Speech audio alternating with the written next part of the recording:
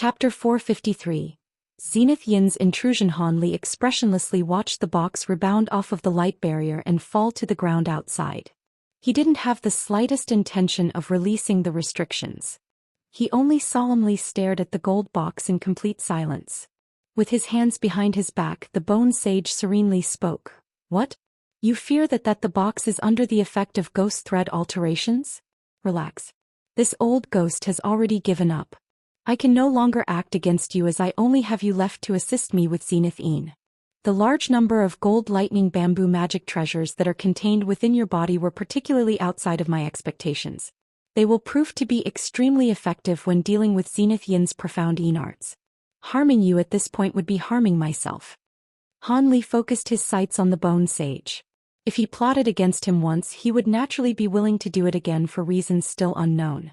Although his words and actions were agreeable, it was best for him to remain vigilant. With that thought, Han Li raised his arm and shot a slim arc of faint gold lightning, striking the gold box with shock. After swaying several times, no odd transformations had occurred.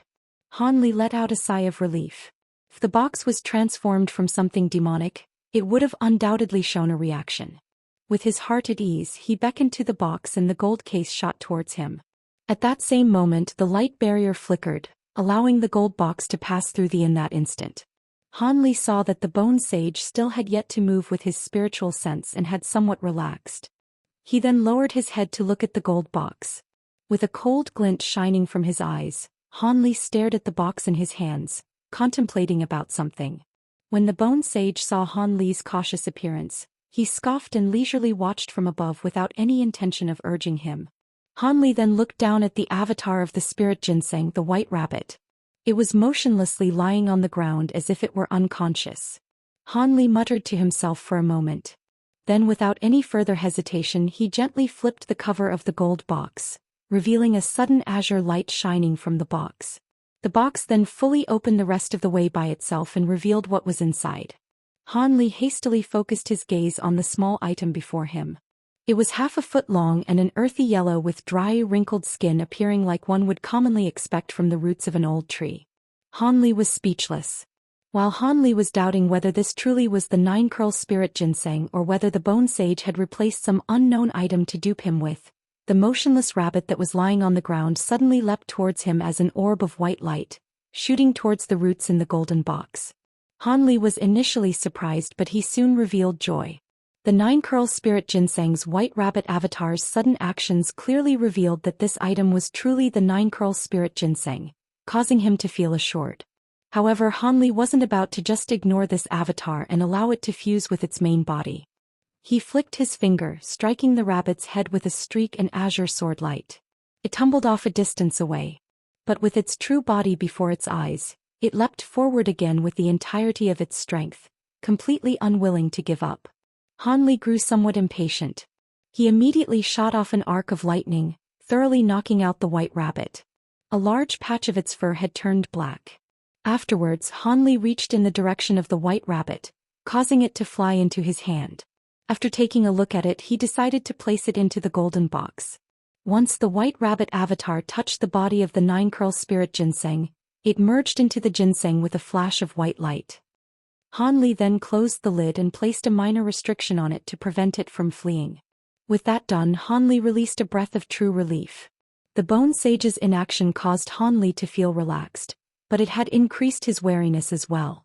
After placing the golden box into his storage pouch, he calmly asked, "After Senior gave the 9-curl spirit ginseng to this Junior, did he not fear that Junior would take it and run?"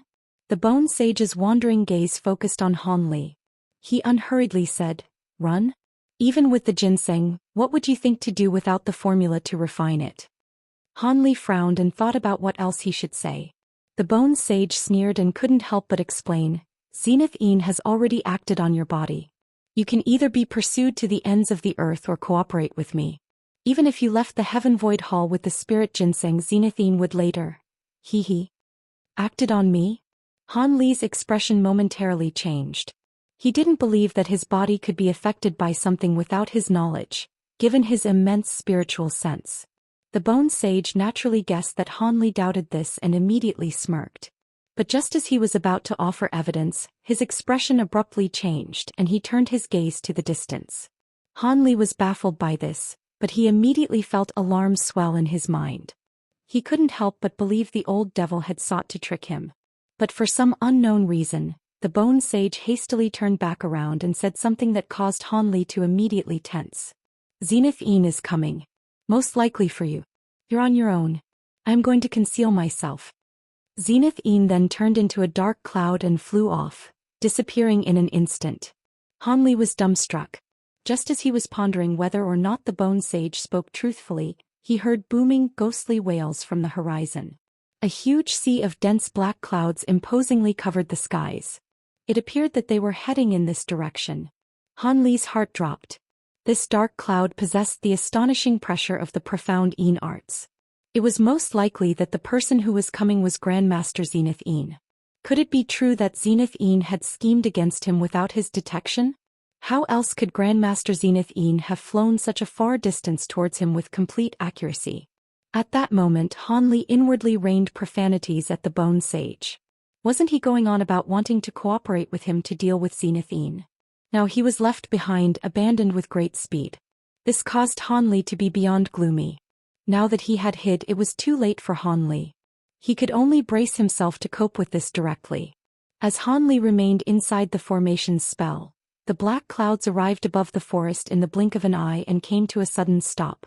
With this, Han Li no longer had any choice. He could only silently stare at the dark clouds with a tense heart. He believed that Zenith Yin wouldn't kill him on sight and would be given a proper explanation of why Grandmaster Zenith Yin was so intent on pursuing him. After a long while of strenuous thinking, Han Li couldn't figure out why he was being chased, much to his annoyance. With that thought, Han Li recovered his calm state of mind and he attentively gazed at the black clouds, waiting for Zenith Yin to speak. But contrary to his expectations, a cold snort came from the dark clouds and shot out a jet-black light beam towards the magic formation at a speed greater than lightning. With a flash of yellow light, the light barrier was thoroughly destroyed with a deafening rupture. It was unable to hold for even a second. Completely unobstructed, the black light beam directly struck at Han Li. Han Li's face became deathly pale in an instant.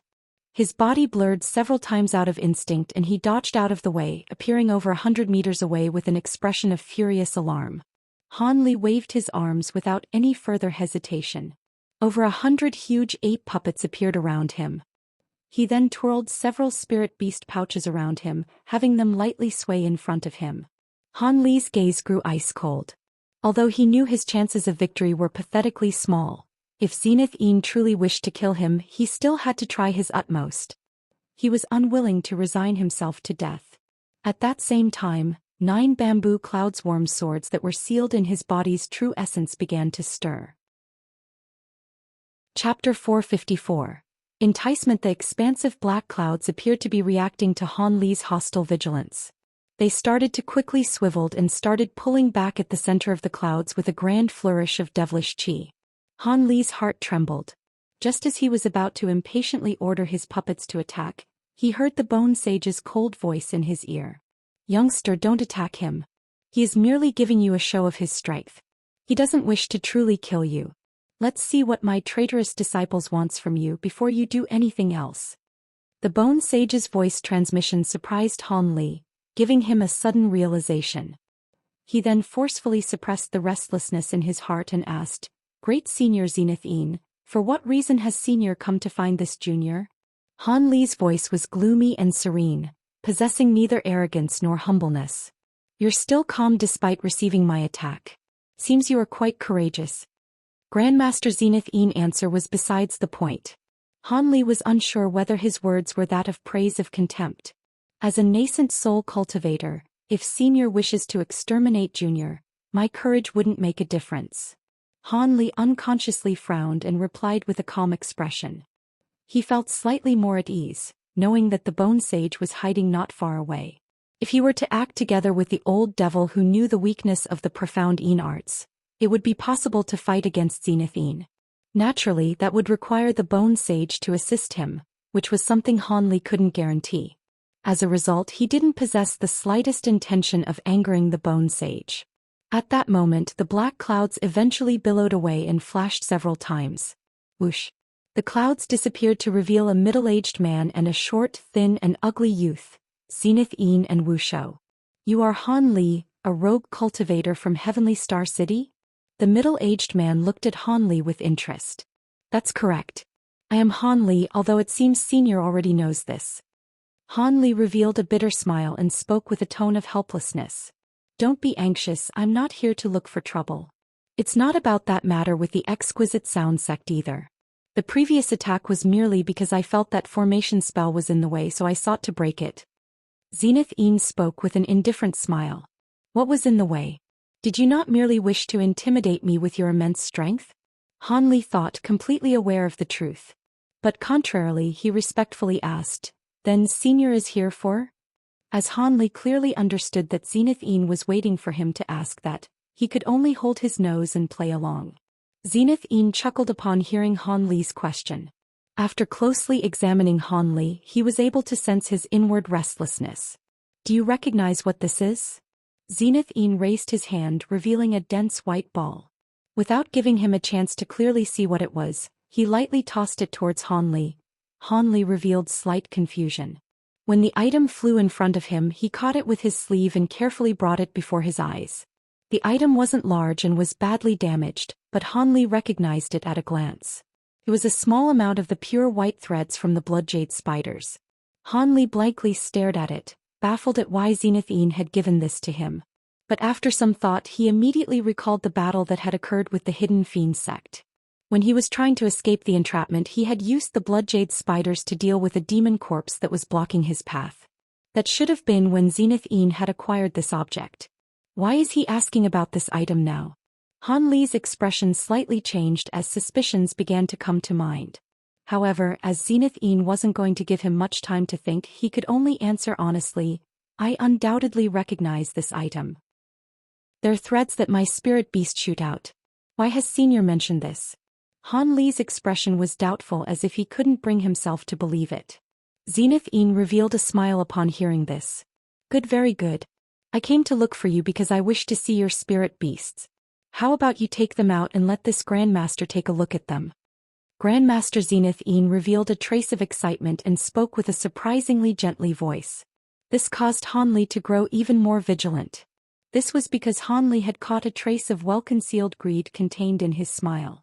It was only revealed for an instant before it faded away. Showing such an expression at the mention of his blood jade spiders wasn't a good omen by any means. Although he felt even more restless underneath Grandmaster Zenith Yin's gaze, Han Li could only hesitantly force himself to agree. Well, no point in dragging this out. Han Li gloomily thought.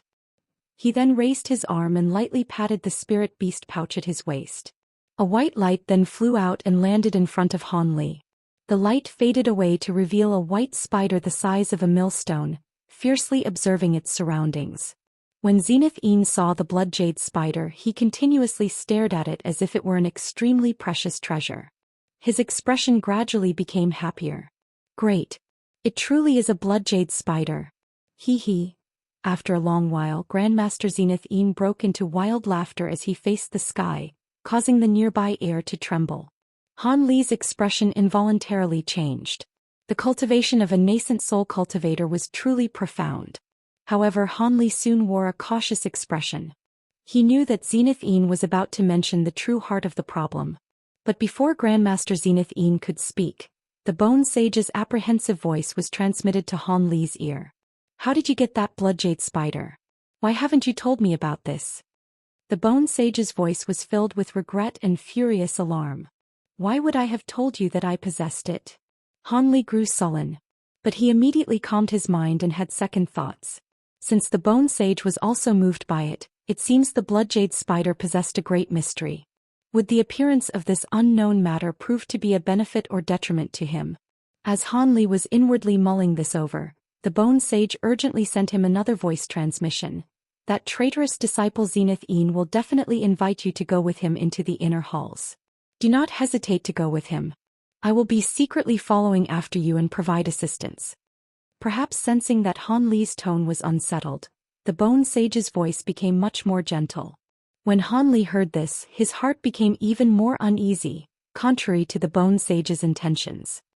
He faintly felt that he was about to be dragged into a great maelstrom where he would meet a terrible death if he weren't careful.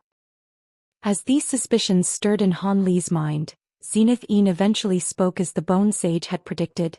Han Li, do you wish to go to the inner halls? If you do, I will bring you through safely. Zenith Yin's voice was amiable and his words were filled with great enticement. Go to the inner halls? Han Li was astonished. It was a place that was said to be too dangerous for a core formation cultivator, but the treasures that it contained were far more precious than in other areas of the Heaven Void Hall. But after Han Li came to know of the particulars of that place, he had decided not to go. He was even more averse to braving the dangers of the inner hall now that he had just acquired the 9-curl spirit ginseng, an item that greatly helped when congealing a nascent soul. Zenith Yin's offer to safely bring him through the inner halls, and the Bone Sage's exhortations for him to agree were met with complete disdain and distrust from Han Li. He only had one life after all. After a moment more of pondering, Han Li declined with a forced smile. To this junior, the inner halls are truly out of reach.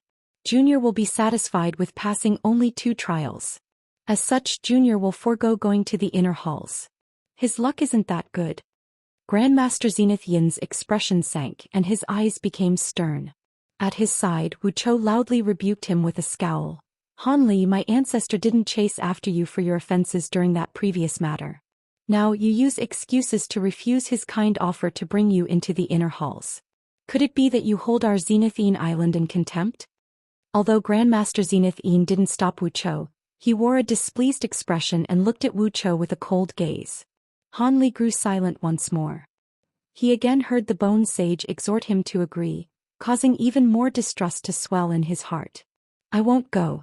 Although I do not know why Island Lord Wu plans on bringing me into the inner halls, it definitely won't be a matter of only broadening my experiences. It would be better for me to use my time to look for treasures in safer areas. Han Li spoke with an indifferent expression. Chapter 455. Another surprise. Humph. Do you truly believe that you get to decide whether or not you go? If you don't go with us, this young lord will kill you here. Did you truly believe that our Zenith Yin Island wouldn't dare to act due to the words of the Star Palace enforcers? Wu Chao's small eyes ominously glinted. Although Wu Chao had been previously warned by Grandmaster Zenith Yin, he still attempted to threateningly pressure Han Li. Wu Chao felt Han Li was truly displeasing to the eye. The malice he felt towards Han Li was nearly innate, born from no particular reason. Han Li found this feeling mutual. That recent outburst was merely met with an indifferent glance. Paying no further heed to Wu Chao, he spoke to Grandmaster Zenith Yin. For a reason unknown to me, Senior requires this junior's spirit beast. But this junior is also well aware that if a spirit beast's master dies, their spirit beasts are incapable of recognizing another master. In addition, Junior is capable of ordering the blood jade spider to self-detonate during a moment of crisis. Surely, Senior doesn't wish to see that. Han Li clearly understood that Wu Chao was merely playing the part of a paper tiger. As such, Han Li was unwilling to tango with Wu Chao and decided to speak with the true authority, Grandmaster Zenith Yin. However, this action by Han Li caused Wu Chao to fly into a rage from the humiliation. After a hostile expression appeared on his face, he spewed a slew of profanities at Han Li. But he was soon stopped by a wave from Zenith Yin. Good, I am fond of juniors with courage and understanding. Since this island lord requires your blood jade spider, I naturally won't drag you along without payment. Once we arrive in the inner halls, I will. Just as Zenith Yin was about to list his conditions, his expression suddenly grew sullen and he stopped speaking. He turned his head around to fiercely stare in a certain direction with a malicious look on his face. Let this Grandmaster have a look at you, eavesdropper. Grandmaster Zenith Yin's voice was shrill and full of killing intent. He appeared extremely angry. Han Li felt alarmed. He immediately thought that the Bone Sage had been discovered and was unconsciously pondering about how he should deal with this situation. However, Han Li was surprised to hear an aged voice. Old Pao Wu, there is no need to be so angry. I merely encountered you by coincidence. Don't tell me you're going to attack? 100 meters away in the air floated a Confucian-robed old man covered in an azure glowing light. It was someone Grandmaster Zenith Yin was quite familiar with, Layman Qing Yi. Fellow Taoist Qing. You followed me. When Zenith Yin saw him, he grimaced and his killing intent faded. What? Follow you? I was merely taking a stroll and happened to see fellow Taoist Wu and this young junior having a chat.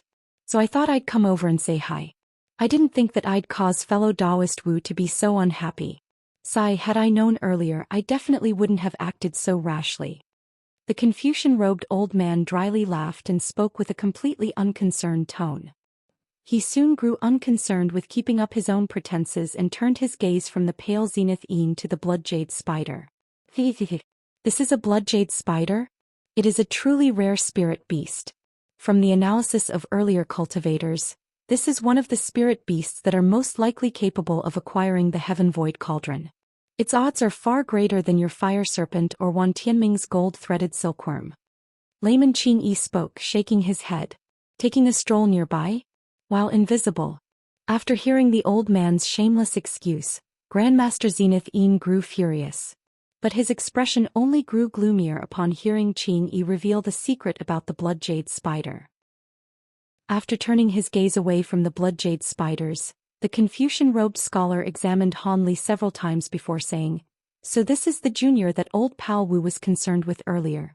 This old man is also quite fond of guiding courageous and insightful youngsters. I am quite interested in taking him in as my disciple. How about it? I've never taken in a disciple before." Zenith Yin paled after hearing this. Take Junior in a disciple? Han Li blinked several times. He didn't know whether he should be excited or cynical. Zenith Yin's expression was icy, and threads of black qi began to surge from his body. He spoke each of his words forcefully while staring at the old man. "Fellow Taoist Qing, what are you planning?" "Hee. I was only joking. Old pal Zenith Yin doesn't need to be so nervous. If I were to truly take this youngster as a disciple, I fear fellow Taoist would attack me without restraint. However, if Hu Manzi were to know of this blood-jade spider, would he back down?" The old man chuckled. A strange expression appeared within his eyes as he played the matter off. Layman Qing Yi's words initially caused Zenith Yin to relax. But upon hearing him mention Manhuzi, he started to feel a strong headache. Zenith Yin had originally planned to keep the blood-jade spider a secret and manipulate the others into driving the righteous Tao cultivators away from the inner halls or have both sides suffer a mutual defeat. He would then use to the fire serpent to put on a display of being incapable of acquiring the treasure while secretly using Han Li's blood-jade spider to secure it. He alone would acquire the Heaven Void Cauldron. As for his previous promises, he had never intended on keeping them in the first place. But he didn't expect in the slightest that his meticulous plan would be thrown into disarray by this old cunning fox. He was uncertain about whether or not he could kill him to shut him up. And even if he were confident, he couldn't easily act and weaken his own side prematurely. After all, he still had the righteous Tao cultivators to contend with. Zenith Yin's face twitched when the old man mentioned Manhuzi. He had previously experienced just how fearsome Manhuzi's heaven-bearing devil arts were. Even with his newly acquired minor mastery of his heaven-wide corpse fire, he didn't hold any confidence in facing that man. If by chance that man were to use the pretext of taking in that youngster as a disciple, then he would insist on taking the lion's share of the treasure. He wouldn't have any way to prevent it. Unless, seeing that he was no longer able to preserve the secret of the blood-jade spiders, Zenith Yin started to think of how he wouldn't suffer a smaller portion of the treasures. At that moment, his heart stirred and he looked at the old man with an odd expression, faintly guessing the meaning behind his previous words. The Confucian-robed old man faintly smiled in response to his odd expression and transmitted a message to his ear. Zenith Yin's expression started to ceaselessly fluctuate. The old man's voice transmission was short and he quickly resumed speaking out loud. "How about this proposal?" Without taking much time to think, Zenith Yin gloomily said, "Fine, I accept." The old man revealed a pleased expression and said, "Good, this is how it should be." He then glanced at Han Li and unhurriedly said, "Now between the two of us, who do you think is more suitable to become his master?" After muttering to himself, Zenith Yin said, "Naturally, he will decide who will become his master. That would be a bit more fair." The old man blankly stared for a moment before revealing a strange expression. But after some conde ration, he nodded his head in agreement. When Zenith Yin saw this, he wore a seldom-seen smile. He then turned towards Han Li and indifferently said, "You must have already heard our chat. Your bloodjade spider is something that we require in our treasure hunt, something that we cannot declone under any circumstance. If you believe I won't kill you because you are the master of the spirit beast, then you are gravely mistaken. This Grandmaster happens to know of a convenient method to refine spirit corpses. If worst comes to worst, I will kill the bloodjade spider and refine it into a demon corpse. Since the bloodjade spider's cultivation will greatly suffer from this, I won't do this unless I am forced. If you are afraid of any disadvantages that will result from being involved, then you can become either of our disciples and receive our protection. Also, you will acquire a portion of the treasure should we be successful in acquiring it. As you appear to be a smart fellow, you should know what to do." Zenith Yin calmly laid out both the carrot and the stick, causing Han Li's expression to change. In fact, Han Li was inwardly cursing without end. Ever since the Confucian-robed old man had arrived, Han Li felt ill at ease as if the situation had taken a turn for the worse. He had originally wished for the two eccentrics to fight amongst themselves, allowing him to slip away in the ensuing chaos. But he didn't expect for the cunning old foxes to reach an agreement after only a few words. Now Han Li reckoned there wasn't the slightest chance that the Bone Sage would appear to help him. As for using the bloodjade spider as a threat, it seemed it wouldn't have any effect. He reckoned that if he were to truly order the bloodjade spider to self-detonate, Zenith Yin would rush to refine them. But as his life was hanging by only this thread, he couldn't afford to damn himself by angering these nascent soul cultivators. It seemed that if he didn't agree, he would only be met with death. Chapter 456. Becoming Zenith Yin's disciple. Just as Han Li thought about saying something, he suddenly heard a voice transmission from Layman Qingyi. "Han Li, this old man hasn't accepted a disciple in his entire life and doesn't have much longer to live. If you were to become my disciple, then my legacy, magic treasures and all else will be inherited by you. You aren't going to come across such good fortune elsewhere." Layman Qingyi's voice was full of allure. Han Li understood that his words were certain to be overstated, but he couldn't help but feel tempted. Before he could even think it over, he heard Zenith Yin's gloomy voice. "Youngster, regardless of what this eccentric had promised you, I want to remind you that this eccentric is a rogue cultivator, one who treads the solitary path. Apart from a desolate island, he has few other possessions. Even if you were to inherit everything from him, it won't amount to much. However, my Zenithine island is different. Not only are there many cultivators, but it also possesses grand influence. As my own personal disciple, you will hold an unimaginable amount of influence on the island. Regardless of whether it's beautiful pear cultivation servants or precious pill and tool ingredients, this Grandmaster will allow you to select them. I also saw that you were walking quite close to the exquisite sound sex fairy violet spirit. If you have any interest in her, it can be handled. So long as you pledge to be my disciple, I will personally bring her to Zenith Een Island to become your furnace cauldron. These incentives should be much to your satisfaction." Zenith Een was very direct, listing off many conditions in a torrent. However, this wasn't the end. The Bone Sage's voice soon entered his ear. "Youngster Han, take my traitorous disciple as a master. That way we can look for a favorable opportunity to kill him. Don't forget, I am the only person who knows the pill formula for the refinement of the 9-curl spirit ginseng. You had best do as I suggest, otherwise..." The Bone Sage's words were filled with an obvious threat. Han Li inwardly rolled his eyes. Each of them had ulterior motives, and he would suffer greatly if he wasn't careful. In his own mind, if he truly wanted to take a master, then he would naturally pick the Confucian-robed old man. Although he wouldn't receive many great benefits, he wouldn't become entangled with a hideous mess of relations. It would be far more peaceful, and he wouldn't be involved with any more quarrels. As for Zenith Yin's medicine pills, beautiful women and techniques, Han Li wasn't particularly interested. The talk regarding fairy violet spirit interested him even less. But with the Bone Sage's voice transmission, Han Li had to carefully reconsider. Solidifying a nascent soul was his next objective on the path to immortality. Although it was still quite some time away, the pill recipe was still something that he had to acquire. With that thought, Han Li lowered his head and started muttering to himself, pondering over what was to be gained or lost. Han Li's expression changed several times over a short period of time before he raised his head. His next words were music to Zenith Yin's ears and to the disappointment of the Confucian-robed old man. This one has long heard of Zenith Yin Island's great reputation. Junior wishes to receive a few pointers from Senior Wu. Good choice, Han Li. This Grandmaster will first accept you as an in-name disciple. When we later return to Zenith Yin Island, I will conduct a ceremony for you to become an official disciple. This profound Yin ring is a set of ancient treasures that I acquired when I was young, and I've given it to each of my personal disciples. Since it is both a keepsake and a protective treasure, be sure to properly take care of it. Zenith Yin understood the value of striking when the iron was hot. He immediately took a dark gray ring off his hand and handed it over to Han Li.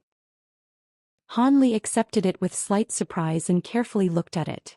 The ring was just about as large as one would expect, but it was etched with a few mysterious talisman characters that released pale blue light. One could tell that it was unordinary at a glance. As Han Li felt joy, he heard the bone sage scoff. Profound Yin ring? It seems my traitorous disciple has cleanly eliminated any traces of my existence.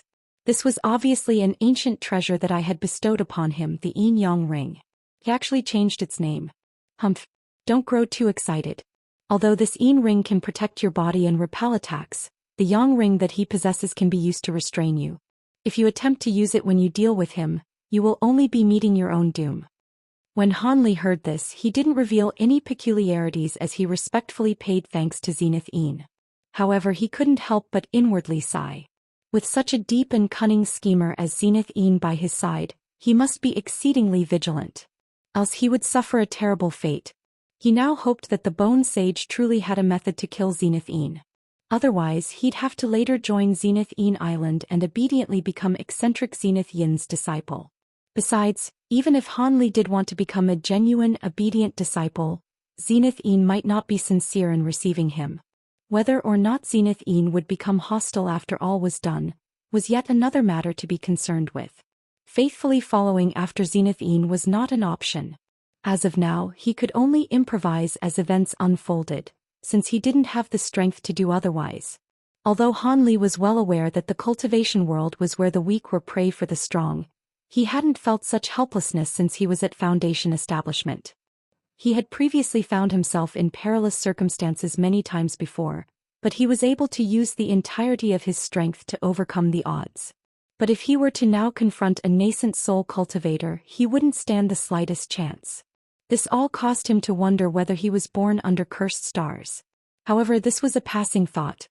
He merely thought to follow after the Bone Sage and investigate the secrets of the map fragment from curiosity. Just how did he land himself into the eyes of nascent soul cultivators? Han Li slightly regretted his choice. Suppressing the deep grievances that couldn't be revealed, he forced himself to act excited and happy.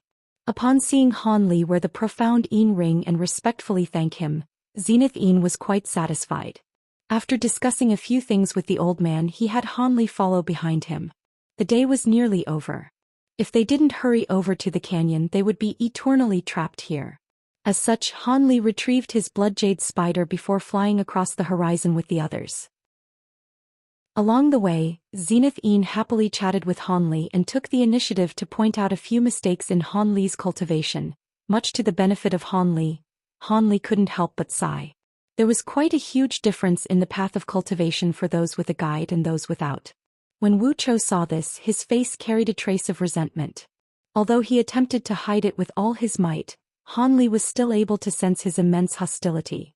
Still, Han Li pretended to be unaware of this and paid him no further attention. The four of them flew quickly. About 6 hours later, they arrived in front of a mountain that was about 10,000 meters tall. This extremely steep mountain was made of black and gray stones.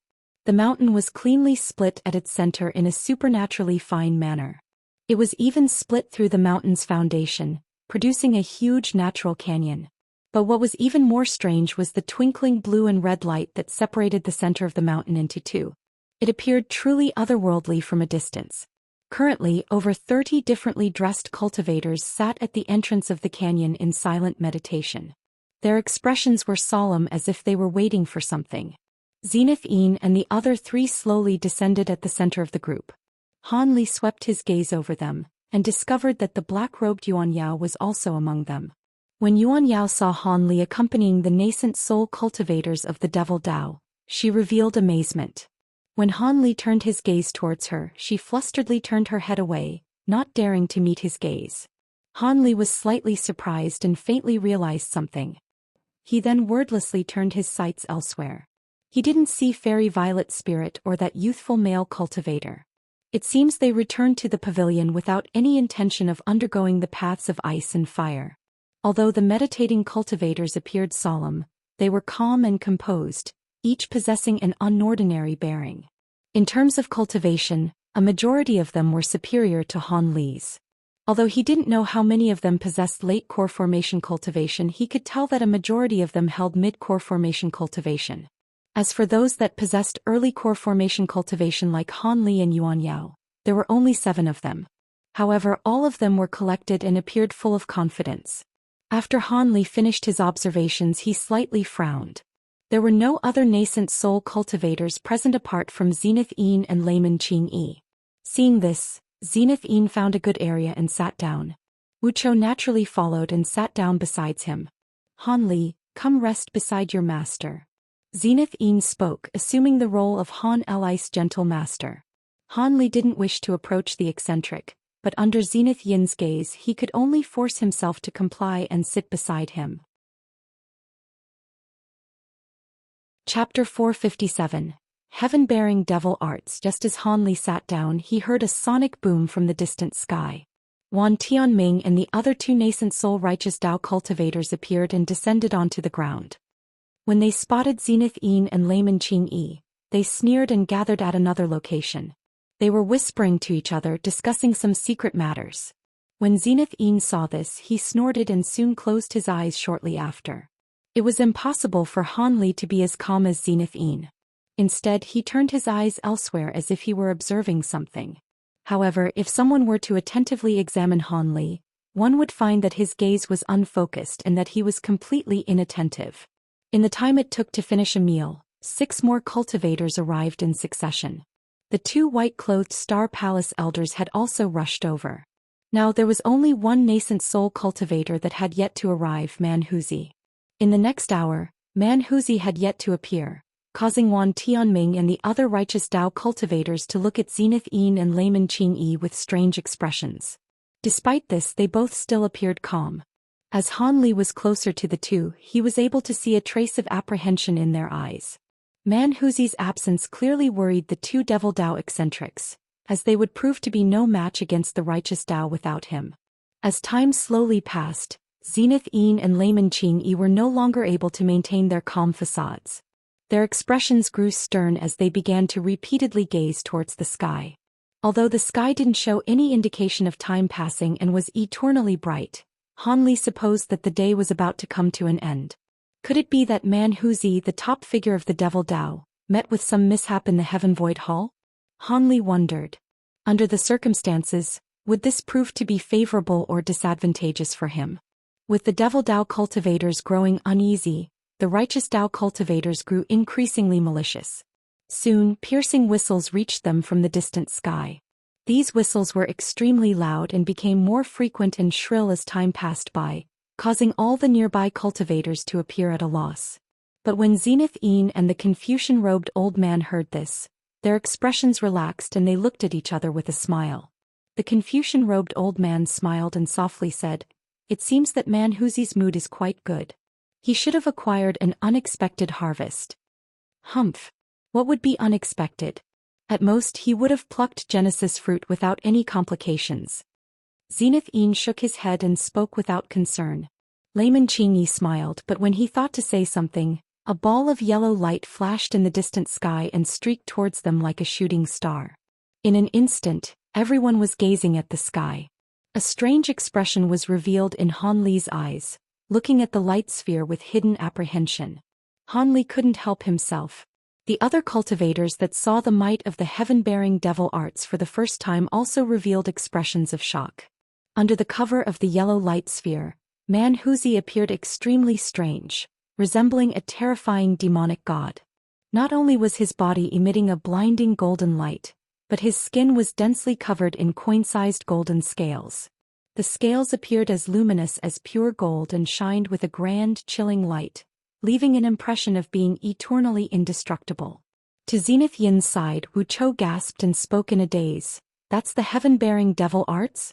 It seems truly fearsome. It seemed he was quite in awe of Manhuzi's appearance.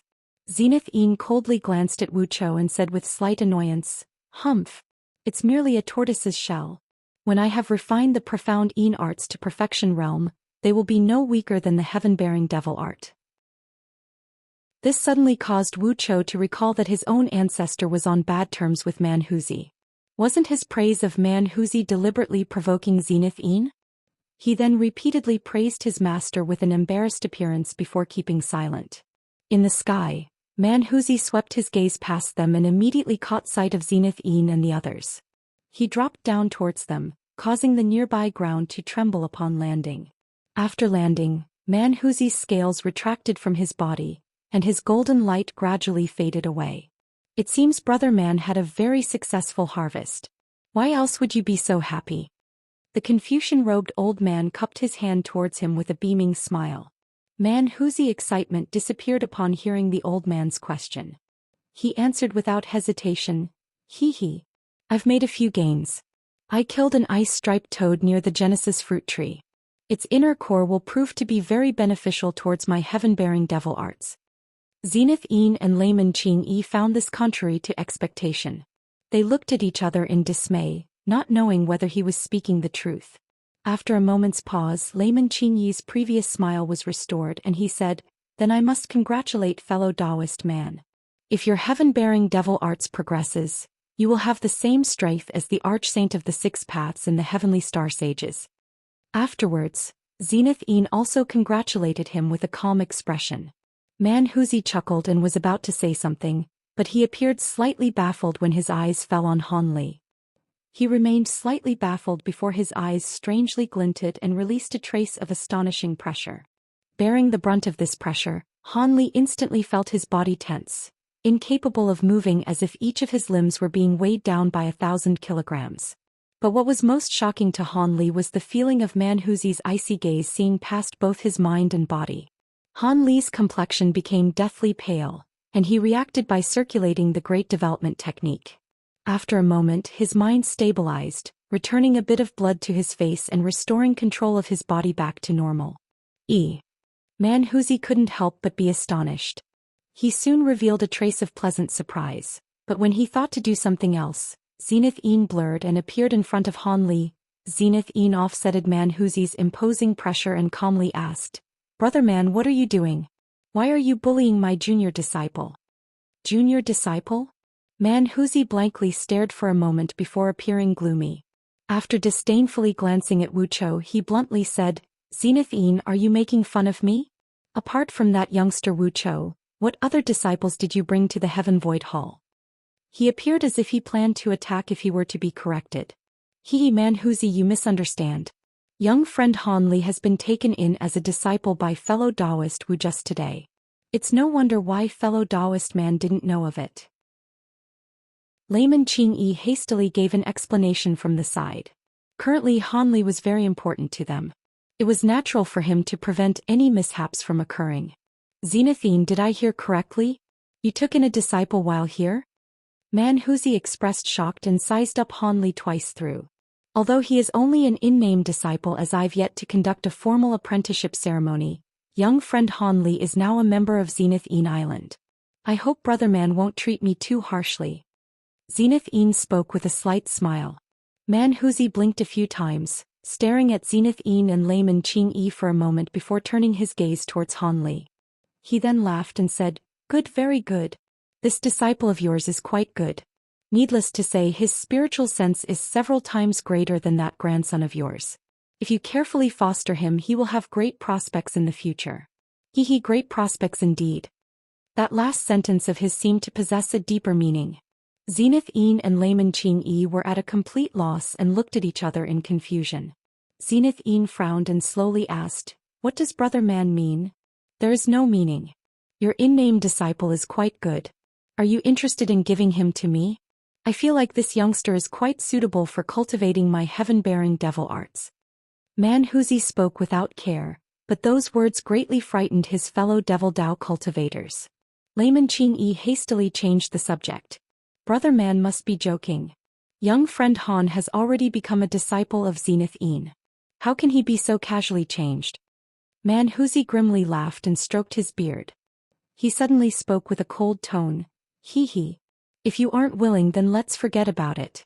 To tell the truth, accepting a disciple is far too troublesome for me. However, why did fellow Taoist Qing grow so anxious for a disciple of Zenith Yin Island? Could it be that this youngster has something that can't be revealed? After this was said, the old man's expression momentarily changed before calmly glancing at Zenith Yin. Zenith Yin's expression slightly changed.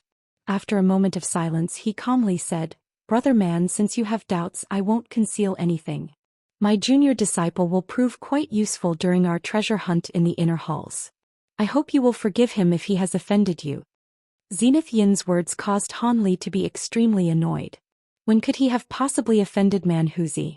Was it not Man Huzi who had forcefully seized the jade pillar from him and left him with a belly full of anger? Naturally, Han Li didn't dare to say this, and the words remained in his mind.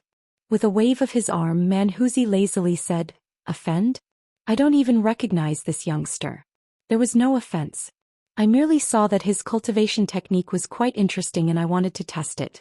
But how can a core formation cultivator be useful in the inner halls? Are you duping me? Zenith Yin frowned and hesitated for a moment. Afterwards, he gave Layman Qingyi an indicative glance. Layman Qingyi faintly smiled and sent Man Huzi a sound transmission. Seeing the two's secretive manners, Man Huzi revealed slight disdain. But after he heard the transmission, his expression suddenly changed and he looked at Han Li in shock. Man Huzi then asked the old man a few questions with sound transmissions and came to a sudden realization, revealing an icy expression. Man Huzi narrowed his eyes and stared at Zenith Yin with a sharp gaze. He said in an imposing manner, Zenith Yin, I was wondering why you would inexplicably take in a disciple. So it turned out you. Humph. You sure came up with a good plan. There is no need to be so angry, brother man. If you came across a similar matter, perhaps you would have used a similar method. In addition, we've revealed the matter to you and have no intention of monopolizing the harvest. We'll be relying on brother man in the coming treasure hunt. Zenith Yin calmly said. After a moment of thought, Man Huzi's expression grew calm and he said, If I don't take action, Wan Tianming and his group of hypocrites wouldn't give you a chance to take the treasure. So let's get the business out the way first. If you get the treasure, how are we splitting it? How about we split the treasure into 4? Including young friend Han, each person will get a share.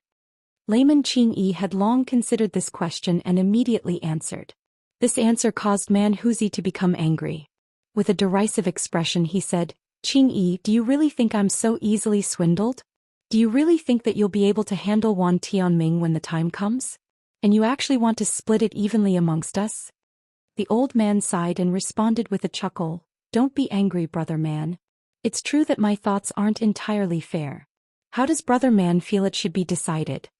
Man Huzi spoke with a serious expression, I don't care how much you all receive, I require half of the treasure. After all, Wan Tianming alone is more than enough to deal with the both of you. If I'm going to take him on, then it is only fair that I get half. Man Huzi's words weren't surprising to Zenith Yin and the old man. They had clearly expected him to make large demands. Zenith Yin unhurriedly said, An entire half? Brother man's appetite is truly great. But don't forget that without my junior disciple's assistance, our odds of acquiring the treasure are pathetically low. My disciple also requires a share. Humph. A core formation cultivator also gets a share among us? Man Huzi disdainfully glanced at Han Li. Han Li's expression stirred for a moment before calming down. Hee. If he were only a rogue cultivator, he obviously wouldn't be entitled to a share of the Heaven Void Cauldron's treasures. But since he is my disciple, he will get one. Zenith Yin was unwilling to back down. A stern expression appeared on Man Huzi's face. Just as he thought to say something, the old man rushed to propose a compromise. There is no need to fight.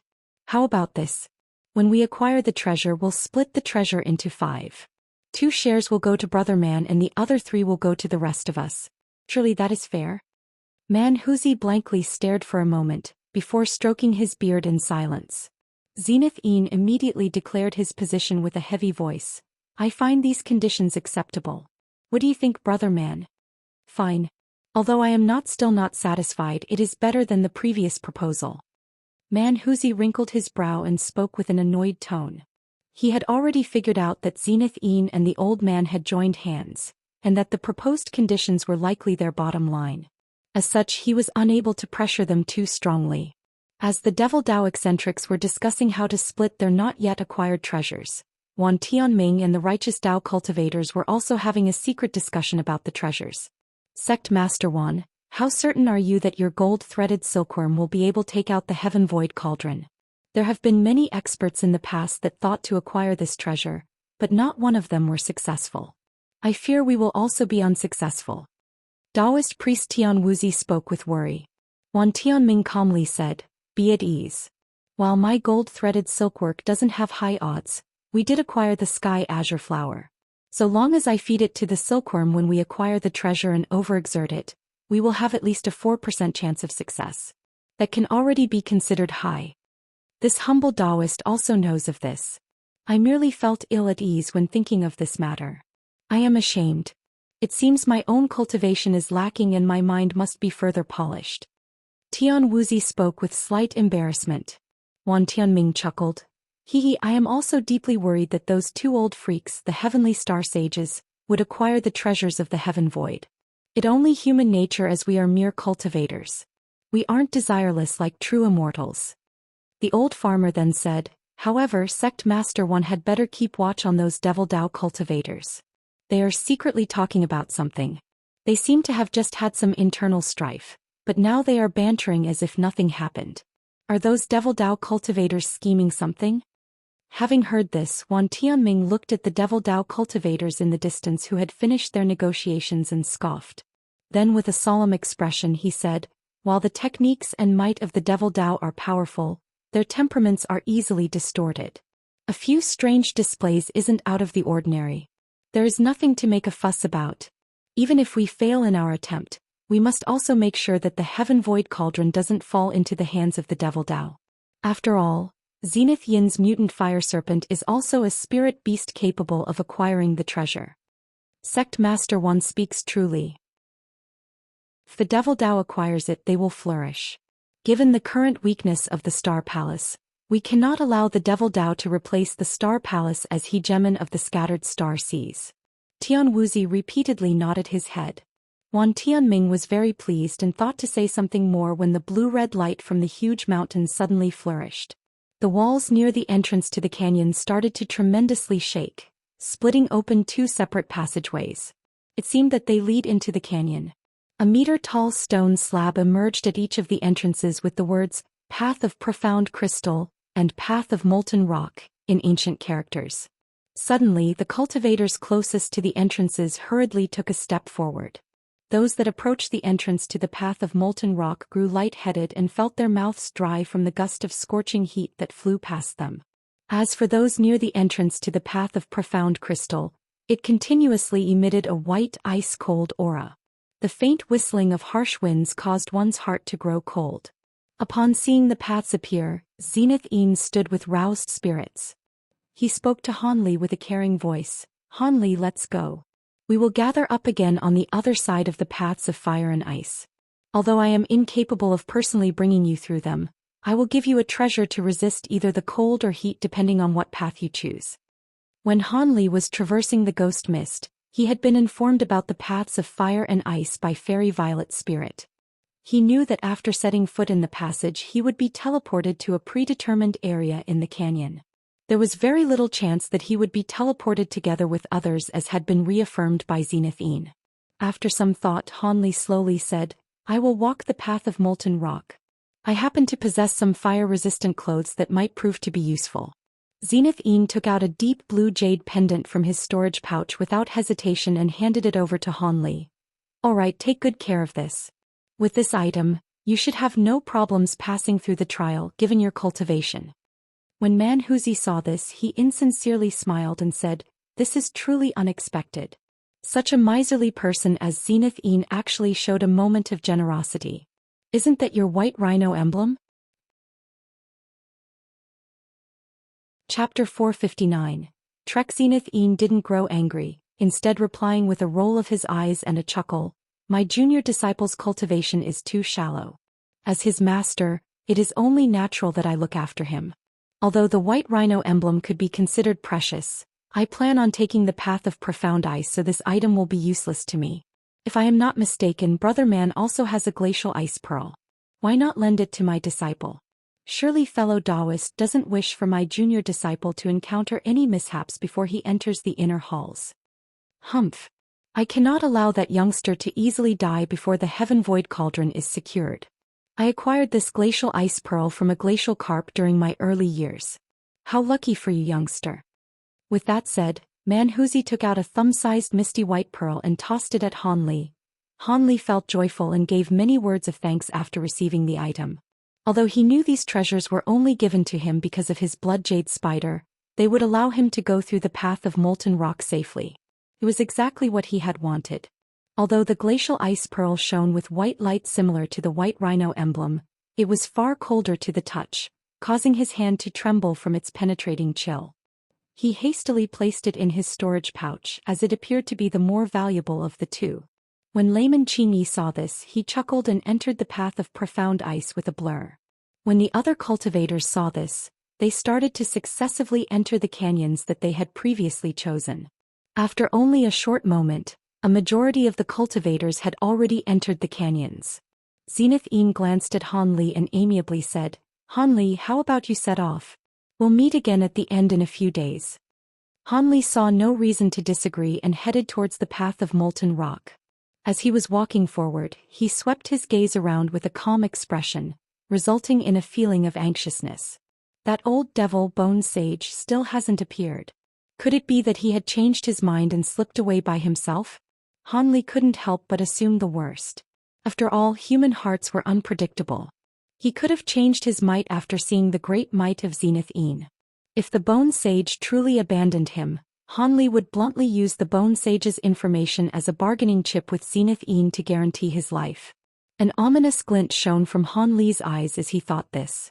This movement had caught the attention of others. While Han Li felt slight regret at this, the Bone Sage's voice had suddenly entered his ear. Don't glance around. I am concealed nearby and have yet to reveal myself. Do your best.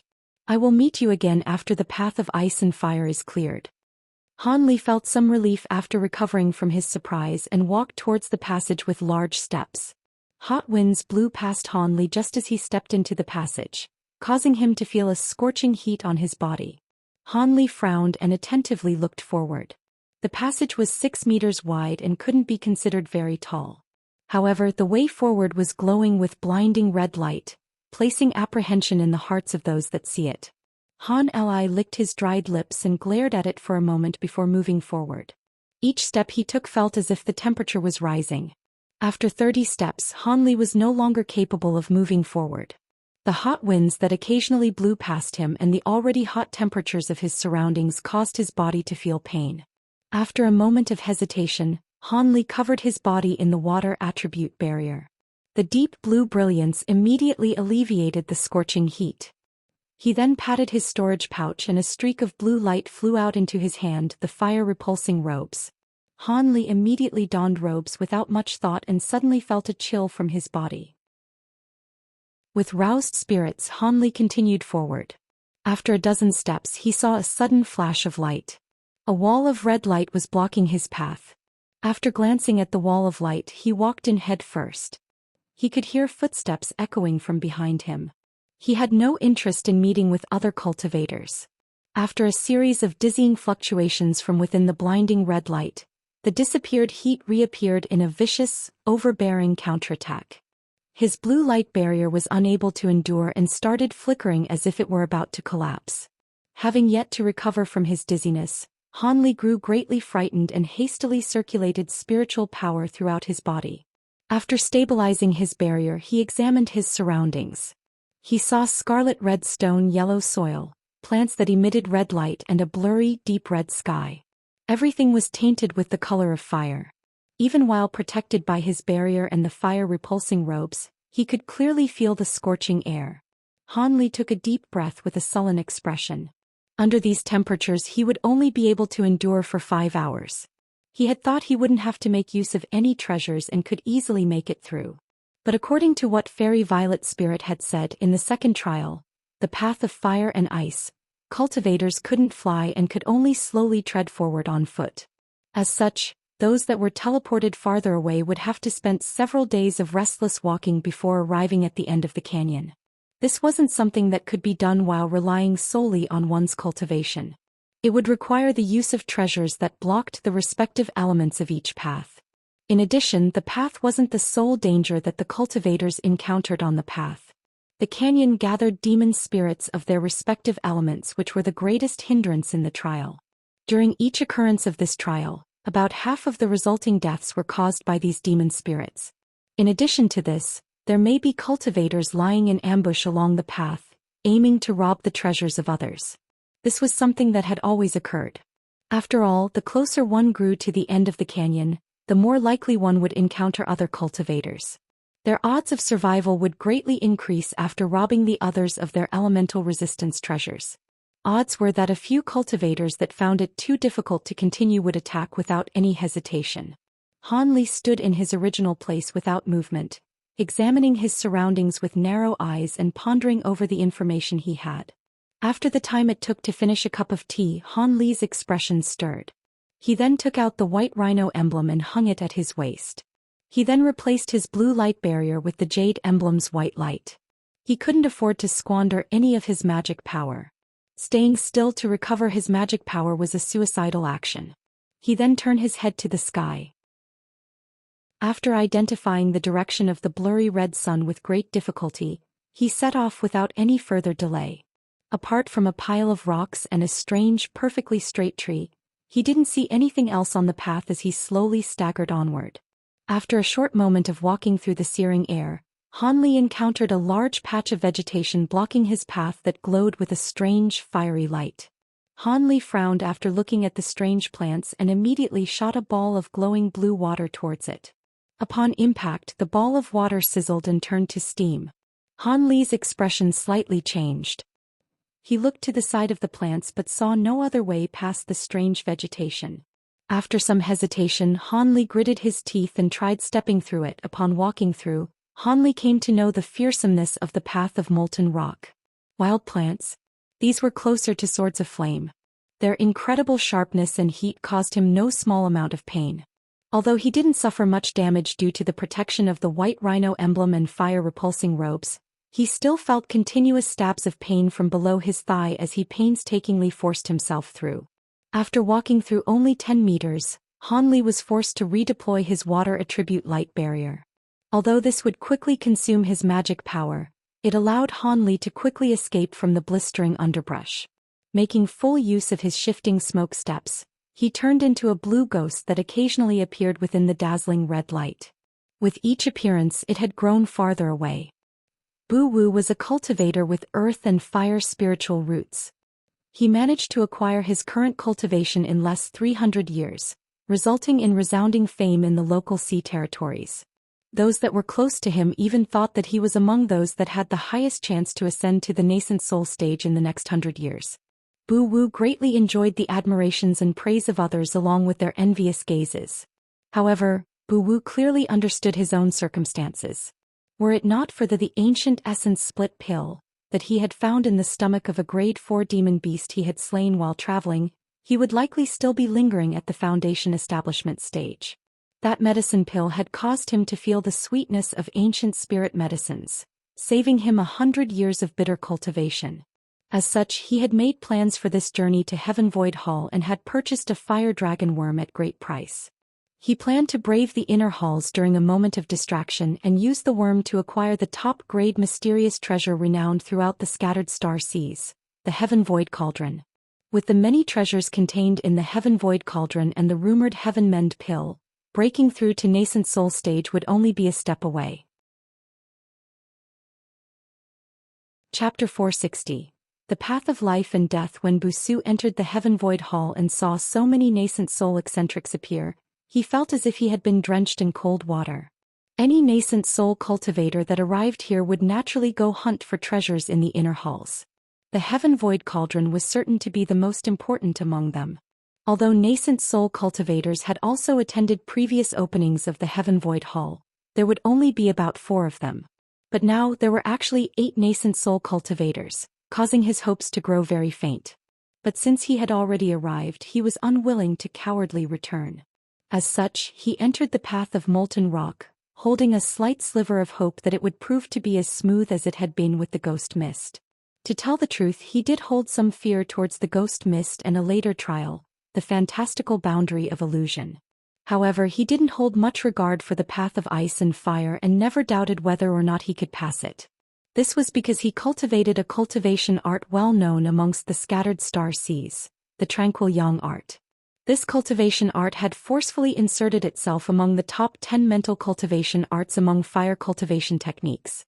He had lost count of how many enemies he had exterminated, turning them entirely to ash with his tranquil yang true fire. As such, he held complete confidence towards treading the path of molten rock and resisting the heat with complete ease. Naturally, given his many years of cultivation, he wouldn't arrogantly think of treading the path of molten rock without any hesitation. He had also prepared 2 fire protection magic tools, but it wasn't that he didn't want to prepare more. It was just that purchasing the fire dragon worm had left him nearly destitute. With the assistance of 2 magic tools and his tranquil yang art, he felt that he would be able to traverse the path of molten rock without problem. But now, Wuxia felt a deep regret churning in his guts. After a short time on the path, he unexpectedly discovered that despite the wondrous fire-resistant effects of his tranquil yang arts, he was forced to continuously use his tranquil yang arts at full strength in order to resist the scorching heat that surrounded him. His original thought of ignoring this hostile environment was impossible as his magic power was being depleted far faster than he had anticipated. Outside the Heaven Void Hall, he ordinarily only had to make use of the tranquil yang arts in order to resist scorching flames. It was clear that the heat emitted by the path of molten rock was completely different from common flames on the outside. There were certain to be restrictions put in place that suppressed fire attribute cultivation arts. As for his 2 fire-resistant magic tools, they had a very limited effect in this strange environment, much to the dismay of Wuxia. In his 6 hours of walking the path, his magic power had been drained at a visible rate despite having continuously replenished his spiritual qi with spirit stones.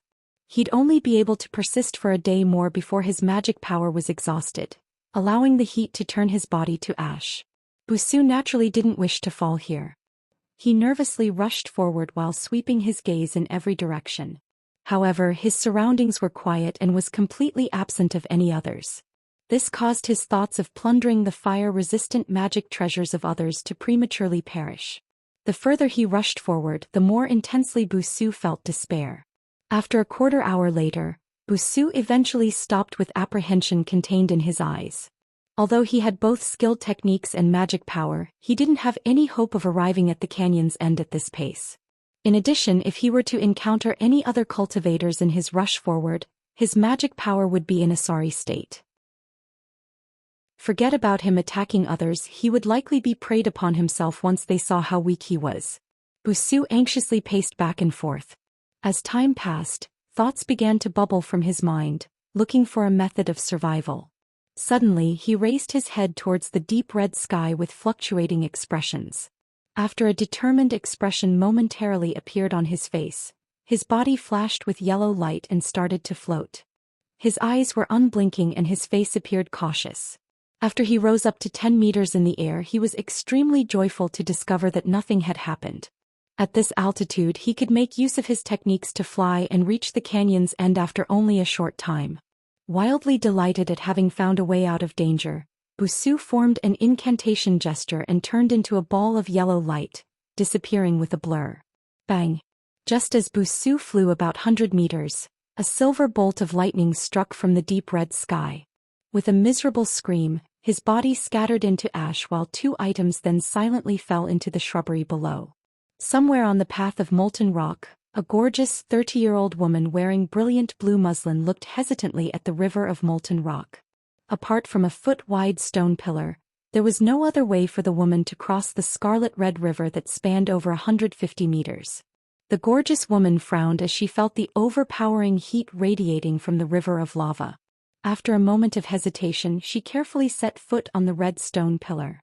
When the gorgeous woman stepped foot on the pillar, she immediately wore a pained expression. It was clear that the stone pillar was extremely hot. Even with the protection of the blue muslin, she still felt quite a bit of pain. However, this woman was someone who possessed unwavering determination. After gritting her teeth, she slowly walked forward on the stone pillar cautiously. At the start it went quite smoothly. She ended up walking through about halfway unscathed. But as she approached the pillar's center, she suddenly heard rumblings in the distance. The gorgeous woman was stunned and she couldn't help but turn her head in the direction of the river upstream. Her face then became deathly pale and panic-stricken. A violent maelstrom rushed down the river and transformed into a huge gray dragon. With bared fangs and claws, it arrived in front of the stone pillar in an instant and wrapped around the female cultivator who had just taken flight. Then with a shriek of despair, the female cultivator disappeared without a trace. A short moment later, a sparkling blue item sunk to the bottom of the lava. Near an icy mountain on the path of profound crystal, a middle-aged man was back-to-back with an old man as they faced over 10 crystal beasts. Red and white radiance flashed in every direction, but the battle soon came to an end. The crystal beasts stayed for a moment more before dispersing in different directions, leaving behind 2 badly damaged corpses. At another location on the path of profound crystal, Zhou Xian was leisurely taking a walk along the path of ice. His body was sparkling with black light and didn't possess the slightest trace of cold. While the crystal beasts would occasionally unburrow from the snow and attempt to ambush Zhou Xian, they would be easily split in 2 with a flash of black light. Afterwards, he would then continue on his way as if nothing had happened. On a hill, Han Li blankly stared ahead of him with a trace of hesitation. After rushing through the fiery overgrowth by making full use of the shifting smoke steps, he had returned to his original speed. After all, the shifting smoke steps put too much strain on his body. Even with the resilient body of a core formation cultivator, he couldn't persist in using it for long. Naturally, he could make use of it far longer than when he was at Foundation Establishment. After this, he encountered an extremely dangerous swamp of lava. In fact, it appeared more like a pit of lava. Even a person of resilient mind such as Han Li felt cold sweat line his back. Were it not for the protection provided by the glacial ice bead that Man Huzi had given him, he would have suffered blistering skin and roasted flesh, had he managed to survive it. As for the series of strange trees and 3 flame spirits he later encountered, they forced Han Li to expend a bit of effort before he could safely continue on his way. But now Han Li was left stunned by something he had never seen before, an endless black desert with black sand and dunes. This strange scene caused Han Li to feel uneasy and unwilling to walk into it. However, taking an alternative route was impossible. The expanse of black desert was far too large. If he wanted to make a detour, it would take at least 2 days. According to the accounts of cultivators that came before him, this trial must be cleared within 5 days. Else, the transportation formation would be sealed, leaving the rest to die. As for Han Li, he reckoned that he had only managed to reach the center of the canyon. He didn't have the time to waste even if he didn't want to brave this danger. Who knew what monsters laid in wait beneath the black sands? Han Li tightly creased his brow and gazed at the scene before him, pondering about what strange dangers laid hidden within. At that moment Han Li's heart stirred, and he disappeared with a blur. Sounds soon came from behind where he originally was. Chapter 461. Black Desert. Shortly after Han Li disappeared, a male cultivator slowly walked out from the side of the small mountain. He appeared to be about 40 years old and possessed a sallow complexion.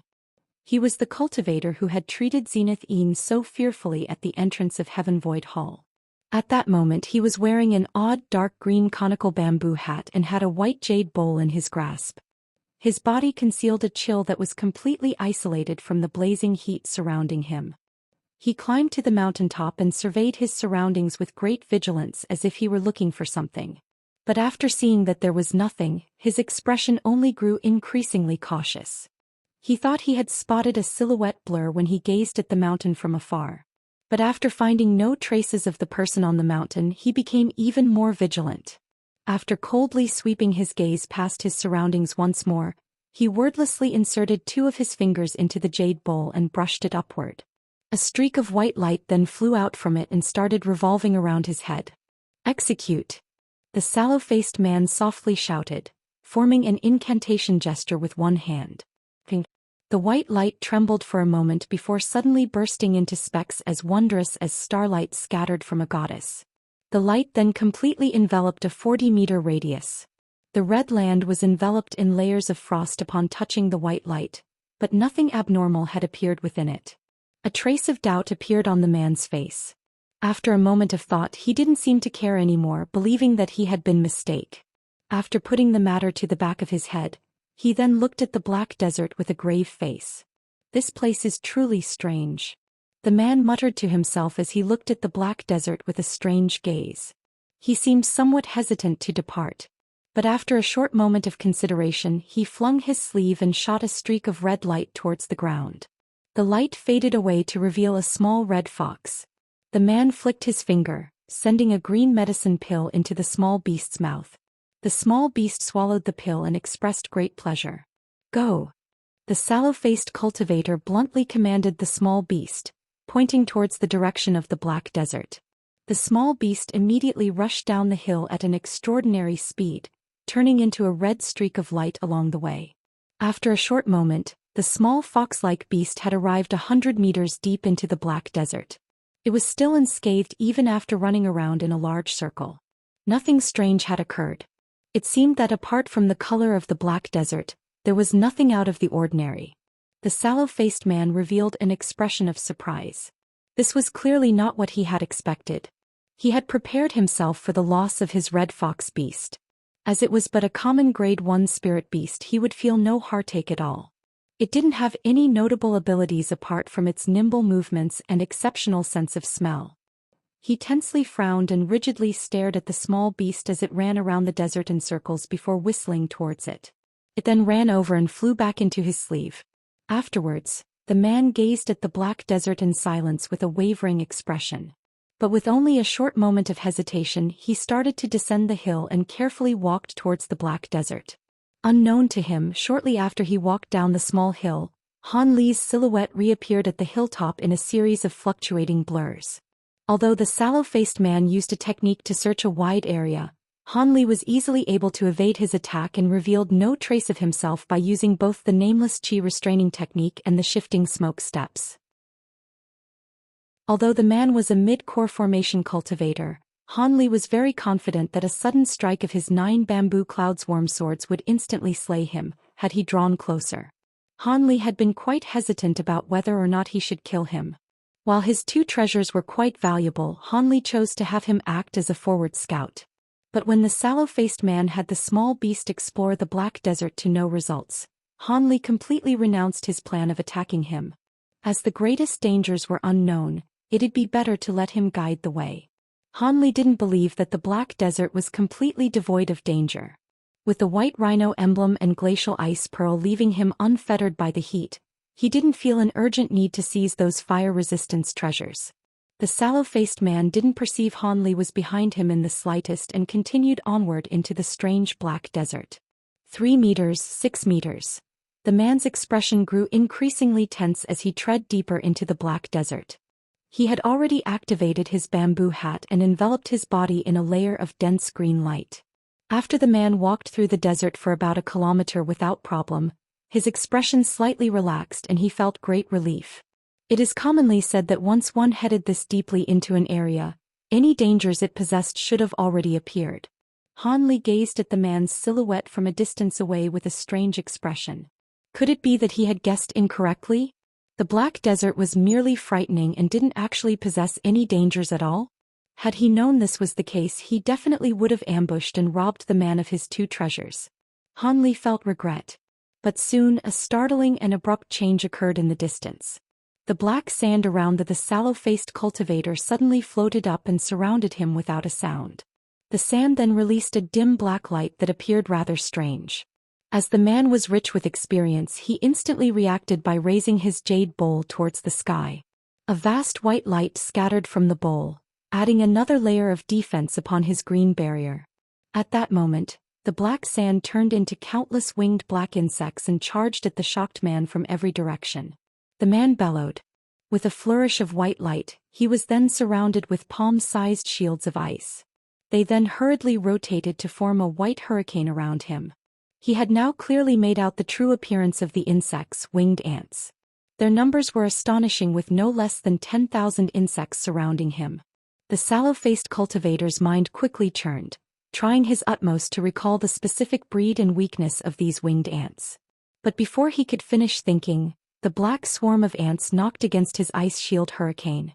Clangs rang out in quick succession as the shields repelled the winged ants several meters back. When the man saw this, he couldn't help but feel slight relief. But a short moment later, his heart froze.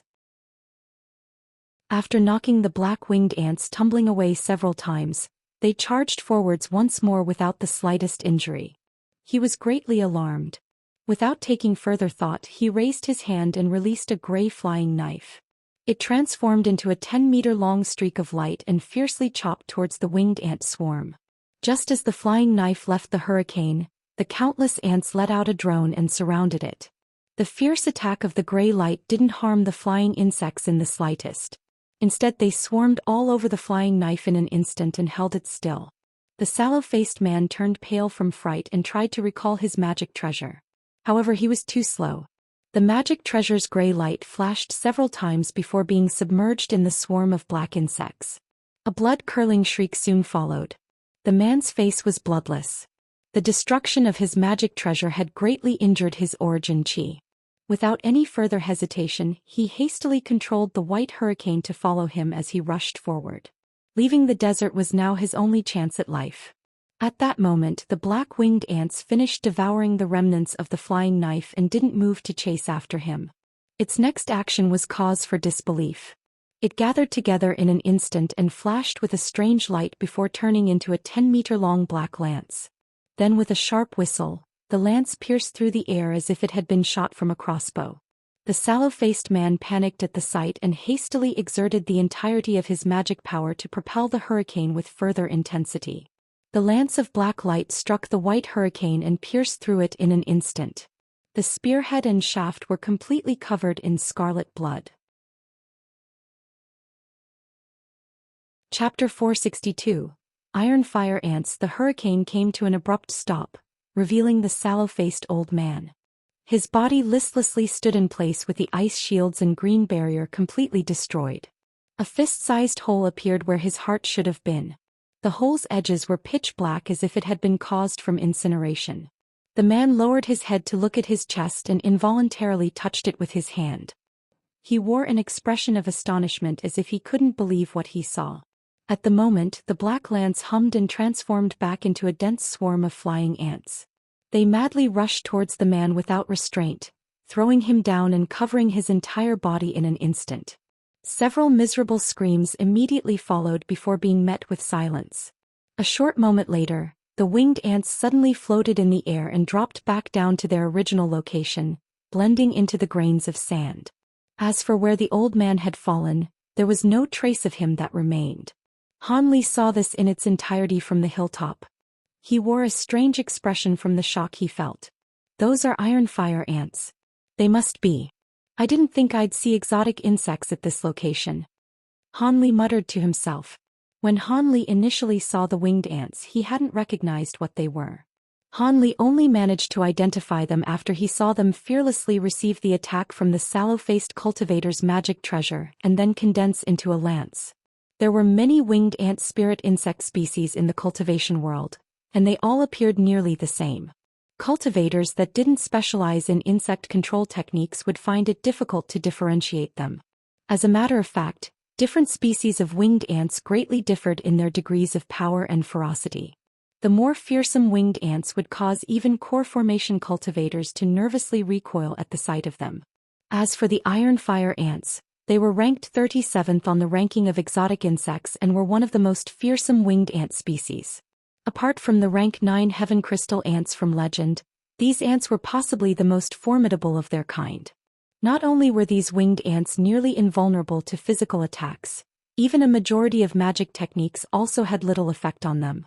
Apart from fire and water attribute magic techniques of mid-grade or higher as well as a few specific magic techniques, they were nearly indestructible, possessing abnormal defensive abilities nearly equivalent to that of the gold-devouring beetles. In fact, they were even superior to the gold-devouring beetles in resisting the attacks of magic treasures. While they didn't possess the gold-devouring beetles' bizarre ability to consume spiritual power, the iron fire ants possessed the fearsome abilities to spout black flames and perform swarm transformations. A colony of iron fire ants could transform into a fire attribute magic treasure at will. Its fearsome attack could penetrate through common defensive magic treasures and magic techniques without even the slightest resistance. As a result, the sallow-faced man's miserable death couldn't be considered surprising. Although the iron fire ants weren't considered extinct like the gold-devouring beetles, they were seldom seen in the cultivation world. And even if they were seen, the swarm would only consist of 1,000 at most.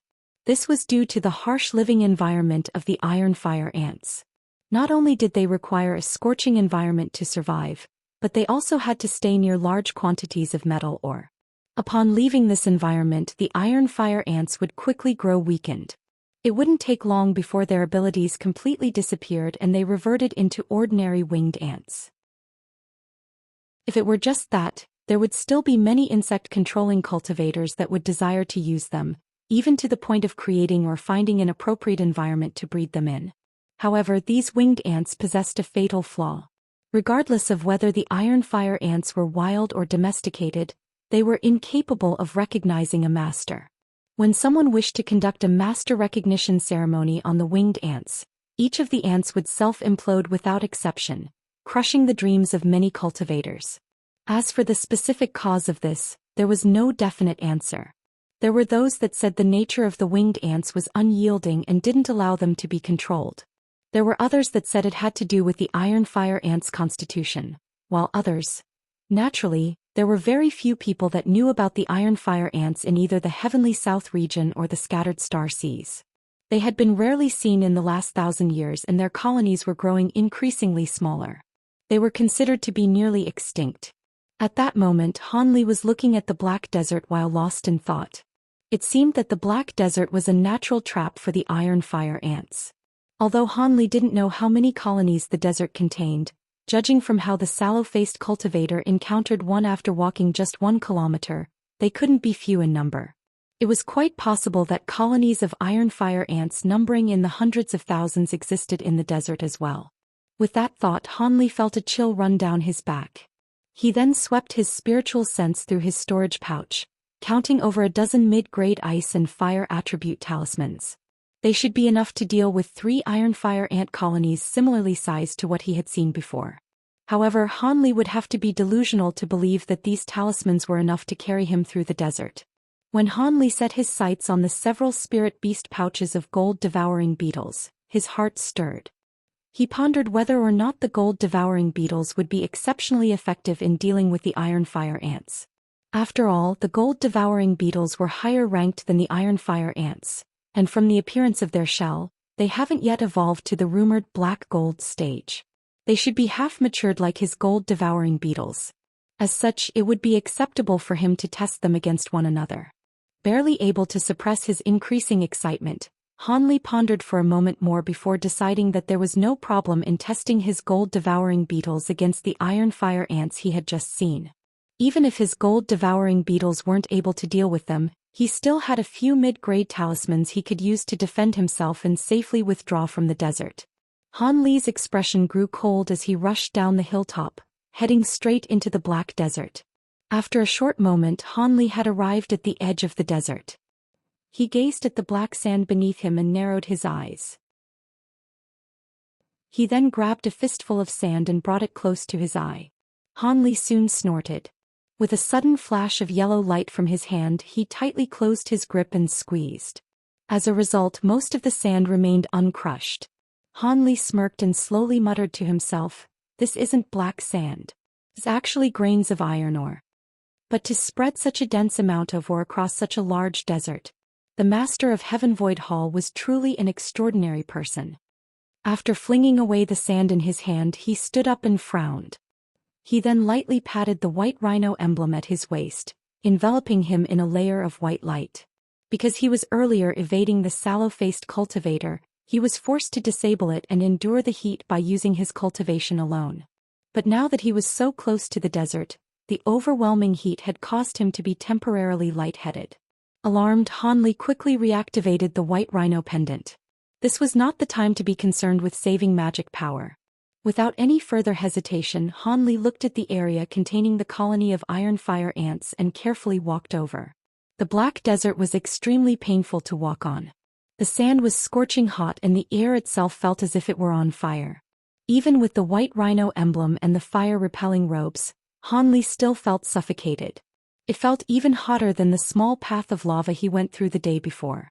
After walking over 100 meters, Han Li sighed and patted his storage pouch, taking out a soft pearl in his hand. Without any delay, he poured a bit of spiritual power into it. Cold air immediately released from the pearl in a flash of white light. Han Li suddenly felt himself surrounded by a chill. With roused spirits, Han Li quickened his pace. As the simultaneous use of both the white rhino emblem and the glacial ice pearl greatly increased his magic power consumption, he needed to pass through the desert as quickly as he could. When Han Li was about 200 meters away from the location of the iron fire ants, he stopped and carefully examined where they would be. A short moment later, Han Li shook his head. The concealed iron fire ants were extremely difficult to differentiate from the black sand. It was even difficult to see them with his spiritual sense. The ant colony's spiritual chi fluctuations were extremely faint, presumably because they were innately skilled at restraining their chi. It seemed that using his spiritual sense to spot the winged ants from a distance wouldn't do. He'd have to try using his gold-devouring beetles. Chapter 463. An opportune encounter. Han Li raised his hands with a solemn expression, and tossed several spirit beast pouches into the air.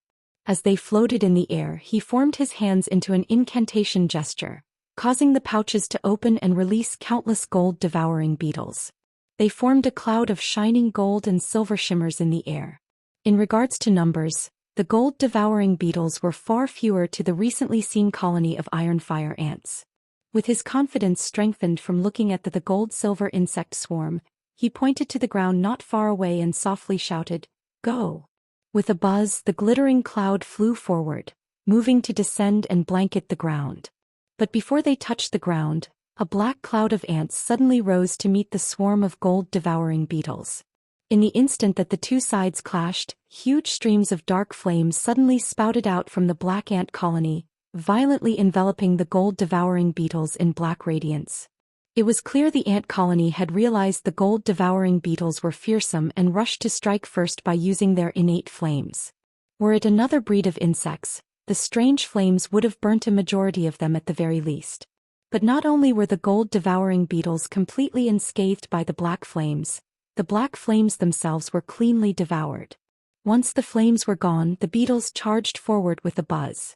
The two insect swarms fiercely clashed, interweaving colors of black, silver, and gold. After only a moment of tearing away at each other, countless dead insects began to successively fall to the ground with piercing screeches. A vast majority of them were black, with only a sparse few being gold and silver. In just a short moment, the gold-devouring beetles had achieved an overwhelming victory, exterminating a majority of the ants. The iron fire ants also sensed that things were far from good. Their remnants released a weak cry and suddenly gathered together to form a jet-black arrow. They shot past the gold-devouring beetles in an attempt to escape. But at that moment, a streak of dazzling azure sword light pierced through the air and chopped down at the arrow. The arrow trembled and was greatly slowed down. In that moment of delay, the gold-devouring beetles swarmed around the arrow. In the blink of an eye, the black arrow was submerged in a sea of gold and silver and could no longer be seen. By the time the insect swarm dispersed, the arrow had completely disappeared. At that moment, Han Li slowly walked over and serenely looked at the dead insects on the floor. He silently pondered for a moment while clasping his chin. Only about several hundred of the dead insects belonged to the gold-devouring beetles, a trifling amount. The gold-devouring beetles' decisive victory clearly illustrated the superiority of the gold-devouring beetles. After all, the iron fire ants had outnumbered the gold-devouring beetles 10-1. After a moment of analysis, Han Li revealed an expression of relief. It seemed that his gold-devouring beetles would be able to get him through the black desert without problem. After taking another look at the ground littered with dead insects, a strange expression flashed through his eyes. A low whistle left his mouth. The gold-silver insect cloud shrieked in response and fell from the sky, cleanly devouring the dead insects like an autumn wind sweeping away fallen leaves. They then obediently flew back into Han Li's spirit beast pouches. Having put away the pouches, Han Li gazed into the depths of the black desert before walking forward without hesitation. Han Li motionlessly stood in the distance as he expressionlessly gazed at the sky. The largest battle that his gold-devouring beetles had fought since entering the desert was currently taking place in the sky. Countless gold-devouring beetles and iron-fire ants were scattered across the skies at a low altitude, mutually devouring each other. Dead insects rained from the sky, forming a thin, dense layer on the ground. It made for a truly shocking sight. Han Li's brow creased during a moment of carelessness. Although only about a day had passed, he had already lost nearly 10,000 gold-devouring beetles. It was as if he'd encounter a colony of iron-fire ants every short distance he walked, numbering anywhere from 3,000 to 10,000. But now he'd encountered a tremendously large iron-fire ant colony that numbered at around 50,000. He reckoned that this battle would result in the deaths of at least 8,000 of his gold-devouring beetles. It was no surprise that Han Li felt regretful. The gold-devouring beetles took a long period of time to breed. Who knew when he'd be able to next replenish their numbers? After the time it took to finish a cup of tea, the ant colony retreated in defeat. Apart from the several thousand survivors that managed to retreat, the winged ants had been cleanly devoured by the gold-devouring beetles. Han Li was uninterested in wasting time pursuing the remaining iron-fire ants. Instead, he turned his gaze towards the glacial ice pearl and continued on his way with roused spirits. He supposed that he was currently at the center of the desert, which was why he had encountered such a large colony of ants. He had better be more vigilant on the path moving forward, else he would waste the much-needed magic power to fuel his heat-repelling magic treasures, leaving himself in a dire situation. After walking about 20 kilometers, Han Li's expression froze. He stared to the right with narrowed eyes. After a short moment, he revealed a trace of suspicion and suddenly changed his direction to a dune he was looking at. When Han Li arrived at the top of the dune, he unconsciously frowned. He had spotted yet another colony of iron-fire ants in his line of sight. This colony of winged ants only numbered about 10,000, and were attacking a sphere of faint blue light. The sphere of light was on the verge of collapse. As it flickered, the image of a person with a strained appearance leaked through. Han Li gazed at this with complete indifference. At that moment, the iron-fire ants had transformed into a keen long sword blazing with black flame and fiercely chopped at the sphere of light. Han Li was certain that this person was doomed. But then an unremarkable dark green pellet shot out of the light sphere. Just as the pellet touched the black sword, a fist-sized dark green flame violently combusted. The ants that were wrapped up by the flame rapidly dispersed, with nearly 100 iron-fire ants falling to the ground. Han Li felt surprised. That dark green pellet was an exceptional treasure. It was fearsome enough to burn away at fire-attributed iron-fire ants without resistance. An inconceivable display. It seemed he was still quite ignorant of the countless unique treasures that existed in the cultivation world. The appearance of the green flame infuriated the ant swarm. They scattered and wildly charged towards the light sphere without any intent to retreat. The cultivator inside the light sphere seemed to no longer have many pellets remaining. By the time the iron-fire ants had scattered, it was already too late to shoot a second pellet, resulting in a helpless situation. However, he had also become aware of Han Li's existence. As he was under attack from the iron-fire ants, he occasionally glanced in Han Li's direction. Han Li indifferently turned away and continued on his path. He currently had no mind to acquire his treasures or waste the lives of his gold-devouring beetles. His gold-devouring beetles had far more value in this strange desert than ordinary treasures, and he didn't wish to squander them in vain. But who could have known that just as he had taken his first step, he suddenly heard the transmission of a hoarse, familiar voice from the light sphere. "Fellow Taoist Han. Please wait. This is Yuan Yao. I must trouble fellow Taoist Han to assist me. I will definitely express my gratitude afterwards." Yuan Yao's voice was filled with anxious panic. "Yuan Yao." Han Li suddenly stopped and hesitated for a moment before slowly turning around. This was truly a small world. In an area as large as the path of molten rock, he actually managed to encounter this woman he could barely be considered acquainted with. Unbelievable. Since she could be considered somewhat of a friend, Han Li felt reluctant to leave her to die.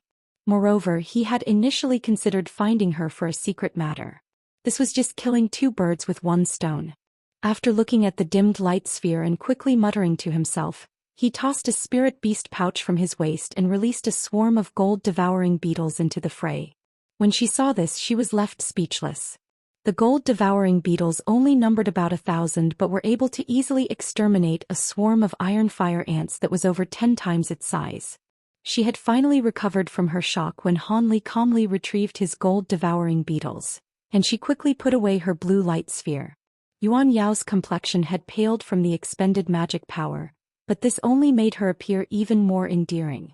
Her black robes had already been replaced for thin, well-fit clothes, revealing her graceful, youthful figure. Her body was also drenched with the fragrant scent of her sweat, filling the air with deadly allure. Han Li was stunned by this, but he soon recovered.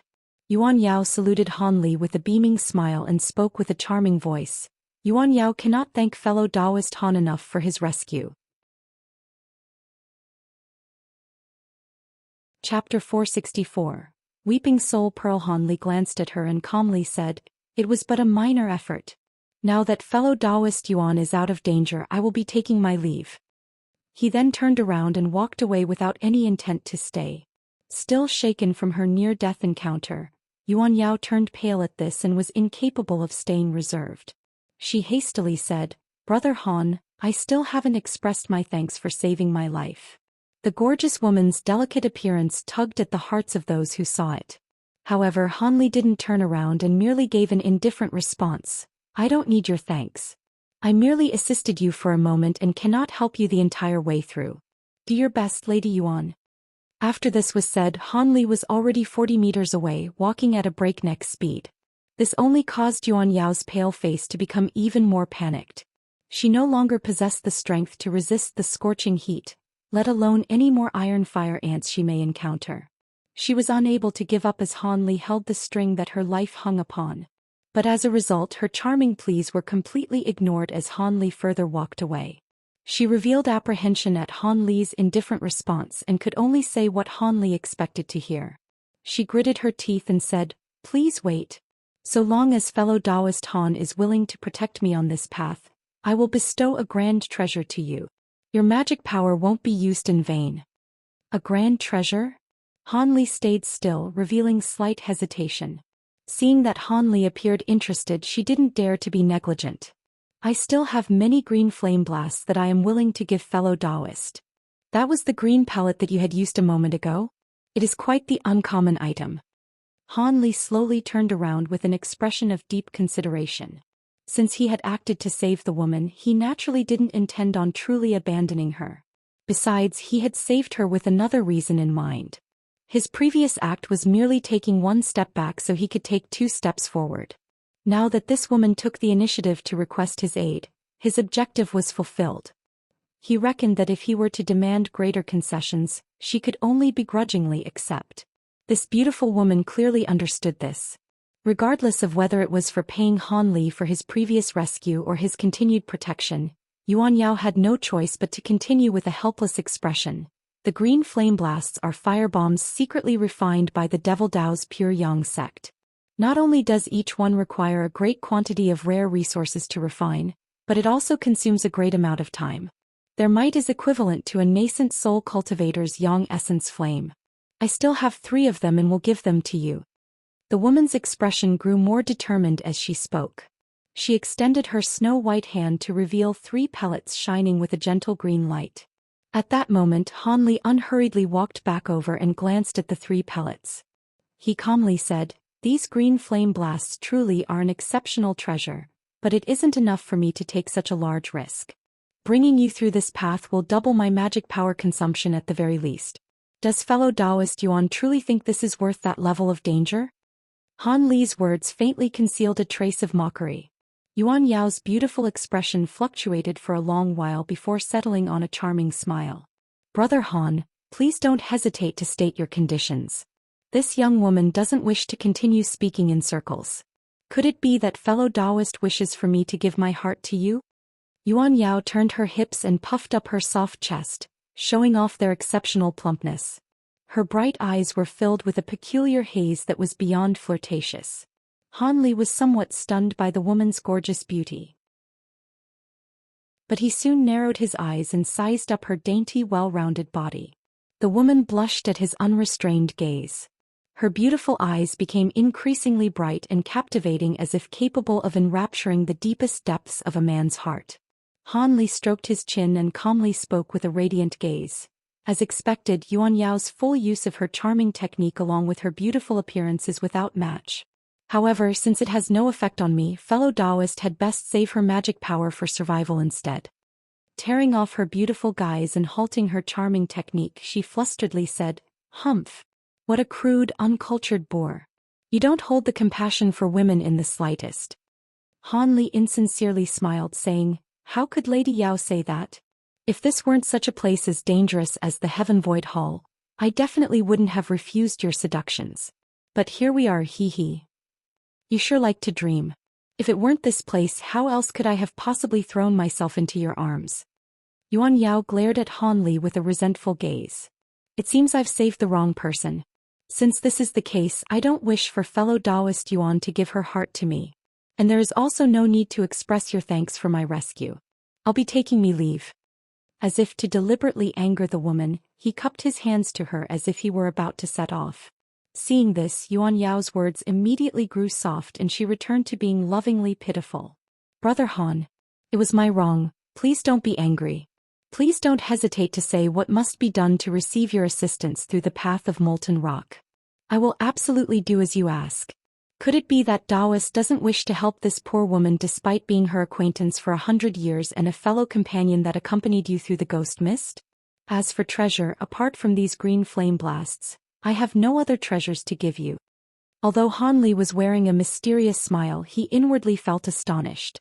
Yuan Yao was a truly fickle person, standing tall one second and submitting the next. From her currently powerless pleads, her recent mature flirtatious charms, to her proud, elegant impression from the very beginning, all of them had given Han Li a distinct, unique impression. How truly strange. As this woman was capable of cultivating to core formation stage from qi condensation stage in only 100 years, she was by no means ordinary. With this thought, Han Li started to mutter himself. Yuan Yao revealed a hopeful expression as she nervously stared at him. After a short moment, he looked up and spoke with seemingly great reluctance. "Since Lady Yuan is an acquaintance I had met over 100 years ago, I would appear truly heartless if I do not protect you. However, I was never someone to work for free. If fellow Taoist Yuan Yao wishes for me to take her through the path of molten rock, then how about she gives me the weeping soul beast? I am extremely interested in the beast's soul absorption abilities." After walking around so many pretenses and plots, Han Li finally stated what he wanted from the woman from the very start. With this strange beast, he'd be more confident in working together with the old ghost bone sage. From what he had seen, this weeping soul beast was by no means weak. "You want the weeping soul beast?" Yuan Yao's eyes widened after hearing Han Li as if she couldn't believe what he had said. "What? Will it not do?" Han Li's expression sunk and his voice grew cold. "If I give the weeping soul beast to you, you will take me through the path of molten rock?" Yuan Yao asked Han Li this question word by word as she stared him with a strange expression. "That's right." Han Li frowned but still spoke with certainty. He faintly felt that there was something amiss. "That's good. Then I will give it to you." After Han Li confirmed this, he immediately took a spirit beast pouch at her waist and gave it to Han Li without the slightest hesitation. Han Li blinked with a nervous heart. Why was it that it appeared that she was so impatient to give the weeping soul beast to him? Could it be that there is something wrong with the weeping soul beast? After thinking for a moment, he calmly took the spirit beast pouch into his hand. He swept his spiritual sense inside to see the weeping soul beast soundly asleep. Han Li nodded his head and put the spirit beast pouch at his waist. Just as he thought to say something, Yuan Yao opened her mouth and spat out a dark gray pearl into her palm. "This is the weeping soul pearl. It is the item used to control the weeping soul beast. If you refine this like you would with an ordinary magic treasure, the Weeping Soul Beast will be forever yours. I haven't owned the beast for long and haven't completely refined its pearl. You can forcefully erase the traces of my spiritual sense from it without problem. Yuan Yao chuckled and gave it to Han Li. Han Li looked at the Weeping Soul Peel with interest and didn't move to take it. This pearl was something that he had known about from Fairy Violet Spirit when he inquired about the Weeping Soul Beast. He later realized that she was incapable of smoothly controlling the Weeping Soul Beast because she hadn't fully refined the Weeping Soul Pearl during that time. This had raised his interest in acquiring the strange beast. But seeing as she had so quickly gave it to him with delighted expression as if she ridding herself of a demonic plague, Han Li grew greatly hesitant and didn't hurry to take the pearl. Chapter 465. Surging undercurrents. Yuan Yao's luminous eyes stirred. She chuckled and said, "What? Does Brother Han not want this animal? Or does he fear that I've given him a false Weeping Soul Pearl?" Her voice concealed a teasing tone. Han Li didn't immediately reply and examined the pearl for a moment before saying, "I can tell it is legitimate from its Yin ghost aura. However, I do not know much about the Weeping Soul Beast. Could it that my body would suffer from refining the pearl?" After Han Li said this, he rigidly stared into Yuan Yao's beautiful eyes. "How could that be? If there was ever such a problem, I wouldn't have personally refined it. However, refining the pearl makes oneself feel unwell. So long as one bears with it, there is no problem." Yuan Yao had a calm expression and spoke with an uncaring tone. "Feel unwell?" Han Li wrinkled his brow and stared at the woman for a moment before turning his gaze towards the pearl. He was sure that she hadn't been entirely truthful, but he couldn't make it out as of now. After muttering to himself for a moment, he decided to take the pearl and put it away for later research. If it were truly harmful, he just wouldn't refine the pearl. So long as he had the pearl, he would be able to control the Weeping Soul Beast all the same. After putting away the Weeping Soul Pearl, he calmly said, "Let's go. I will do my utmost to protect Lady Yuan for the rest of the way. But let's get the ugly talk out of the way first. If I come across a danger that fully occupies my attention, fellow Taoist Yuan had best flee by herself." He then touched the glacial ice pearl that floated above his head, causing it to suddenly envelope them with chilled air. "Of course, I understand what would happen if we were to truly encounter such a circumstance. However, I am quite confident that with Brother Han's gold and silver beetles, the odds of such a situation occurring is quite small." The gorgeous woman wrinkled her nose for a moment before revealing a smile as charming as a flower. Han Li bluntly admired the beautiful scene before him for a moment before wordlessly turning around and setting off. When Yuan Yao saw this, she followed after him with light steps and a faint smile. She soon walked alongside Han Li, creating a rather intimate appearance. This was because the closer she was to Han Li's side, the more cool air that was present from the glacial ice pearl. She naturally wanted to feel more comfortable. Now that I think of it, the path of ice and fire is somewhat strange. How could there be a black desert here along with such fierce winged ants?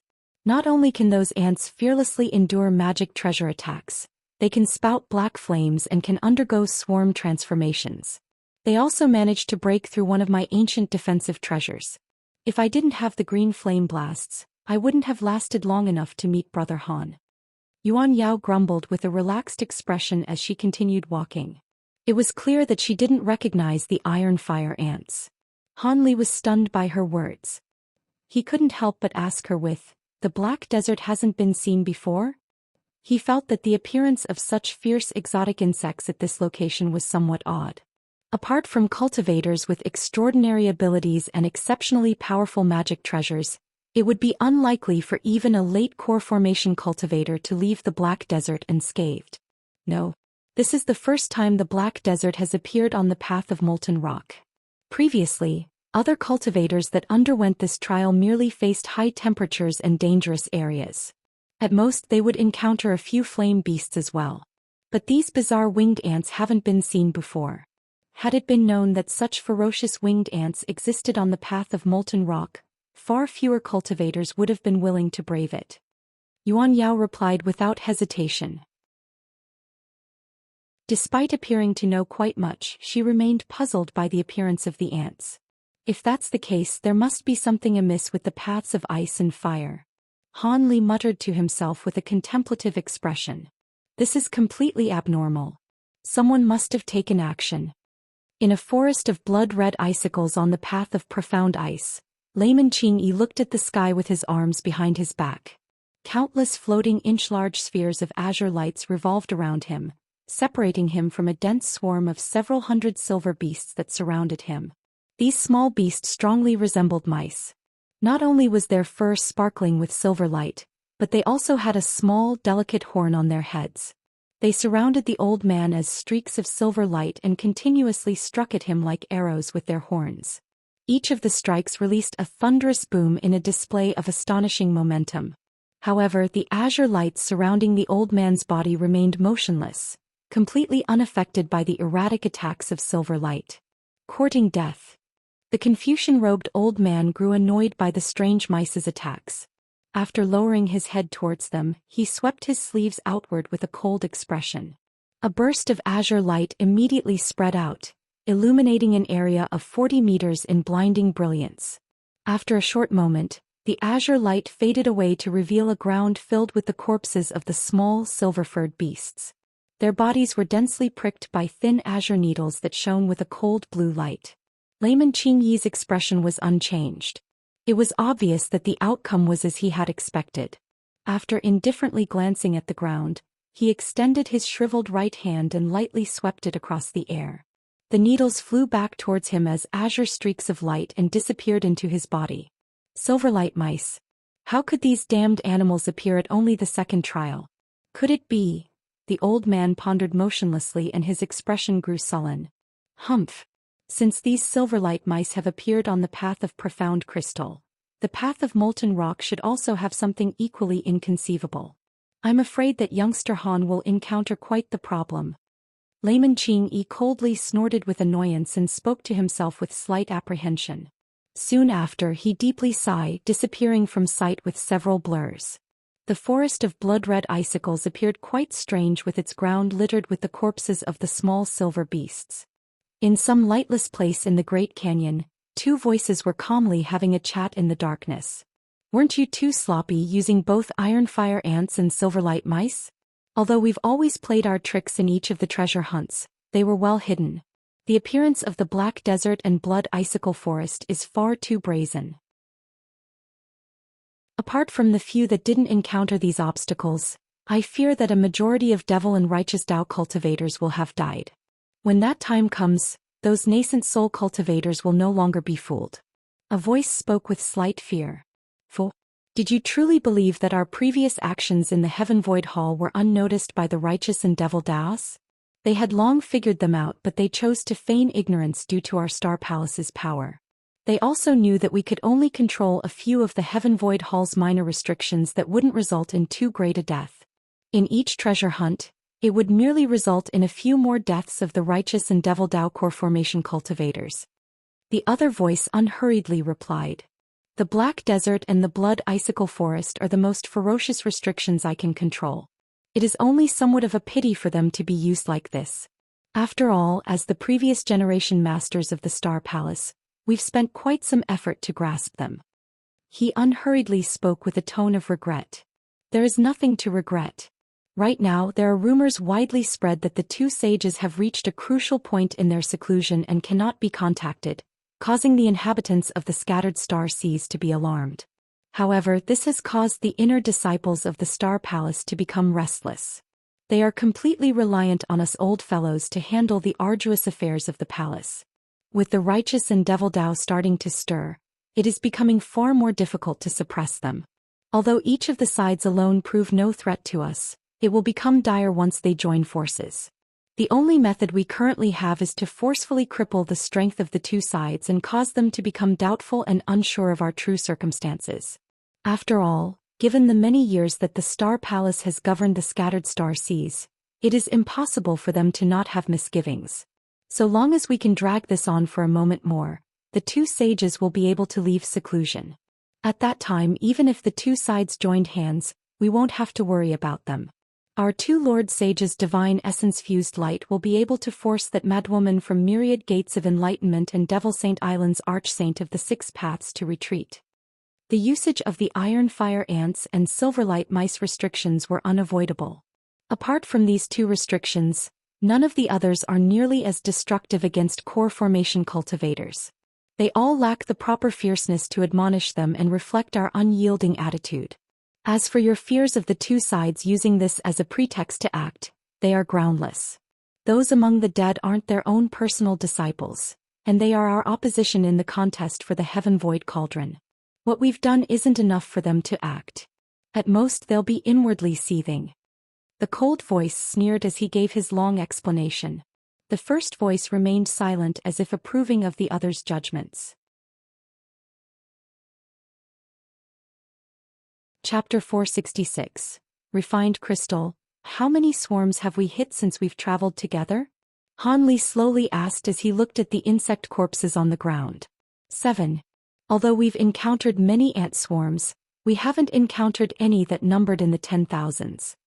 Standing at Han Li's side, Yuan Yao obediently replied. They'd already traveled together for half a day. Han Li frowned at hearing the number and his expression grew sullen as if he had worries on his mind. After some thought, he swept his arm towards his gold-devouring beetles that had finished consuming the corpses. They followed his command, transforming into a cloud of sparkling light as they flew back into his floating spirit beast pouches. Han Li then calmly put them away. What? Fellow Taoist Han appears unhappy? We've already crossed through the center of the desert, the most dangerous area. The path out should prove to be much safer. Yuan Yao blinked upon seeing Han Li's expression and spoke with slight confusion. Safer? Do you really believe so? Han Li glanced at Yuan Yao and sneered. Could it be that there are still more dangers ahead? Yuan Yao unconsciously frowned and spoke without confidence. With an indifferent expression, Han Li said, I don't know if there are more dangers ahead, but I am certain of something. We will be quite lucky to not encounter any ant swarms that don't have any late-stage ants. As of now, we've yet to encounter any megacolonies that contain late-grade ants. We have to be more careful on the way out. If we don't encounter any mishaps after half a day more of walking, we should be truly safe. Yuan Yao's complexion turned white, but after a short moment she feigned indifference. She forced a smile and said, Aren't you being paranoid? I hope that is the case. Han Li didn't continue speaking despite knowing that the late-stage ants existed among the iron fire ants. Although the strength of late-stage ants are ordinary, their astonishing intelligence would be certain to prove more than troublesome. Due to their previous conversation, they remained completely silent for the next 4 hours. However, something strange had occurred. They hadn't encountered a single ant colony on their path. Yuan Yao had become conscious that something was amiss, and her face revealed a trace of unease. But when they mindlessly climbed up a tall sand dune, they saw an astonishing scene ahead of them. Yuan Yao wore a terrified expression. Her red lips moved several times but no words came out. While Han Li's expression was a bit more calm, he was still quite alarmed. In the sand ahead of them was a solidarity pillar of ice with a height of about 100 meters. The ice pillar was extremely cold. Not only did it flicker with faint white light, it also contained a black giant of the same height. The giant appeared hideous. It had wide, glaring eyes and a smooth, shiny bald head, and was frozen inside the pillar of ice. How strange. After staring at it for a moment, Han Li immediately swept his eyes past the nearby sand. The nearby ground was filled with holes of all sizes as if a great battle had been fought there. A strange expression stirred from Han Li's eyes as they fell upon the giant once more. But when Han Li gazed at one of the giant's eyes, he couldn't help but shout in surprise. Did fellow Taoist Han discover something? Yuan Yao couldn't help but turn her head and ask after hearing Han Li. Han Li slightly smiled in response. He then narrowed his eyes and released his spiritual sense. After confirming that nothing was concealed in the nearby area, he bluntly walked down the sand dune and towards the pillar of ice in large strides. Humph! Yuan Yao sulked and expressed discontent at Han Li's attempt to remain mysterious, but she still followed him. After all, she'd have to waste magic power to resist the high temperatures if she left the range of Han Li's glacial ice pearl. Winged ants. When Han Li arrived about 40 meters away from the pillar of ice, Yuan Yao spoke with astonishment. At her current distance, she was finally able to clearly see the giant's true appearance, a formation of countless black-winged ants. From a distance it could be passed off as genuine, a truly inconceivable affair. But as the iron fire ants remained completely motionless inside the pillar of ice, it was unknown whether they were alive or dead. At that moment Han Li stopped and started muttering to himself as he gazed at the ice pillar ahead of him. After examining it, Yuan Yao slowly said, "Since these ants are already dead, let's go on our way. It's a waste of time to remain here." "Are you truly certain they are dead? They still could be alive." Han Li felt doubtful. How could they still be alive? Yuan Yao glanced at Han Li with astonishment and spoke with disbelief. "The Myriad Gates of Enlightenment has an ancient treasure named the Profound Yellow Mirror. Have you not heard of it? So long as the treasure reflects on something living, they will grow still from terror and become trapped in a pillar of icy crystal. After several days, the crystal ice pillar will eventually disappear." "I've never heard of it before." Han Li's honest answer left the woman wide-eyed and somewhat speechless. Han Li circled the huge ice pillar several more times before speaking with a pensive expression. "According to what you've said, these insects were disposed of by Wan Tianming. If it wasn't him, then who? What are you thinking? Apart from time itself, this crystal ice cannot be broken by ordinary magic treasures. Otherwise, the Profound Yellow Mirror wouldn't have such a famous name." Yuan Yao glanced at Han Li as if she had guessed what he was thinking and smiled. After Han Li heard this, he calmly glanced at her. He then moved his hands at his waist and tossed out all of his spirit beast pouches. A huge cloud of gold-devouring beetles then suddenly appeared in the air. "Go!" Han Li bluntly pointed at the ice crystal pillar. The gold-silver beetle cloud suddenly descended upon it and densely covered the pillar's peak in an instant. "You still intend on having your beetles consume the winged ant's remains? Your beetles may be ferocious, but they can't chew through." Yuan Yao's sentence remained half-finished. This was because the giant that was trapped by the crystal ice pillar was quickly being cut down at an amazing speed. In the blink of an eye, the giant's head had disappeared from view. Yuan Yao's small mouth gaped open and didn't close until a while later. Under the woman's astonished gaze, the gold-devouring beetles had completely devoured the huge pillar of crystal ice alongside the giant trapped within. All that remained was an egg-sized crystal ball that mysteriously shined with black light. Han Li smiled upon seeing it appear and walked several steps forward before bending down to pick it up. This item was called a refined crystal. It was a rare material that was formed in the abdomen by beings that had frequent meals of or that remained undigested. Although the cultivators that knew of its existence were a sparse few, Han Li had read a rumor of it from an ancient book and was unsure of its validity. But when he saw the pearl contained within the iron fire ant giant's eye, he suddenly recalled this and his heart began to stir. He didn't expect that he would truly acquire the refined crystal. It was a peak supplementary material for strengthening magic tools. So long as this material was joined together with a magic treasure, not only would its might increase, but the resilience of the magic treasure's body would immediately strengthen to a point of disbelief. After that point, it would be hard to imagine anything that could break it. It was also unknown whether Wan Tianming had not known about this item or had overlooked it from negligence. Either way, it had benefited Han Li. So long as he took the time to refine it into his bamboo clouds worm swords, their strength would surely increase by another level. While Yuan Yao didn't know about the refined crystal, she knew it was certain to be a good item from Han Li's happy expression. However, she had tactfully remained silent about things that had little to do with her. The two continued on their way in silence. In an extremely crude stone hall with an area of about 200 meters and a height of about 30 meters was a transportation formation. Apart from the transportation formation at the center, each of the walls had a huge stone gate about 10 meters tall. At the moment, each of the gates was sealed as tightly as a prison cell. There were also about 100 mismatched stone tables and chairs.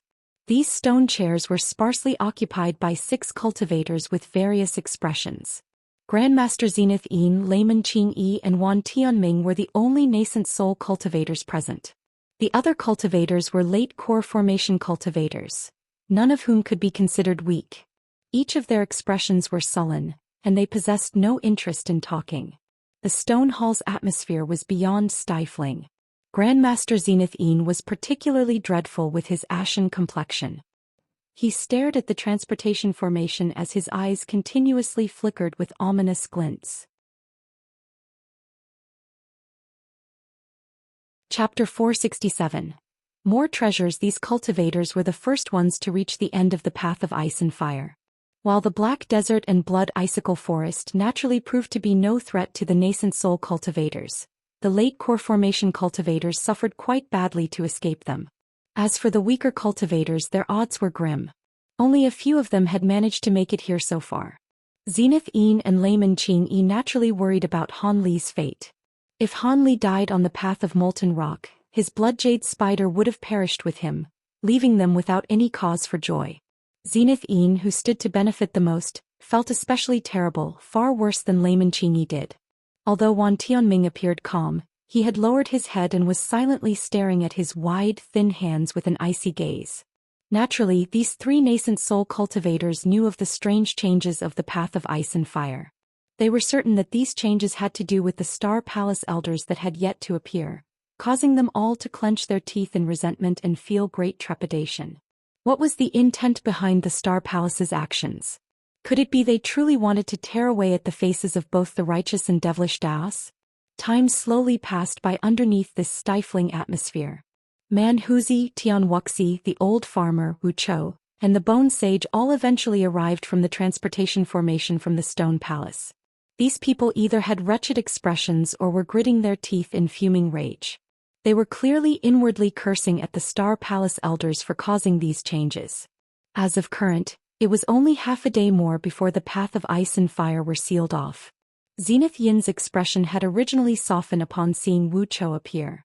But with Han Li still missing, his face grew unsightly once more. Wu Chou was able to pass through the path of ice and fire unscathed because he had fortunately been given an ancient protective treasure beforehand. Zenith Yin didn't expect he would need to give Han Li such a treasure in order to protect himself. Presumably, Qing Yi and Manhuzi also felt remorse from this. After all, Qing Yi and Manhuzi also had many powerful ancient treasures on hand. Had they given some of them to Han Li, they wouldn't have to worry about his survival. With that thought, Zenith Yin gloomily glanced at the old man and Manhuzi. The Confucian-robed old man was currently gazing at the transportation formation with a fluctuating expression, appearing to be thinking of something. Manhuzi was gazing at the hall's roof with his chin moving as he muttered to himself. It was clear that he was pondering about something as well. Seeing this, Zenith Yin's pent-up rage grew stronger, but his heart soon grew calm.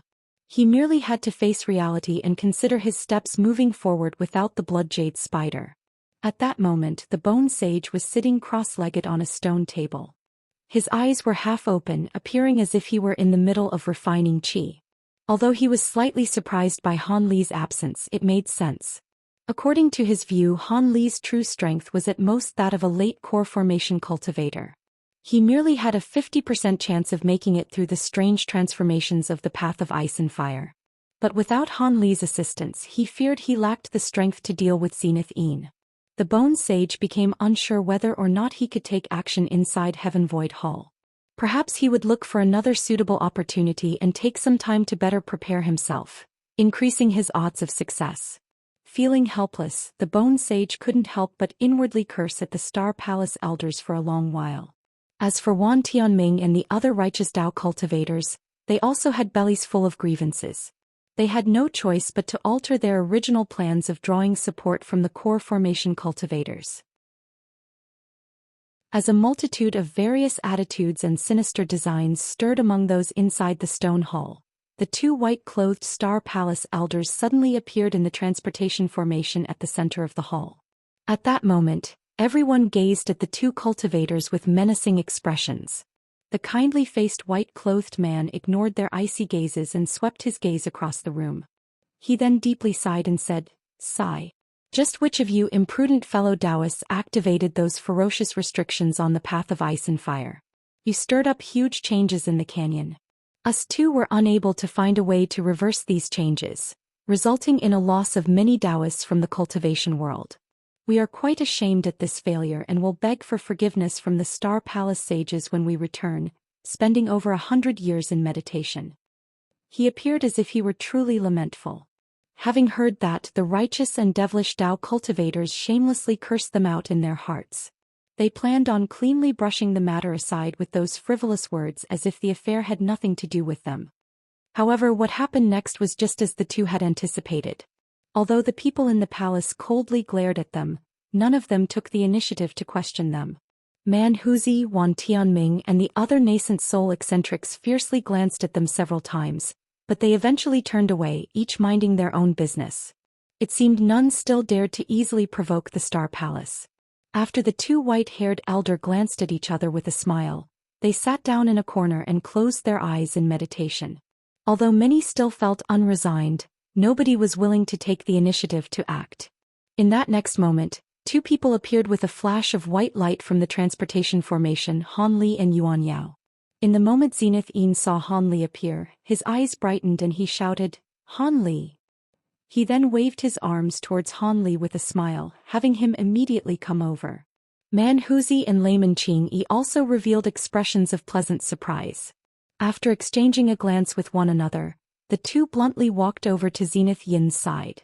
Han Li let out a sigh in his mind. After saying a few words to Yuan Yao, Han Li roused his spirits and walked over towards Zenith Yin. As Han Li fortunately knew that these Devil Dao eccentrics needed him in their hunt for treasure, he was able to remain calm. In addition, Han Li felt particularly assured after spotting the Bone Sage when he entered the large hall. After Zenith Yin called Han Li, he warmly greeted him and assumed the standard role of a kind master, inquiring about the circumstances of the path of molten rock. Han Li didn't go far into detail and merely gave a short, vague description to go through the motions. He understood that Zenith Yin didn't actually care about the matter. As he had expected, Grandmaster Zenith Yin didn't pursue the matter and praised Han Li instead. The Confucian-robed old man looked at Han Li with a smile and would occasionally chime in as if he was quite concerned with Han Li. As befitted him, Man Huzi indifferently watched from the side and didn't take the initiative to ask any questions. However, when Han Li returned the glacial ice pearl to him, Man Huzi waved his arm in a relaxed manner, indicating that he was giving it to Han Li. It seemed these old eccentrics valued Han Li far more now that he was one step closer to entering the inner halls, having rushed through the paths of ice and fire. However, Wu Chou gazed at him from the side with increasing hostility, occasionally revealing a malicious glint from his eyes. Zenith Yin seemed to have noticed this and suddenly glared at Wu Chou, transmitting a few words to him. Wu Chou suddenly lowered his head, and his expression had returned to normal after he raised his head again. While Han Li dealt with Zenith Yin and the other eccentrics, he thought about whether or not he should contact the Bone Sage. It appeared that the old eccentrics didn't have a concrete plan in mind. Could it be that they were planning on responding based on how events would unfold? As Han Li thought about this, the final moments of the path of ice and fire had passed. The transportation formation at the center of the stone hall disappeared without a trace. There were only about a dozen people in the room before it disappeared. At that same moment, the walls around them began to rumble. The stone doors then opened by themselves to reveal long, narrow limestone passages. 3 of these 4 passageways lead to their own pavilion, each separately holding ancient treasures, medicine pills and cultivation arts left behind by ancient cultivators. However, all of those items are sealed and each person may only pick one item. After the item is chosen, that person will immediately teleport to the next trial, the boundary of fantastical illusion. As for the last passage, it will teleport those immediately to the next trial. Whoever walks that path can only accept their bad luck for having passed the previous trial without reward. The restrictions here are a bit strange. The passage they lead to changes with each occurrence. But if one chooses a passage, they will have no option to withdraw. If there is anyone who doesn't wish to attempt the boundary of fantastical illusion, so long as you stay in this stone room for the day, you will be teleported back to Heaven Void Hall. I wish the best for all of you. Upon seeing the passages appear, the kindly-faced elder slowly gave the explanation as he remained seated with legs crossed. When the others heard him, they indifferently glanced at him before ignoring him. When the Star Palace elder saw this, he didn't seem to care and closed his eyes with a smile. Chapter 468. Treasure Light Pavilion. The cultivators that managed to arrive here were all unwilling to return empty-handed after having braved those previous dangers. As such, there wasn't much discussion to be had. A few of them even walked towards the stone passageways without a word. After a short moment, they silently disappeared into the passageways. One by one, they gradually left the room. After seeing Wan Tianming's party enter a passage, the Devil Dao eccentrics coldly glanced at each other and displayed no haste to enter a passageway. As for Grandmaster Zenith Yin, he coldly looked at the two white-clothed elders that were still sitting in meditation. After some hesitation, he pulled out a sparkling bright bracelet made of 4 thumb-sized beads that released faint azure light. This is the matron screen pearl. It possesses the wondrous effects of steadying the mind and protecting the soul. With these beads, you will be able to keep your mind clear, even if the dangers of the boundary of fantastical illusion increased by several-fold. After this was said, Zenith Yin handed the bracelet over to Han Li. Han Li was delighted and accepted the bracelet while repeatedly saying thanks. He had long since heard of the renowned matron screen pearls. It was said that with a single pearl in your possession, one was far less likely to be interfered with by their inner demons during cultivation. Han Li found it truly surprising for Zenith to magnanimously give him a bracelet that strung these 4 of these grand treasures in order for him to make it through the last trial. From Zenith Yin's reluctant and hesitant appearance, Han Li reckoned that since it would be embarrassing to immediately reclaim it, Zenith Yin would be certain to take it back after the treasure hunt when there was no longer anything to be gained. However, there were many sinister designs lurking inside Heaven Void Hall. Even a nascent soul cultivator such as Grandmaster Zenith Yin was being secretly plotted against by the Bone Sage. Han Li had strong doubts about whether or not his in-name master would be able to leave Heaven Void Hall alive. Han Li wore the bracelet in front of Zenith Yin and carefully examined it. The matron screen pearls appeared to be made of wood and gold, yet they weren't. They also carried a heavy fragrance similar to that of sandalwood. When one smelled it, their mind grew clear and their spirits were roused. As expected, it was outstanding. It is reasonable to say that these matron screen pearls should be enough to keep you safe. But to make sure of your safety, young friend Han should carry this as well. This is a treasure talisman that I refined from my night azure needle, but its power is several times stronger than common magic treasures. Please use it to protect yourself. The Confucian-robed old man took out an azure talisman and handed it over to Han Li with a smile. A treasure talisman of the night azure needle? Han Li was initially stunned when he heard this, but he soon grew excited. This was a treasure talisman from a nascent soul cultivator, fundamentally incomparable to common trash treasure talismans. Although the divine Devilbane lightning from his bamboo cloudsworm swords was formidable, he couldn't use it at every turn. With this item, his safety would be greatly increased. Han Li took the item without any refusals and respectfully said his thanks. At that moment, Man Huzi wordlessly took out a piece of black armor. It was covered in silver Qilin scales and appeared quite heavy. When Zenith Yin saw this, his heart was moved and an expression of greed momentarily appeared on his face. He hastily said, "Brother Man is quite magnanimous to give this distinguished treasure for the survival of my junior disciple." I, his master and my junior disciple, heavily thank you. Man Huzi glanced at Han Li and said with a malicious expression, "I acquired this treasured armor over 100 years ago, and it still proves useful to me. But as my heaven-bearing devil arts have already reached the great success stage, I'll lend this item to the youngster for protection. When the time comes, you had better not disappoint me or else, he." Han Li was incapable of keeping his calm appearance after hearing him. Zenith Yin appeared disappointed for a second when he heard the armor was only being lended, but he soon wore a smile, saying, "Good. With these treasures, my junior disciple will surely remain safe regardless of what dangers he encounters. Let us go take our treasures. The passageways won't remain open forever." Man Huzi and Layman Qingyi had no objections to this, but they didn't move to leave. Instead, they first took a deep look at Han Li. Han Li was startled for a moment before bitterly smiling. It appeared they were fearful that he would turn back from fear, so they would watch him go through a passageway first instead. As a result, Han Li walked into a passageway with a slight smile. Soon after, the 3 Devil Dao cultivators looked at each other with a smile, each walking into one of the 3 other passageways. When the 2 white-clothed old men were the only ones remaining in the stone hall, the harsh-faced old man slowly spoke without opening his eyes. "Don't you think the Devil Dao cultivator's actions are a bit strange?" His tone felt slightly sinister. The kindly-faced old man frowned and agreed. "Although those old eccentrics used methods to interfere with our prying, it appeared from their expressions that they heavily value that early core formation cultivator youngster. Moreover, they even gave him several items for protection. After this exchange, silence resumed. The harsh-faced old man asked with a grave expression, "What do you think? The only things those old eccentrics value are benefits. And the only thing that would move them so would be the heaven-void cauldron in the inner halls. That core formation youngster should be able to assist them in seizing the treasure." The kindly-faced old man hesitantly replied. Had Hanli heard them, he would have been speechless. These two were truly cunning. With only a few sparse words, they managed to nearly guess the truth. This would have resulted in both Hanli's fear and respect were he there. Seize the heaven-void cauldron? They still daydream of this.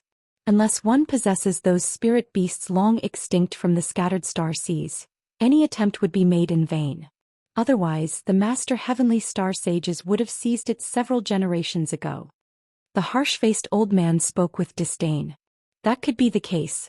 Perhaps there were some ambitious individuals who entered the wilderness, spending the time and effort for the sliver of a chance. After all, in the last occurrence of Heaven Void Hall, the Heaven Void Cauldron had nearly been seized.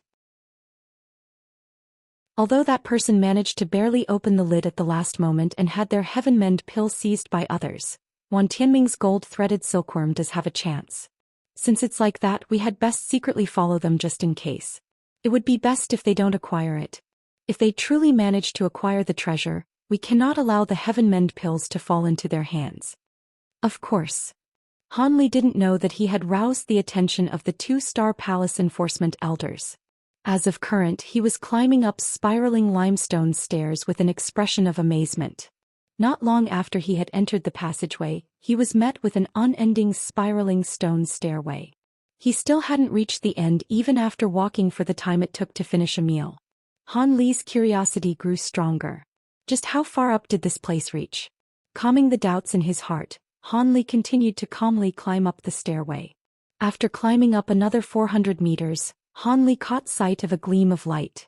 With newly roused spirits, he hastened his steps and eventually arrived at an exit. Hanli's heart stirred when he saw a faint glimpse of what lay past the exit. He hastily strided through. He arrived underneath a gloomy, dark yellow sky. It was filled with gray clouds and lacked a sun. It was an unfathomably huge cylindrical world. Its area reached about 4,000 meters. At first glance, it appeared rather narrow as the world's borders were lined with thick fog walls that couldn't be seen though. He stood at an opening of the fog wall where a 40-meter-long bridge of white jade was floating in the air. The bridge was exquisite and was engraved with dragons and phoenixes. It led to a rectangular pavilion that floated at the center of the area. The 2-story pavilion was over 100 meters tall and was constructed entirely out of jade.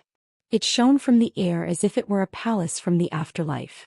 A golden signboard hung from its entrance with the words, "Treasure Light Pavilion," written in an ancient script. Hanli didn't hastily set foot on the bridge and carefully examined the pavilion. Although the pavilion wasn't large, unfathomably deep spiritual chi fluctuations emitted from within, and a layer of white fluorescent enveloped the building. It appeared that an extremely formidable spell formation was set up there. Hanli eventually started to move, slowly treading across the jade bridge and towards the Treasure Light Pavilion.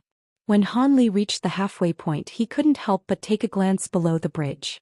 The endless black abyss that entered his view left his heart ice cold. Chapter 469. Acquiring treasure. While Hanli was normally steadfast, this sight caused his mind to sway, leaving him in a daze. After forcing himself to look deeper and ignore his feelings of discomfort, he turned away without gaining anything. Despite having immense spiritual sense, he was unable to figure out anything about the abyss. Afterwards, Hanli continued on his way without hesitation. Once he grew closer to the pavilion, its true size was revealed, appearing at least 4 times as large as common buildings. Its entrance was an arched door that was 6 meters tall and was covered in a screen of yellow light. After Hanli arrived at the front, he examined the light screen and tilted his head in thought. With a flash of azure light, his hand was covered in sword light. He lightly touched the light screen with his finger. The light screen rippled, but it allowed the sword light in without the slightest resistance. Hanli felt slightly surprised by this. He then withdrew the azure sword light and inserted his arm into the yellow light. It felt slightly cold, as if his arm were surrounded by water.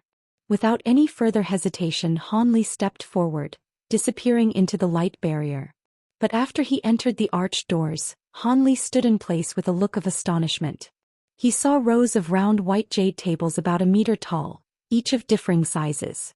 Their surfaces were covered in flickering light barriers of all colors, as if they were concealing something underneath.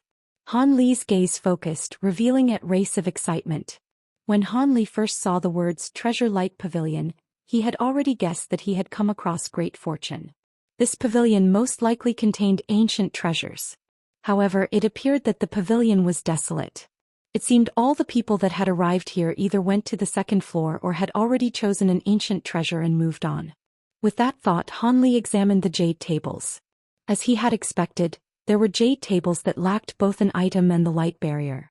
And the stairs to the second floor? Han Li was slightly puzzled. He swept his gaze all around and couldn't find it. After looking around several times with great interest, Han Li spotted a particularly unusual jade table. This jade table was at the back of the first floor and appeared alone. It was extremely smooth and was engraved with profound cryptic talisman markings.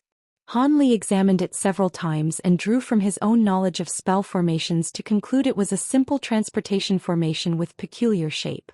He then slowly walked past the rows of jade tables and gazed at the ancient treasures they contained. After looking at them, Han Li frowned. Aren't these ancient treasures a bit too lacking? After looking at several tens of jade tables, Han Li completely lost his interest. He stood in place, muttering to himself with crossed arms and a doubtful expression. The items on the jade tables were unworthy of the name of ancient treasures. They were all either spears or halberds of an ancient style. Although they all flashed with various colored ancient qi, Han Li clearly understood that these items were the near equivalent of flying swords and saber magic treasures that were used in the present. Their abilities wouldn't be particularly exceptional. Of course, they couldn't be said to be useless. But with the bamboo cloudsworm swords in his possession, the items on this floor held little interest to him. He wanted ancient treasures that had extraordinary abilities like his flower basket. Although he thought this, he forced himself to look through all the items on the floor in fear that he would miss something.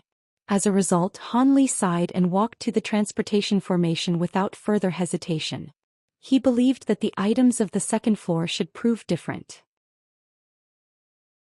After placing several spirit stones on the transportation formation, Han Li arrived at a new location with a flash of white light. This was the second floor of the Treasure Light Pavilion? Han Li looked ahead of him with squinted eyes and tight lips. The room wasn't large. Apart from a huge spherical light barrier in front of him, there was nothing else in the room. The light barrier was about 40 meters tall and floated about 3 meters above the center of the room, shining with a soft azure radiance. Several tens of different ancient treasure calmly floated within. There were scrolls, jade tiles, alm bowls, and black banners, as well as many other items that Han Li hadn't seen before. There were no duplicate items to speak of. When Han Li saw this, he was delighted and knew he had come to the right place. However, these items were so openly on display. If they were so easily taken, they wouldn't still be there by the time he arrived.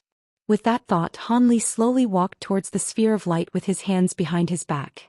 After quickly circling around it several times, he stopped and opened his mouth, spitting out an inch-long azure sword. It spiraled above his head many times before it struck at the bottom of light barrier as a streak of azure light. Ping. A flicker of blue light sparked from where the sword light attempted to pierce the light barrier. The sword light was then immediately repelled, leaving no mark behind. Han Li wasn't particularly surprised by this. This merely displayed how valuable the ancient treasures were. With an excited expression, Han Li opened his mouth and spouted out 8 more small swords. The 9 swords released a long shriek above him and combined into a huge azure sword. Strike! Han Li softly shouted. The huge sword struck the light barrier with mountain-breaking momentum. Boom! In the instant the huge sword touched the barrier, a meter-large hole appeared. Han Li revealed a trace of happiness, but before he could move, a huge force suddenly blew away the huge sword from the light barrier. With a flash of blue light, the light barrier returned to normal. Han Li was astonished. He then re-examined the sphere of light with a gloomy expression and with his chin in hand. Not long after, Han Li's expression relaxed and he faintly smiled. He pointed towards the huge sword, causing it to disassemble back into 9 small swords with a clear ring. Having returned them into his body, he reached towards his waist and took out the gold-devouring beetle's spirit beast pouches without the slightest hesitation. With a loud buzz, the gold and silver insect swarm flocked out from the pouches. Han Li whistled in a low tone, causing the insect swarm to charge towards the sphere of light. In an instant, the insects had covered the bottom of the light barrier. In mere moments, the insect swarm forcibly gnawed out a meter-large hole from the light barrier. Blue light flourished from the light barrier, causing the round hole to distort and shrink. The barrier was recovering at greater speed than the gold-devouring beetles could destroy. When Han Li saw this, he didn't dare to delay. He immediately turned into a streak of slender azure light and quickly flew into the hole just before it closed. The azure light faded away inside the light barrier to reveal Han Li. He gently floated amongst the many ancient treasures inside the light sphere. Their ancient aura caused him to feel somewhat excited. However, Han Li didn't dare to wait too long and hastily released his spiritual sense in an attempt to probe the intensity of the ancient treasure's spiritual qi. He soon wore a bitter expression. His spiritual sense was actually unable to leave his body inside the barrier. As such, he would only be able to rely on experience and intuition to choose a treasure. Without any other choice, Han Li could only glare at the items with widened eyes. The strange blade? No, it was clearly an offensive ancient treasure. Those weren't rare. The command medallion? No, it was engraved with the image of a strange beast. It should be the same as the scroll painting of the congealed young birds and contain the souls of spirit beasts. The snare drum? What's this? I can't make out its use. Let's forget about it. One by one, Han Li eliminated the ancient treasures he wouldn't choose. Eventually, Han Li narrowed his selection to 3 items. A gold oval mirror, a chain of 5 different colored copper bands, and a wide dark red cloak. Han Li naturally had his own reasons for why he had picked them. Needless to say, for the golden mirror, mirrors-type magic treasures each possessed unique and remarkable abilities. Han Li didn't wish to pass on such a powerful treasure. As for the chain of 5 different colored copper bands, they simultaneously contained the 5 elements. Although he didn't know its ability, he knew it couldn't possibly be weak. And for the cloak.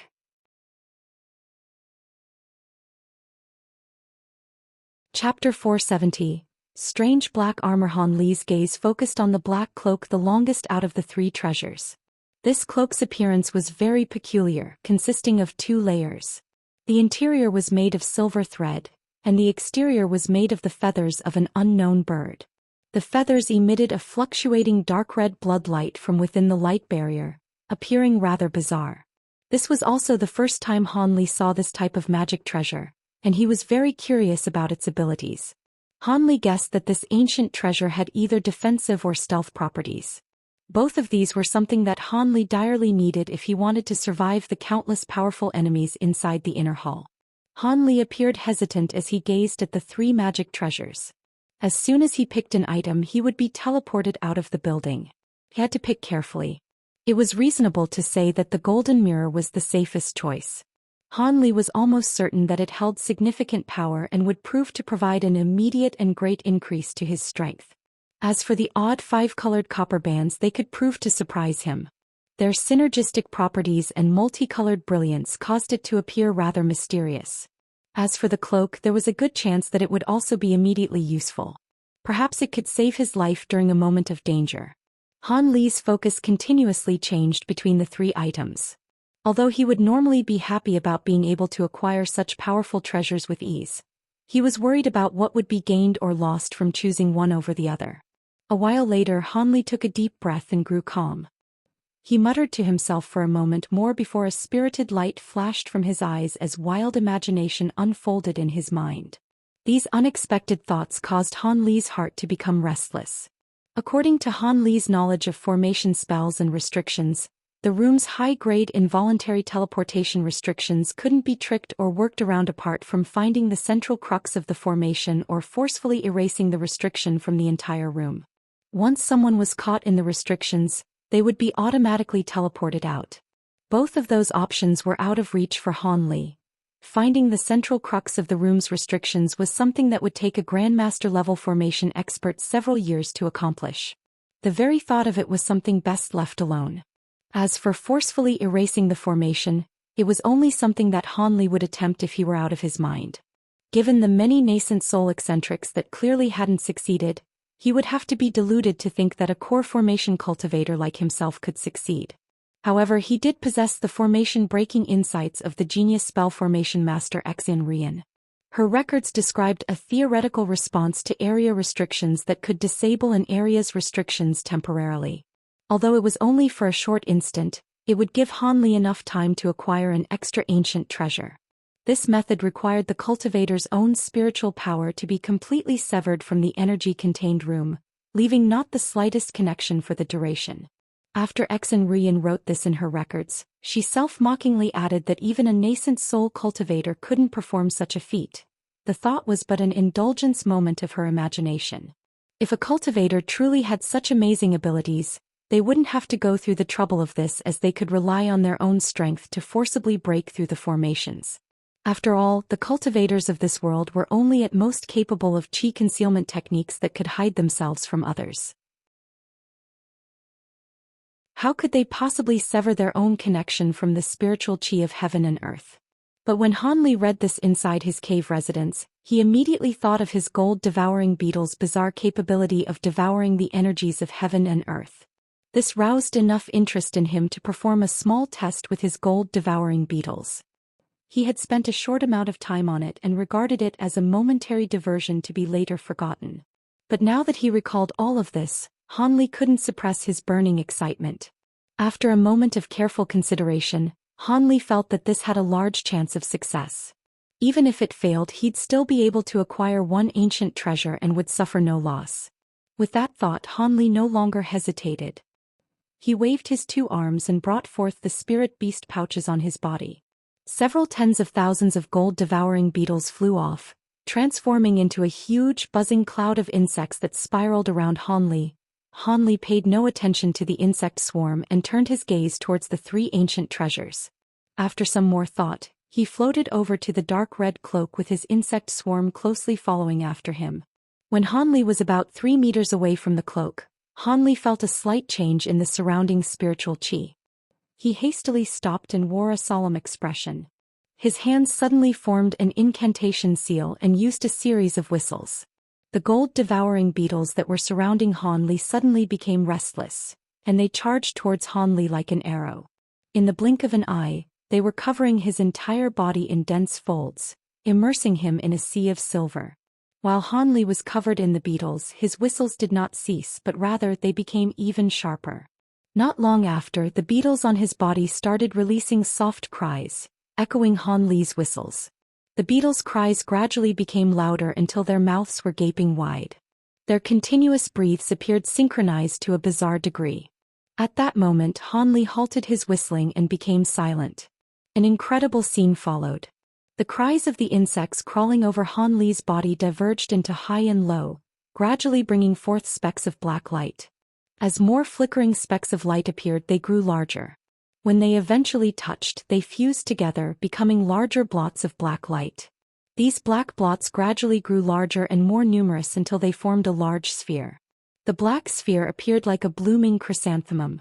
The flower-like sphere slowly blossomed and unfolded as the black light underneath continuously grew larger, forming a profoundly black armor underneath.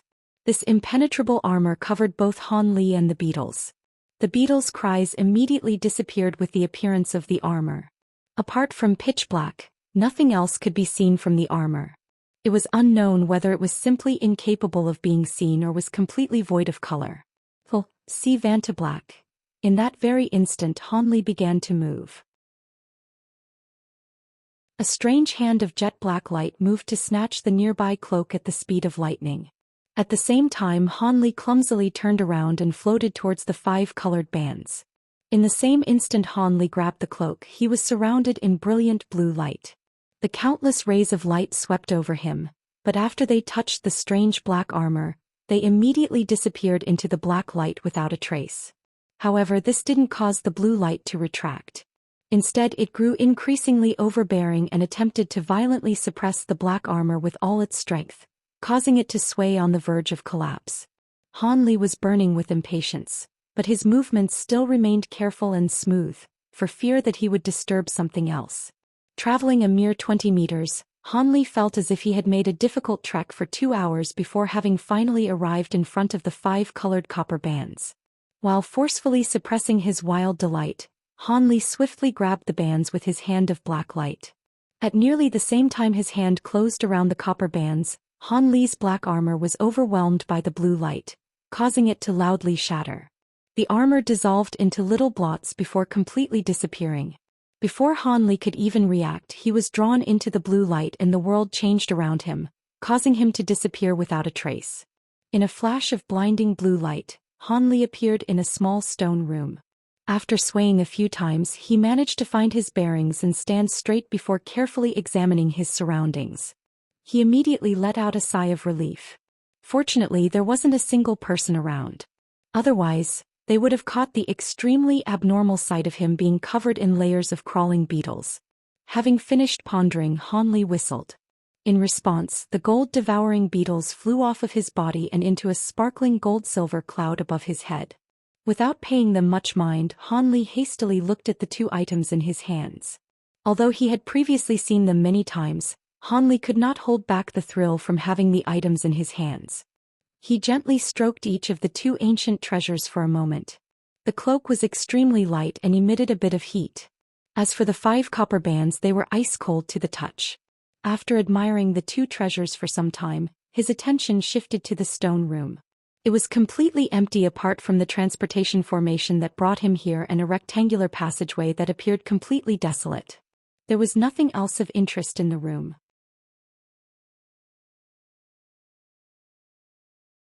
Chapter 471. An odd treasure. There was no question as to whether or not this passageway led to the boundary of fantastical illusion. With his cultivation of the great development technique along with the matron screen pearls that Zenith Een lent him, passing through this trial should be a matter of ease.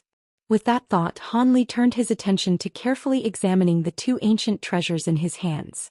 If he couldn't fully understand the scope of their power, he wouldn't be able to effectively use them when the time came.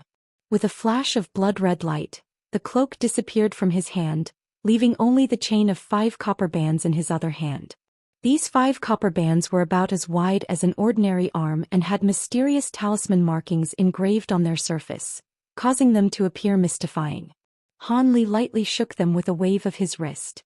The colorful glow of the copper bands continuously fluctuated in response and released the faint cry of a phoenix. A flicker of spirit appeared from Han Li's eyes as he lowered his head in thought. He then slowly poured spiritual power into the copper bands through his fingers. During this, Han Li solemnly gazed at the bands without blinking. Then with a flash of colorful light, the chain of 5 bands abruptly disappeared without a trace. Han Li was startled, but something soon came to mind. He looked upward to see the 5 copper bands floating not far above his head. They were ceaselessly flickering with demonic light. Han Li frowned and raised his arm, sending out an azure incantation seal. The copper bands immediately twirled for a moment before striking the wall to the side. With several muffled pungs, the wall flashed with white light, revealing not the slightest damage. The copper bands had instead been pushed far away. It seemed the copper bands were not intended to be used to directly attack. Han Li's expression remained unchanged. He waved his arm and had the copper bands fly back above his head. Then without any hesitation he spouted out a breath of spiritual qi towards the rings, causing them to swell into a huge size in the blink of an eye. Blinding radiance coiled around the bands, and their talisman markings began to move. Ring-type magic tools weren't ordinarily used to make direct attacks. A majority of them were used to either trap the enemy or defend oneself, something that Han Li had learned through experience. After looking at the huge bands and the astonishing pressure they radiated, Han Li lifted his head and slowly uttered the word, "Execute." Immediately after he spoke, the huge bands released a cry and directly fell down onto him. The rings overlapped one another and covered Han Li within them. Afterwards, the huge bands revolved around him with increasing speed, completely covering Han Li in a blurred screen of rainbow light. Han Li wore a slight smile. It seemed the copper bands possessed defensive abilities. As for how effective they were, that was something that could only be tested during an enemy confrontation. With that thought, Han Li shot an incantation seal towards the light screen with a flick of his finger.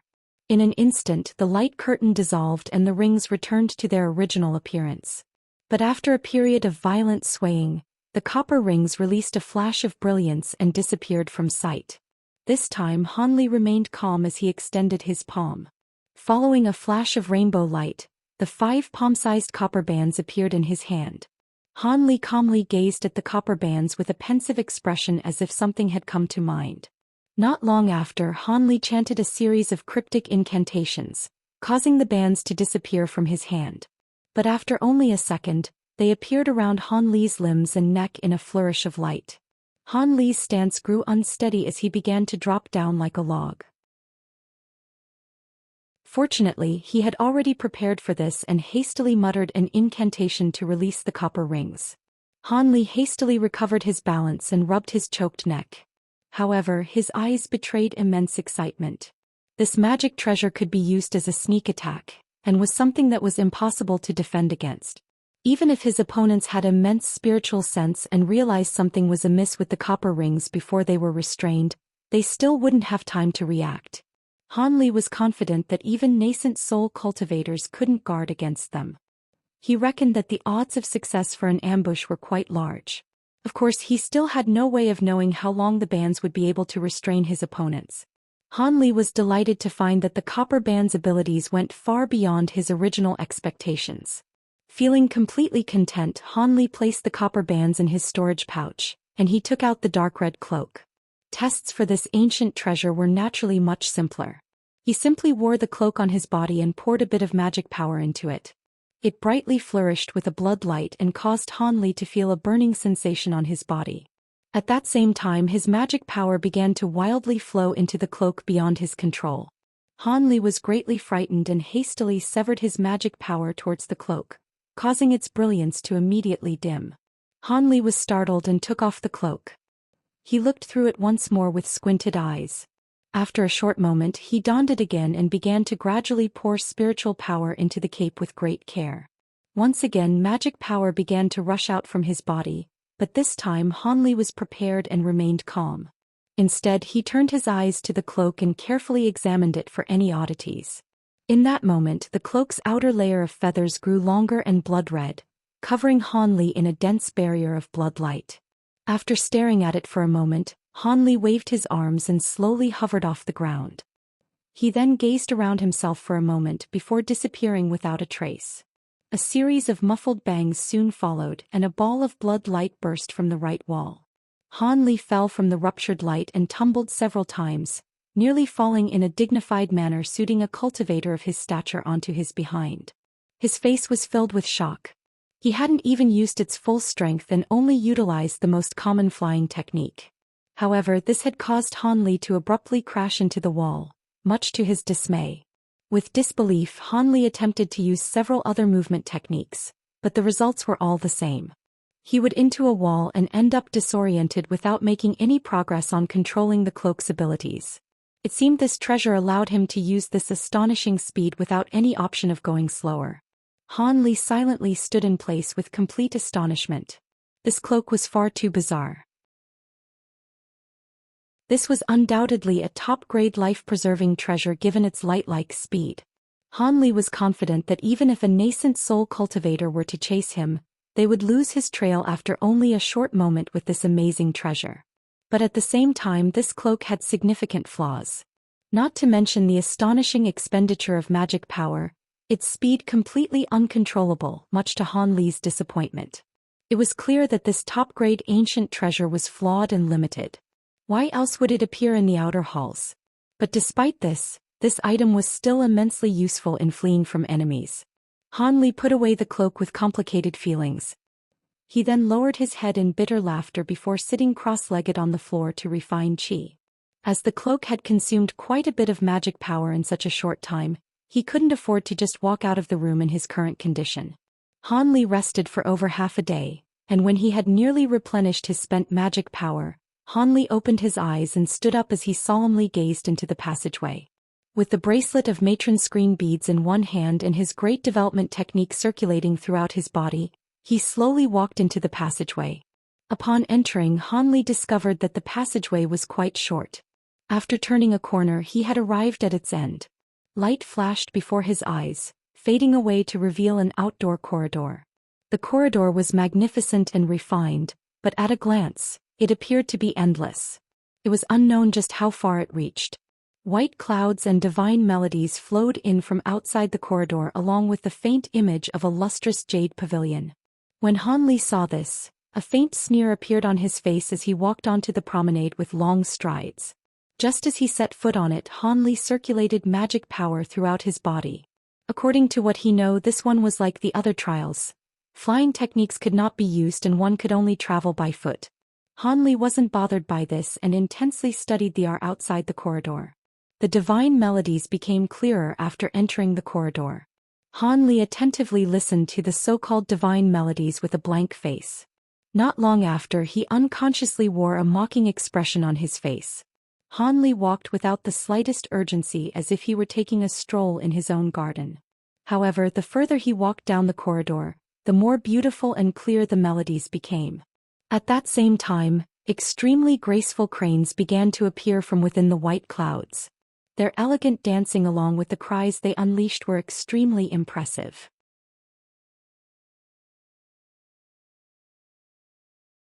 Chapter 472.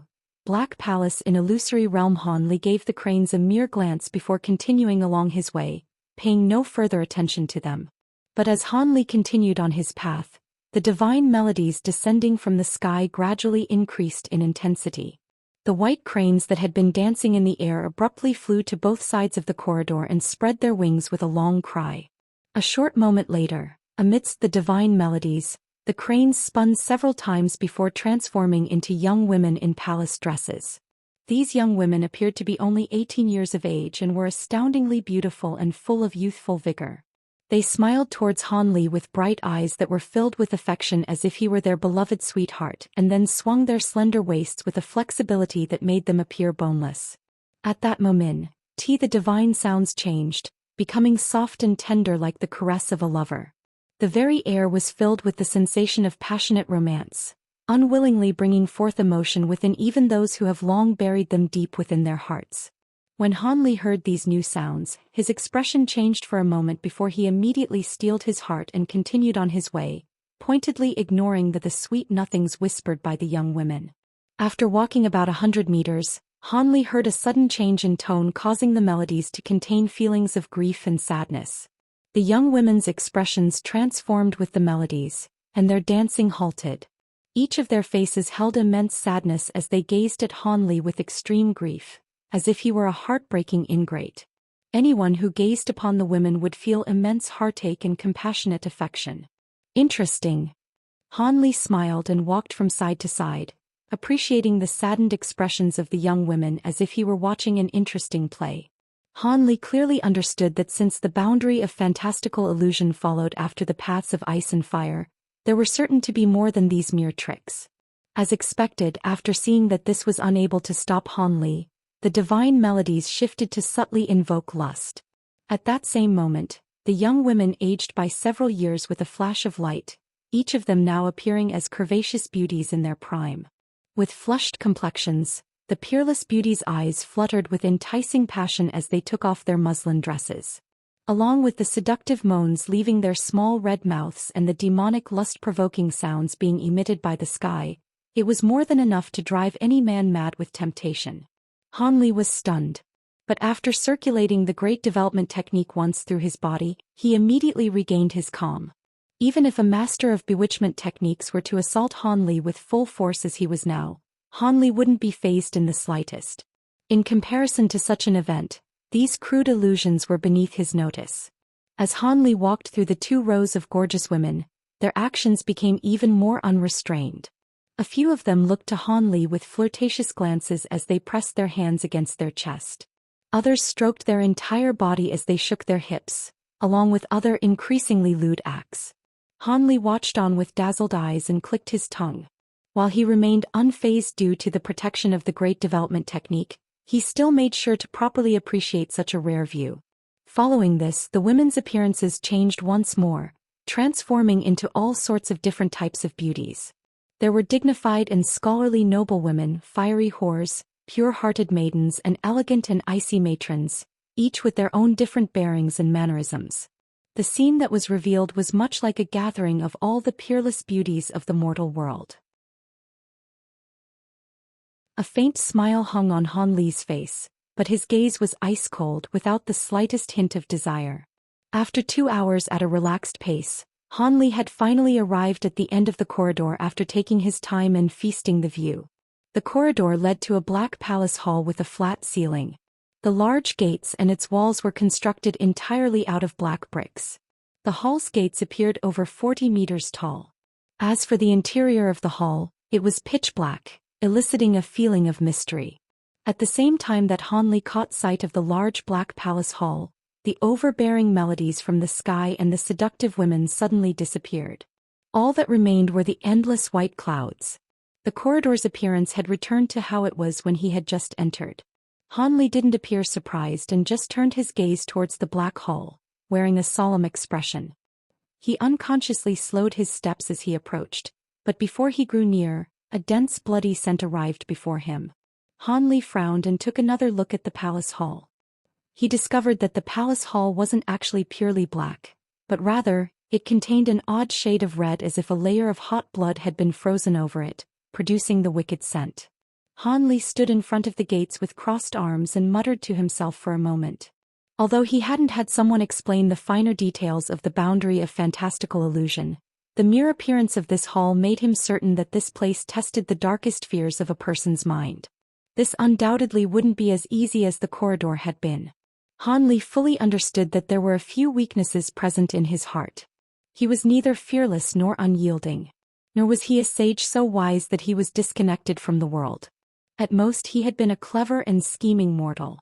It would be quite terrible if he saw something he was truly unable to endure and was forced to become still. It seemed that he would finally have to rely on the assistance from the matron's green beads to pass through this trial. With that thought, Han Li stroked the beads on his wrist and steeled his mind before walking into the large hall. It was beyond merely black. Just as Han Li walked into the palace hall, he experienced an immense feeling of discomfort. Han Li was unable to detect any restrictions but could only see about 10 meters ahead of him despite having his eyes wide open. He was also unable to extend his spiritual sense out from his body. The absence of light was accompanied by a complete lack of sound, producing a stillness capable of inspiring dread. Han Li unconsciously licked his lips and waved his hand, attempting to summon a ball of fire. But at the same instant the flame appeared, it was immediately extinguished. Han Li was lost in surprise for a moment before indignantly making another wave of his hand. This time he had summoned a moonlight stone from his storage pouch. But just like the flame, its light immediately faded away after appearing, turning completely dull as if it were an ordinary stone. It was now that he realized the hall's restrictions must have the peculiar effect of absorbing light. With his hopes of producing light dashed, he leisurely walked forwards.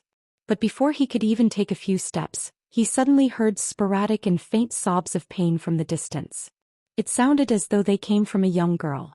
Han Li wryly smiled and continued forward, ignoring the sound. However, the sobs erratically appeared from either close or far away, and they became increasingly sorrowful. The sobs seemed to be following him. Bah! These sounds had caused him to become distraught and he couldn't help but unleash a shout that caused the nearby ground to tremble. The sobbing suddenly stopped. Han Li felt greatly relieved and quickened his pace, wanting to leave this hall as soon as possible. But after having only walked about 10 meters, the sobbing continued. This time, a white silhouette had appeared not far in front of Han Li. A young woman wearing mourning clothes was crouched down. The sorrowful sobs were apparently coming from her. Han Li's face froze upon seeing the white-clothed woman. Strangely enough, despite the fact that she was kneeling and made no attempt to approach him, he hastily approached her instead. He knew that the more timid and cowardly he acted in this place, the more likely he was to become entangled in its illusions. As avoiding any conflict wasn't possible, a calm confrontation seemed to be the optimal choice. With that thought in mind, Han Li arrived about 20 meters from the white-clothed woman. Just as Han Li thought to recklessly roar once more and disperse the woman, he suddenly felt that this woman's sobbing seemed familiar, as if he had heard it before long ago. Han Li's heart trembled. He hastily reassured himself that this was but an illusion to prevent himself from becoming mesmerized. But the longer he gazed at her, the more familiar she seemed. His mind began to fervently shuffle through his memories, but he was unable to recall who she was. Han Li unconsciously stopped and frowned, coldly gazing at the woman in front of him in silence. "Fourth brother," the woman exclaimed with a timid, delicate voice. When Han Li heard this, he felt his mind shudder as blood rushed to his head. He couldn't help but ask, "Who are you? Could you be? Fourth brother, don't recognize me anymore? I'm your little sister." The white-clothed woman slowly lifted her head from the ground and revealed her delicate, grieving face. Her small nose, bright eyes, and delicate face were reminiscent of his shy little sister from before he left for the Seven Mysteries sect.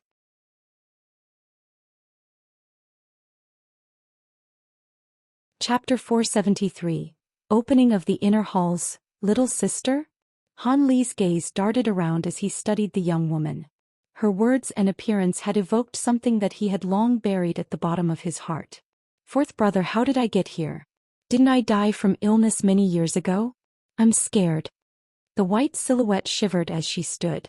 He could see that her complexion was pale as she grew near him, appearing just like a small, terrified bird. Han Li's eyes revealed a strange expression. This young woman who resembled his little sister was just 2 steps away from him. Han Li's eyes suddenly revealed a cold glint and he raised his hand, silently shooting out a small azure sword. In an instant, it pierced right through the young woman's forehead. The white silhouette released a tragic scream before turning into a puff of black smoke. "Even if you take the form of my little sister, the two of us were separated when we were young. Not only should my current appearance greatly differ from long ago, but I imagine she had already forgotten my appearance as well. Just how could she have recognized her fourth brother at a glance?" Han Li looked in the direction of the fading black smoke and revealed a trace of loneliness. With that finished, he brought his wrist up to his eyes and looked at the 4 matron screen beads. Although he had spoken those words with confidence, Han Li might not have taken action if the matron screen pearls had not burned him when the white silhouette had approached him, dispelling the last trace of hesitation from the depths of his heart. Although he knew it was only either an illusion or a transformed ghost, he had wanted to take a longer look at his sister's appearance. Bearing a trace of indescribable sadness, Han Li continued forward through the darkness. There were over 10 people sitting motionlessly in front of an enormous pagoda. The pagoda appeared to reach the clouds and was constructed entirely out of huge limestone bricks. From a distance, the pagoda appeared to be separated into 5 floors, with each floor being slightly thinner than the one below it. However, each floor was separated by at least 400 meters. Even the limestone gate at the very bottom was at least 200 meters tall, making for an astonishingly grand display. The entire pagoda was covered by a white barrier of light, with everyone resting outside of it with their eyes shut. They appeared like ants compared to the White Tower. A white transportation formation was set up at the center of the resting cultivators. All of the nascent soul cultivators were amongst those resting in front of the pagoda. Apart from Wuxia and the Bone Sage, there was also a late core formation cultivator there. Han Li, Yuan Yao, the 2 Star Palace elders, and another late core formation cultivator had yet to appear. Zenith Yin's face appeared calm as if he were without a care. However, he was inwardly anxious. As both were core formation cultivators, Han Li should have arrived here at the same speed Wuchou had. At that moment, a flash of white light appeared at the center of the transportation formation, revealing a silhouette. Man Huzi and the other Devil Dao cultivators opened their eyes to see, but a moment of disappointment flashed from their eyes as it was the masked Yuan Yao who appeared. When the woman saw so many nascent soul eccentrics simultaneously gaze at her, her heart dropped. But she soon forced herself to silently walk out of the formation as if nothing were wrong. Coincidentally, just as the woman walked off the formation, it flashed once more to reveal Han Li. Zenith Yin unconsciously smiled with raised eyebrows. Man Huzi and Layman Qing Yi silently glanced at each other, expressing their relief. Just as Han Li appeared, he was surprised to find Yuan Yao in front of him. After glancing at her with a slight smile, He walked towards Grandmaster Zenith Yin and saluted before standing behind him. Zenith Yin was very pleased to see Han Li behave so dutifully to his revered master. He turned his head and nodded to Han Li without saying anything else. As expected, he wasn't about to embarrassingly raise the topic of having Han Li return the matron screen pearls to him here. Equivalently, Manhuzi didn't ask for his treasured armor back. It was as if these people had deliberately forgotten lending these treasures to Han Li. When Han Li appeared, he saw that the cultivators were all sitting still without any intention to move, as if they were waiting for something. At that moment, Han Li discovered the huge pagoda in front of him and was greatly amazed. So this is the inner halls. It's very different from what I had imagined. Han Li inwardly muttered. He then took a moment to shoot a stealthy glance at the bone sage. He was near the back, sitting in earnest meditation. He didn't appear to notice Han Li's gaze. The bone sage's voice suddenly arrived at Han Li's ear without warning. "Youngster, turn your sights elsewhere. Take care not to reveal me to my traitorous disciple. Rest assured, I've already made plans on how we will deal with Zenith Yin with complete confidence and success. However, the opportunity will only arise after you use the Blood Jade Spider to seize the Heaven Void Cauldron. I will act after that. Remember, do not send me any voice transmissions. We can't expose the act." Han Li's expression remained calm as he listened, and then turned his gaze elsewhere. There will be an opportunity after seizing the treasure? What does he mean? Could it be that this old devil also wishes to acquire the Heaven Void Cauldron? Han Li began to feel restless and suspicious. As the inner halls was just about to open, he became worried about how events would unfold after the treasure was obtained. Regardless of whether or not he succeeded in obtaining the Heaven Void Cauldron, what happened afterwards would be anything but good for him. As Han Li was inwardly pouring out his grievances, he heard a cold voice from his front. "The inner halls are about to open and the 2-star palace fellows have yet to appear. It seems they won't be muddying the waters. Wouldn't you agree, brother man?" Wan Tianming, who sat at the center of the righteous Dao cultivators, opened his glistening eyes. Staring at Manhuzi with concealed emotion, he slowly spoke while emitting an astonishing pressure from his body. "Hee. What is old one impatient? Let's wait a bit. After all, those Star Palace fellows are rather crafty. Perhaps they will only appear when they expect us to have already fought amongst ourselves?" Manhuzi disdainfully smiled and lazily stroked his beard. When Wan Tianming heard this, he appeared somewhat pensive, but he soon nodded his head and shut his eyes once more as if approving of Manhuzi's words. 2 hours later, a series of violent tremors suddenly shook the ground. The huge stone doors to the inner halls slowly opened to reveal a limestone passage. Even at a distance, the passage appeared lofty and expansive. At the same moment the gates opened, the transportation formation at the center faded from a dim light to nothing. Manhuzi suddenly leapt up and threateningly grinned. Without waiting for Wan Tianming to speak, he fervently said, "Hee. Good. It seems those 2-star palace fellows won't be stirring up any mischief. How about this, Wan Tianming? We'll have a proper battle, and the loser's party is barred from entering the inner halls." "No, I don't wish to fight you. I have different plans." Contrary to everyone's expectations, Wan Tianming gave a staunch refusal with a resolved expression. Manhuzi was initially stunned before wearing an evil grin. He mockingly said, "Different plans? Could it be that you're taking the initiative to admit defeat and withdraw without fighting?" Wan Tianming shook his head and unhurriedly said, "Withdraw? Of course not. But it would be ridiculous to fight without having even acquired the treasure. Would it not be better for our parties to take turns in attempting to acquire the treasure? Before this, we will restrain ourselves temporarily. As such, we can prevent a mutual struggle. After all, our current enemy is the Star Palace, not each other.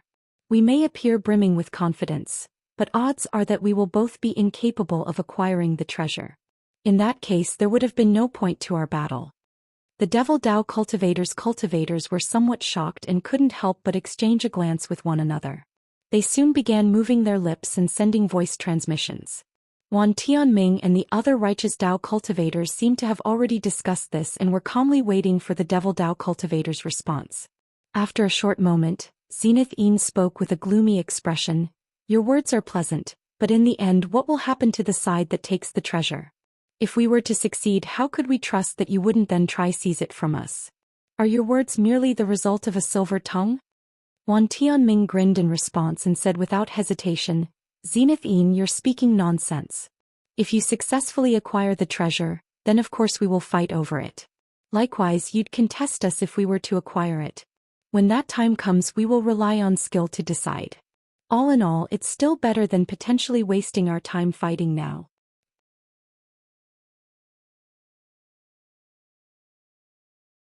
Chapter 474. The Mantis and the Oriole. One. When Zenith Yin heard Wan Tianming call his words nonsense, a sinister expression appeared on his face, but after hearing what Wan Tianming said after, he forcefully suppressed his fury. He then turned his head to Man Huzi and Layman Qi and spoke to them in voice transmission. Not longer after their discussion was finished, Zenith Yin coldly said, as per your esteemed suggestion, we will cease fighting for now. We will wait until after the treasure is seized. Wan Tianming chuckled. Good. You've made a wise decision. Let us enter together. He then walked towards the huge limestone gate with Tian Wuzi and the old farmer closely following after him. Humph. Man Huzi couldn't help but snort at their grandiose mannerisms. His gaze then suddenly swept to Yuan Yao and the core formation cultivator that Han Li didn't recognize, with an ominous glint in his eyes. At that same moment, the two paled at having become aware of Man Huzi's malicious appearance. They both turned into a streak of yellow and red light, rushing towards the stone pagoda. Man Huzi evilly grinned. Where do you two think you're going? He rubbed his hands and then waved them, shooting out two streaks of gold light in an instant, striking at them from behind. The male cultivator in the yellow light released a miserable shriek before he tumbled to the ground. He was then swept up by the golden light and was split apart, scattering across the ground as a dismembered corpse. As for when the golden light neared Yuan Yao's red light, several bursts of blinding green flames temporarily scattered the golden light. As if spurred on by this, her red light transformed into a scarlet-red bird and became even faster. Shooting past the golden light in a blur, she entered the stone pagoda's entrance and disappeared. That's odd. Layman Qing softly said with a frown. Layman Qing and Zenith Yin didn't mind Man Huzi's actions, but upon seeing Yuan Yao escape Man Huzi's attack, they couldn't help but be surprised. Man Huzi, what is the meaning of this? Why did you attack the innocent? Tian Wuzi turned around and spoke with an angry expression. Man Huzi gave an uncaring glance at the old Taoist and callously said, I wasn't in a good mood. What does it matter to you if I kill a few strangers? Could it be that you wish to take justice on their behalf, or do you just wish to personally test my heaven-bearing devil arts? You, without turning his head, Wan Tianming shouted, Enough, Tian Wuzi. Those two aren't members of the righteous Tao. Leave them be. We have more important matters to attend to. Tian Wuzi could only hatefully glance at Man Huzi after hearing this and begrudgingly turn around. Not long after, the righteous Tao walked past the stone gate and entered the inner hall. Zenith Yin glanced at the righteous Tao cultivators as they left and applauded Man Huzi with a sinister smile. Brother Man had done good in attacking them. We don't want any annoying rats scurrying around us before the big event. Those two core formation cultivators actually wished to enter the inner hall and take advantage of the chaos for their own gain. How the living are so impatient. Still, there is still one person here who Brother Man still hadn't killed. Having said that, his gaze fell upon the Bone Sage. The Bone Sage was completely calm and indifferent, as if Zenith Yin was talking about someone else entirely. Man Huzi expressionlessly said, This person has somewhat of a connection with me. As he had done me a favor, it is natural that I do not attack him. You two are also forbidden from disposing of him. Zenith Yin narrowed his eyes and carefully examined the Bone Sage, confirming whether or not he recognized this person. He then ambiguously said, Since he is a junior with relation to Brother Man, it is only natural that we won't dispose of him. Although, it is quite surprising that Brother Man would accept a favor from someone. Man Huzi's face grew cold and he intensely glared at Zenith Yin. Hee. Zenith Yin, you dare to interrogate me? How could I possibly? I was merely a bit curious. If Brother Man doesn't wish to answer, then so be it. But it seemed the black-robed woman who escaped should have significant origins. Brother Man has best be careful. Zenith Yin conceded the matter with a chuckle. but his last words seemed to carry some heavy meaning. Manhuzi was silent for a moment before gloomily saying, "I am not blind. Did you think I didn't see her use old Devil 3 Yang's azure flame bursts? Apart from his most intimate disciples, no other disciples of the Azure Flame sect could possibly acquire such an item. How else could that young woman possibly escape death?" It seems I was meddling." Seeing that Manhuzi's expression was far from good, Zenith Een tactfully said nothing else. "It is no matter. Even if that woman is important to old Devil 3 Yang, Brother Man has nothing to fear, given his cultivator. However, it is currently a crucial period of conflict in the scattered star seas between the Star Palace and both the righteous and Devil Daos. The old Devil's abilities are significant, and despite originating from the Devil Dao, he is personally unaligned to the sides of good and evil. As such, we had best avoid having this man become our enemy. Let's quickly go after the girl." The Confucian-robed old man smoothed the matter over from the side. Manhuzi stiffly nodded his head and said no more. It was clear that he held great fear in his heart towards old Devil 3 Yang. These many newly unfolded events left Hanli with heavy, complicated feelings. All sorts of distracting thoughts began to appear in his mind. A core formation cultivator was killed before him as easily as one would step on an ant. Yet how did Yuan Yao had managed to flee such a fate? Since when did the Bone Sage force a relationship between him and Manhuzi, one of the top figures among the Devil Dao? It was no wonder why he was so calm. As for Yuan Yao, she seemed to have some sort of relationship with old Devil 3 Yang, someone who could inspire fear in a hegemon such as Manhuzi. These thoughts simultaneously weaved through his mind and he was unable to clearly arrange them for the time being. He could only wordlessly pay attention to what Manhuzi and the others were saying in hopes he could gather some information that would allow him to form a dependable plan. But unfortunately, Layman Qingyi next words ended the conversation. "Let's quickly enter the inner hall. The righteous Dao fellows won't wait for us. We can't let them stealthily leave us behind." Layman Qingyi glanced at the huge passage past the stone gate and wrinkled his brow. Manhuzi glanced in the direction of the stone gate and sunk into thought for a moment before silently setting off.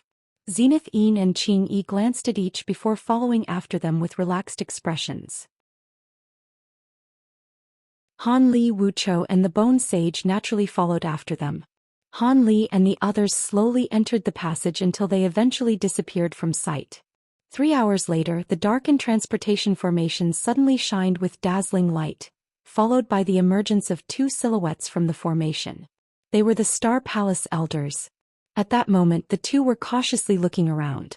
After they saw that no one was around, they wore a face of relief. One of them spoke with a slight smile. "It appears that they've all entered. As cunning as these old eccentrics may be, they couldn't imagine that our Star Palace had already unraveled this transportation restriction 1,000 years ago. We can arrive at this place anytime we want." The other spoke with a cold voice. "Let's go. We must be careful by all means.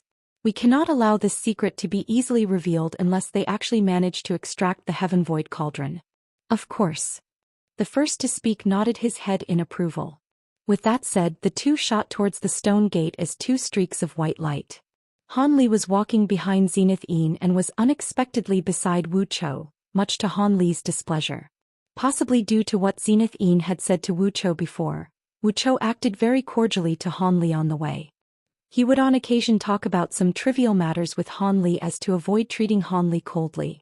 It was as if his hateful gaze from before had come from an entirely different person. But the further this fake act continued, the gloomier Han Li felt. Han Li couldn't help but bitterly laugh to himself in his mind. Did Zenith Een hint to Wuchou that they would kill me after they acquire the treasure? Is that why Wuchou was acting so different? Although he was very much worried underneath, Han Li spoke to Wuchou with a smile, producing an fake atmosphere between the 2. Even those over 30 meters away could clearly make it out. Still, Zenith Een and the others turned a blind eye to those as they continued forward. Ever since the 3 nascent soul eccentrics entered the inner hall, they've become solemn in contrast to their relaxed, easy attitude from before. But what baffled Han Li the most was even after such a long period of time has passed, nothing had occurred. They had neither encountered any restrictions nor dangers. Could it be that they had triggered some sort of restriction after entering the stone gate? With that thought, Han Li couldn't help but further examine his surroundings. 1. Old Chinese idiom, the mantis stalks the cicada, unaware of the oriole behind it.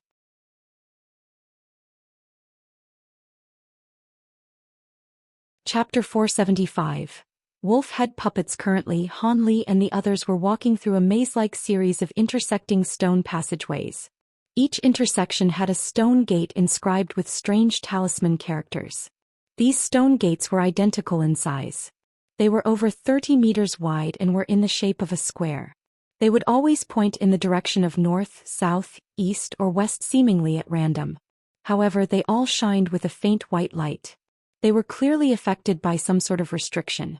Although he would only encounter a crossroads after a long distance, Han Li reckoned that during their entire time in the inner halls, they've already encountered at least 8 stone gates.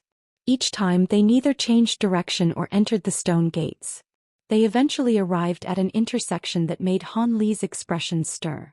The gate there slightly differed from the others' ones. Although its talisman characters and structure was the same, it was completely lightless, as if the restriction on it had been extinguished. As a result, Han Li further looked at it with a strange expression. Wuchou saw Han Li's expression and spoke to him with a familiar tone. "Junior Marshal Brother Han, this stone gate had already had its treasure seized by others. What is worth seeing? If it weren't for the fact that each person could only use a single Heaven Void map fragment before being teleported out, I would have also thought to pick a stone gate and hastily see what was within. Once a Heaven Void map fragment was used to open a stone gate, one would be unable to leave until the treasure was acquired. As core formation cultivators, we will only be able to acquire treasures on the first floor. Picking a room on the later floors would nearly be the same as suicide." Junior Marshal Brother Han? When Han Li heard Wuchou address him as such in a voice transmission, he felt disgust spread throughout his body. When Han Li eventually managed to recollect himself, he replied with a beaming smile, "Then why isn't Brother Wu choosing a gate on the first floor? Would it not be a waste of an opportunity to wait until you've arrived to the second floor or higher?" Sigh. "I wish I could, but my esteemed grandfather had repeatedly warned me that I must stay by his side on this treasure hunt, as I may prove useful." Wuchou wore a reluctant expression as he glanced at the stone gate. A trace of greed flickered from his eyes. Han Li slightly smiled and swept his gaze at the stone gate. So long as he entered and acquired the treasure it contained, he would be teleported outside. He would be keeping this in mind. Who knew whether or not he could use this as a method of escape? At that moment, the group passed through another intersection and into the passage ahead of them. But at that moment, a heavy, muffled thud came from their front. The sound continued as if something huge was slowly heading towards them. Zenith Yin and Qing Yi's expressions slightly changed and they halted, staring into the passageway ahead of them with grave expressions. In contrast, Man Huzi chuckled and revealed a trace of excitement. At the same time, his body flashed with golden light and a layer of golden scales suddenly covered his entire body. He had activated his heaven-bearing devil arts. This was the first time Han Li saw the bizarre appearance of the heaven-bearing devil arts up close. He couldn't help but take a curious stare at Man Huzi's transformation. Man Huzi keenly felt Han Li's stare and turned his head around, giving Han Li's sinister grin. The face covered in small scales made for a frightening sight. Han Li's heart dropped, not knowing what he had meant by it. But still he forced himself to return the smile. Fortunately, after Man Huzi smiled, he immediately turned his gaze back. The approaching thuds were now only about 100 meters away. But as the passage across from them was pitch black, Han Li wasn't able to see within it. There were still restrictions inside the inner hall that restrained a cultivator's spiritual sense. Still, Han Li noticed the cold glint from the old eccentric's eyes. It seemed they were able to see what it was. Without waiting for Zenith Yin and Qing Yi to act, Man Huzi deeply roared, flying into the passage as a streak of golden light. A series of loud impacts followed afterwards along with deafening clangs of metal. When Zenith Yin and Qing Yi saw this, they couldn't help but look each other in dismay. Han Li was at a loss when a huge rumble sounded out as if something had been cleanly split into fragments. Han Li's mind stirred and something came to mind. In the next moment, only the sounds of Man Huzi's wild, carefree laughter could be heard. Zenith Yin seemed to have thought of something and couldn't help but laugh. "Let's go. It is no longer a problem. We've already forgotten that we no longer have the same cultivation as we did 300 years ago. The guards on the first layer are no longer a threat to us. Qing Yi chuckled with a relaxed expression. That's right. This old man had nearly forgotten this as well. The last time I came I had just entered nascent soul stage, and the guards had left far too deep an impression. It was good that Brother Man had taken care of it with his heaven-bearing devil arts. Else we would have spent too much effort on them. Afterwards the two began to take the lead with Han Li and Wu Chou closely following after them. The Bone Sage, who had originally been expressionless this entire time, wore a trace of disdain as he calmly followed them in the back. After walking about 30 meters, Han Li saw Manhuzi in front of them with his hands behind his back. He was standing on something that was shining with silver light. When Manhuzi saw Zenith Yin, he stretched his neck and indifferently said, "Not bad. This served quite well for a warm-up. The Heaven Void Hall this time around is truly interesting." However, it wasn't nearly as formidable as rumors had it. It was because of the incredible force of Brother Man's heaven-bearing devil arts. Other cultivators used magic treasures in such a narrow area, so they had experienced a bit of trouble. Layman Qing Yi said with a smile. When Manhuzi heard his flattery he chuckled but said no more. The golden scales on his body quickly faded away, and he indifferently took the way. It seemed the previous fight had left him unsatisfied. Zenith Yin and Qing Yi glanced at each other with a smile. Since Manhuzi was so willing to lead the way, they were more than willing to quietly follow after him. When they walked past the silver item, Han Li stopped and lowered his head to look at the item. A mechanical puppet. Han Li was astounded. It was indeed a puppet, but what grade of puppet was this to have not been instantly destroyed by a mid-nascent soul stage cultivator? Most of what was scattered across the ground were pieces of an unknown silver metal. Apart from this, there was a ruined half of a gold wolf's head, several pieces of jet black, thick and reflectionless blades, as well as an assortment of several other oddities. As the Bone Sage quickly passed him by, he indifferently said without turning his head, "Don't bother to look at them. While these items are certainly rare, they cannot be used to refine any magic treasures. Those long before have already tried." Han Li was surprised by this, but he continued to look at the ground as if he hadn't heard. His gaze fell upon sparkling dark green gem on the ground. Its extremely cold aura gave Han Li a remarkable impression. After muttering to himself for a moment, Han Li immediately placed these items into his storage pouch with a sweep of his hand before rejoining the others. Han Li's thoughts were quite simple. Even if these items were truly useless, he could learn a bit about the ancient cultivator's achievements in puppet techniques from the puppet's composition and refinement techniques. After all, the highest grade puppets in his Puppet Sutra were grade 4 puppets, equivalent to only late Foundation establishment cultivators at false core stage. It was a puppet he had seen before, the huge tiger that consumed an entire mid-grade spirit stone with a full-powered strike. The puppet with the golden wolf head was stronger than an early core formation cultivator. Although Manhuzi dealt with it like child's play without using any powerful magic treasures, Zenith Yin's and Layman Qing Yi's serious attitude towards indicated that it was unordinary. With such good items in hand, it was only natural for Han Li to want to leave and research it. But as things stood, there would be no such opportunity for him to slip away a stone gate and escape with treasure as well. He understood all too well that despite walking ahead of him, the three nascent soul eccentrics were watching his every move through their spiritual sense. Wanting to stealthily slip away through a stone gate was merely wishful thinking. With Han Li's temperament, it felt somewhat intolerable to leave empty-handed from a treasure trove such as this. For now he could view these puppet fragments as a consolation prize from the inner halls. As for the treasures of the Heaven Void Cauldron, Han Li knew better than to have such fanciful expectations. 1. Chapter 229.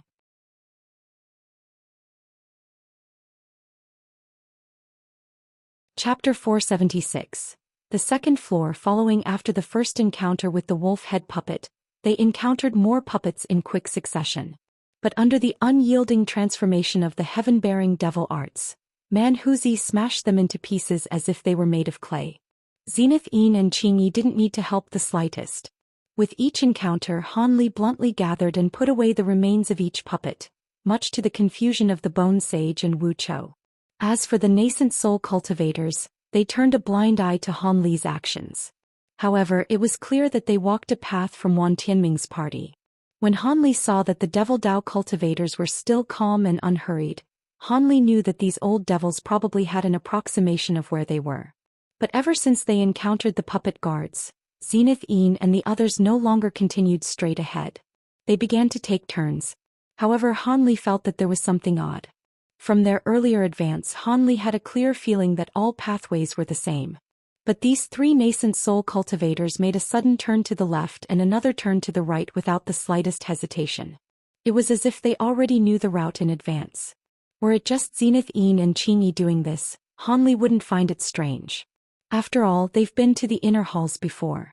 Perhaps they already memorized the route from their last time here.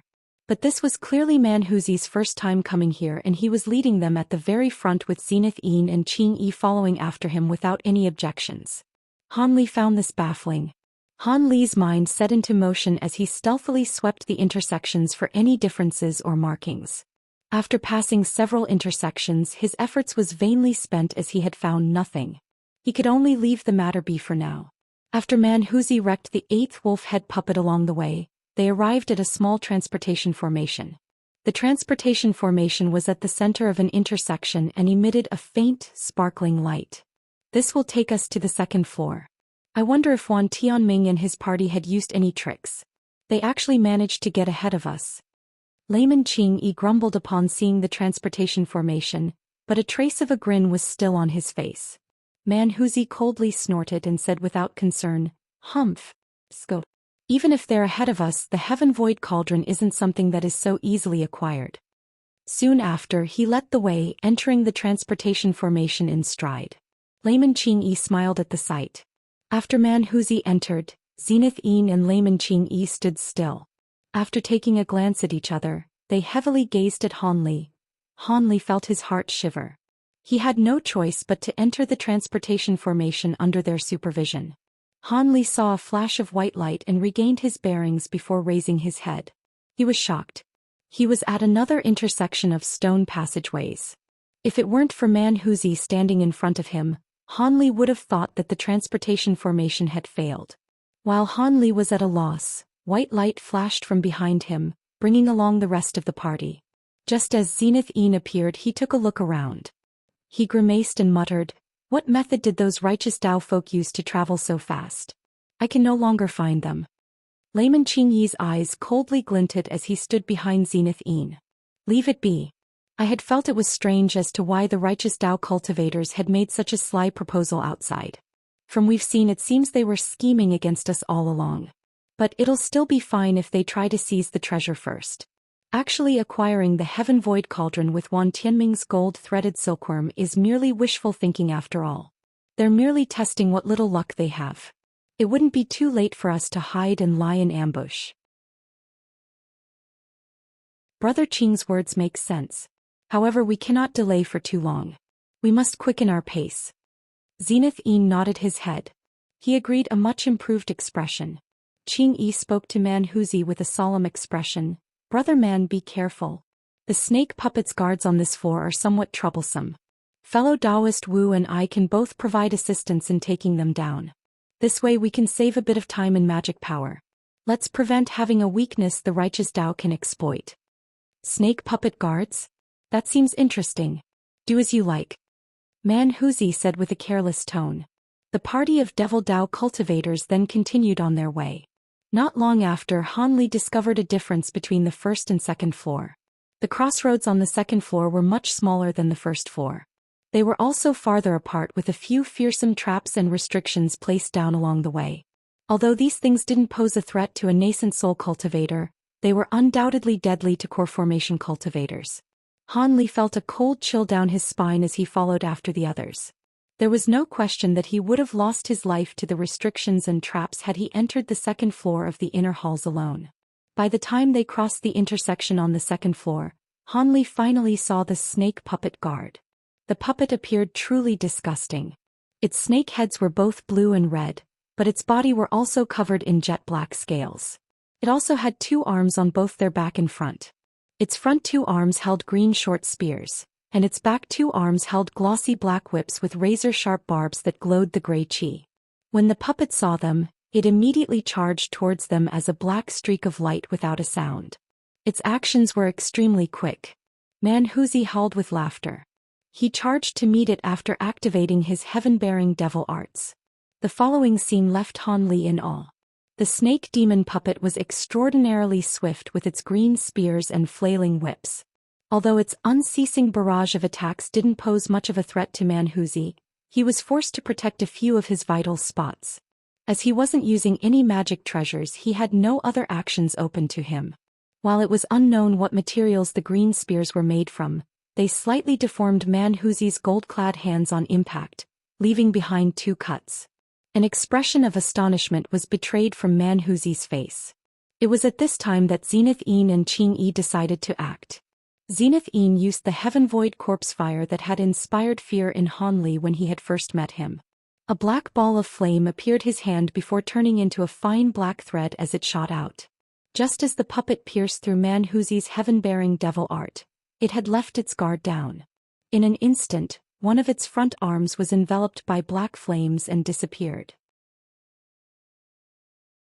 As for the old man, Qing Yi opened his mouth and an azure thread of light wildly rushed out from his mouth towards the puppet. The azure thread of light wrapped once around the puppet and bursted into a cluster of explosions, causing the puppet to tumble. A fierce expression flashed from Manhuzi's face. Taking advantage of the opportunity, he released a low roar and the scene flourished with blinding light. He then appeared with his arm penetrating the abdomen of the puppet. A green gem was rigidly held in his grasp. The snake puppet immediately lost the power to move and collapsed to the floor. Manhuzi looked at the inanimate puppet and glanced at the green gem in his hand. With a malicious expression flickering from his face, he crushed the gem with a clench of his hand. But after he unfolded his hand, he found the gem to be completely unharmed. Even Manhuzi's ordinarily savage expression changed upon seeing this. With his heaven-bearing devil arts infused into his hands, he would have been able to warp powered magic treasures, let alone a single gem. He should have been able to somewhat damage it at the very least. As Manhuzi's face appeared somewhat blank, Qing Qi chuckled and walked over. "Brother man, there is no need to be surprised. This strange stone had already been researched by others. Although this gem cannot be destroyed, it also cannot be refined or used to strengthen magic treasures. I reckon that unless the cultivators of antiquity were dealing with it, it'd just be a mere bauble. Even puppet refinement sects don't know what to do with the stone. The items of antiquity are quite unusual. Youngster, you seem too fond of such remains. Here." Concealing his embarrassment from earlier, Manhuzi grimaced and casually tossed it to Han Li. Han Li's mind went blank and he unconsciously received the item. After he had realized what had happened, he silently put it away into his storage pouch. After he swept his gaze around, he walked forward and swept up the snake puppet remains with a trace of politeness.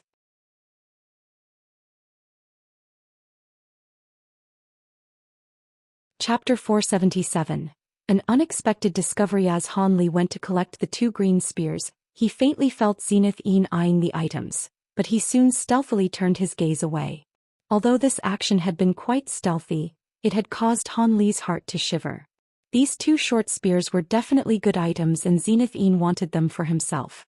But he couldn't forcefully acquire them now and lose sight of the Heaven Void Cauldron. This, however, merely gave Zenith Yin yet another reason to dispose of Han Li afterwards. With that thought, Han Li lowered his head and bitterly smiled. His expression quickly returned to normal before he raised his head. After that, the 3 nascent soul cultivators worked together. Although the puppets and restrictions on this floor were somewhat fierce, nobody suffered any damage when they passed through this floor and moved on to the 3rd. Half a day later, at some place on the 5th floor of the inner halls, there were 3 people discussing something in a whisper. They were Wan Tianming's party of righteous Dao cultivators. Not far in front of them laid an enormous stone platform. It was over 400 meters wide and about 100 meters tall. It appeared to be entirely made from the same common gray stone. There were several hundred steps in front of it leading to the very top, and it was covered in a white light barrier.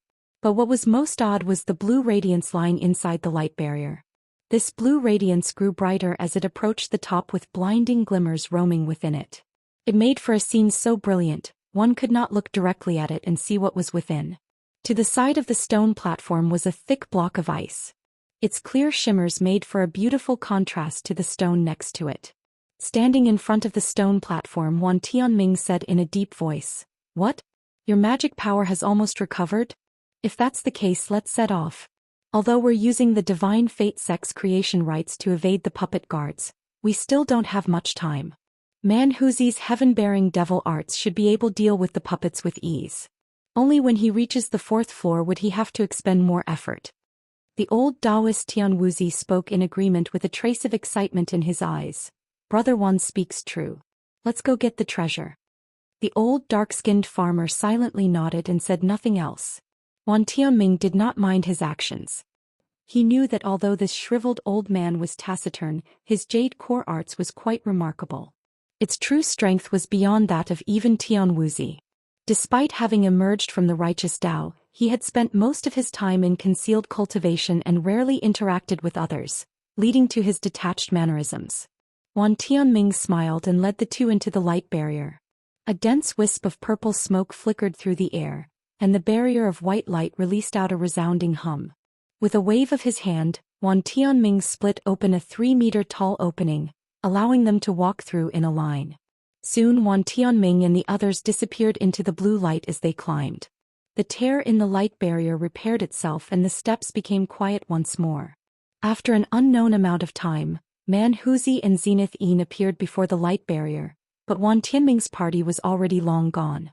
Han Li and the others soon appeared behind them. Qing Yi looked at the large stone platform in front of him and said with shining eyes, "We've finally arrived at this damned place." The gold-haired puppets on the 4th floor were extraordinarily vicious. Had we not all exerted our special skills, we would have been tangled down for quite some time. Zenith Yin said with a gloomy expression, "Humph. The puppets weren't much. The restrictions we encountered on the 3rd floor were quite difficult to break, consuming much of our time. Else we would have arrived here earlier." What is the point of saying such nonsense after already arriving? First, let's see whether or not Wan Tianming had already went to seize the treasure. Manhuzi frowned and spoke with impatience. Zenith Yin appeared somewhat displeased by his words, but he didn't respond. Wearing his ordinary expression, Layman Qing Yi chuckled and said, "Relax, brother man. According to Brother Wu and my secret probing arts, Wan Tianming's party had already ascended several hours ago, but they have yet to leave. It would be best for us to wait here as these stairs are the only entrance and exit from the Frozen Dragon's Terrace. The only way. Is that true? The righteous Tao cultivators could be slipping away at this moment as we foolishly wait for them." Manhuzi glanced at the old man and seemed to distrust him. The old man twirled his beard as he said, "Hee. There is not question about this.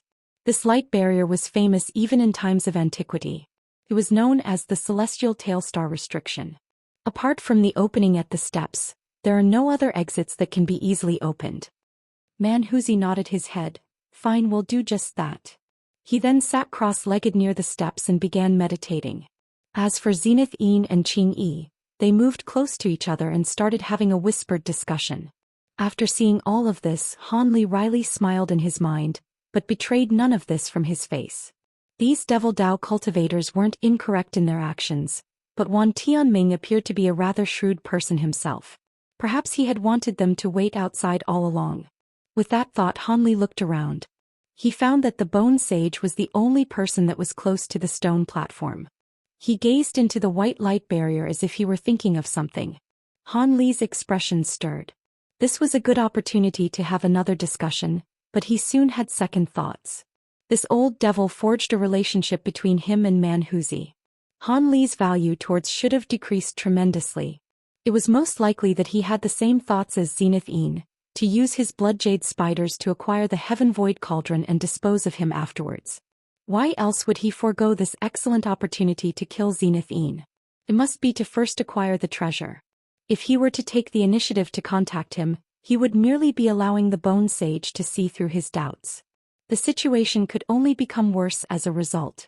It seems he would have to rely on himself to plan for his escape. With that in mind, Han Li's gaze unconsciously turned cold as he looked at the Bone Sage. The Bone Sage seemed to have perceived something and turned his head, happening to see Han Li. Han Li inwardly cursed and immediately restored his normal expression.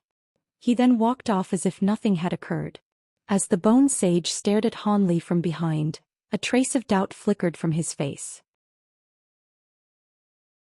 At that moment, Han Li was leisurely circling around the huge stone platform along with the light barrier that surrounded it.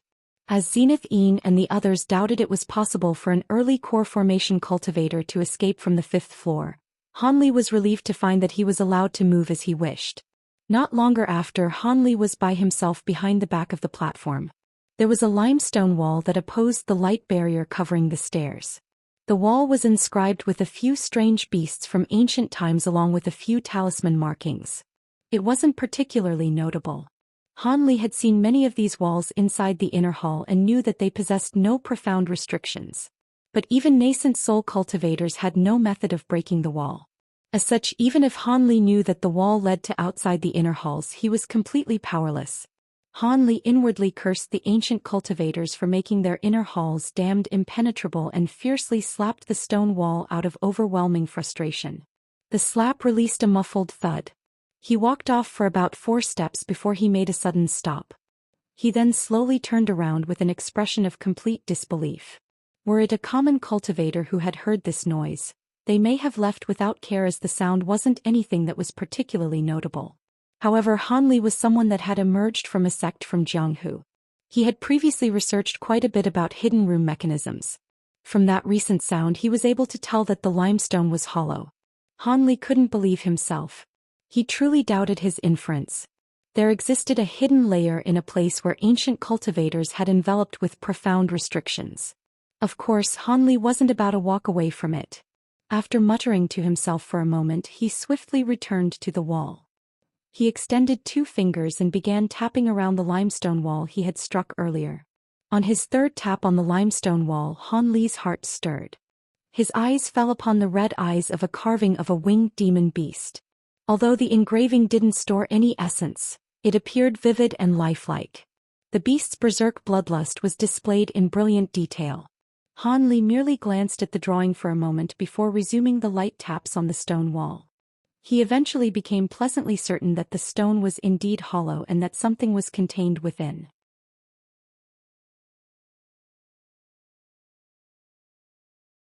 Chapter 478. Gold-threaded silkworms. Acquiring the treasure. Han Li didn't immediately take action. Instead, he carefully released his spiritual sense and searched his surroundings.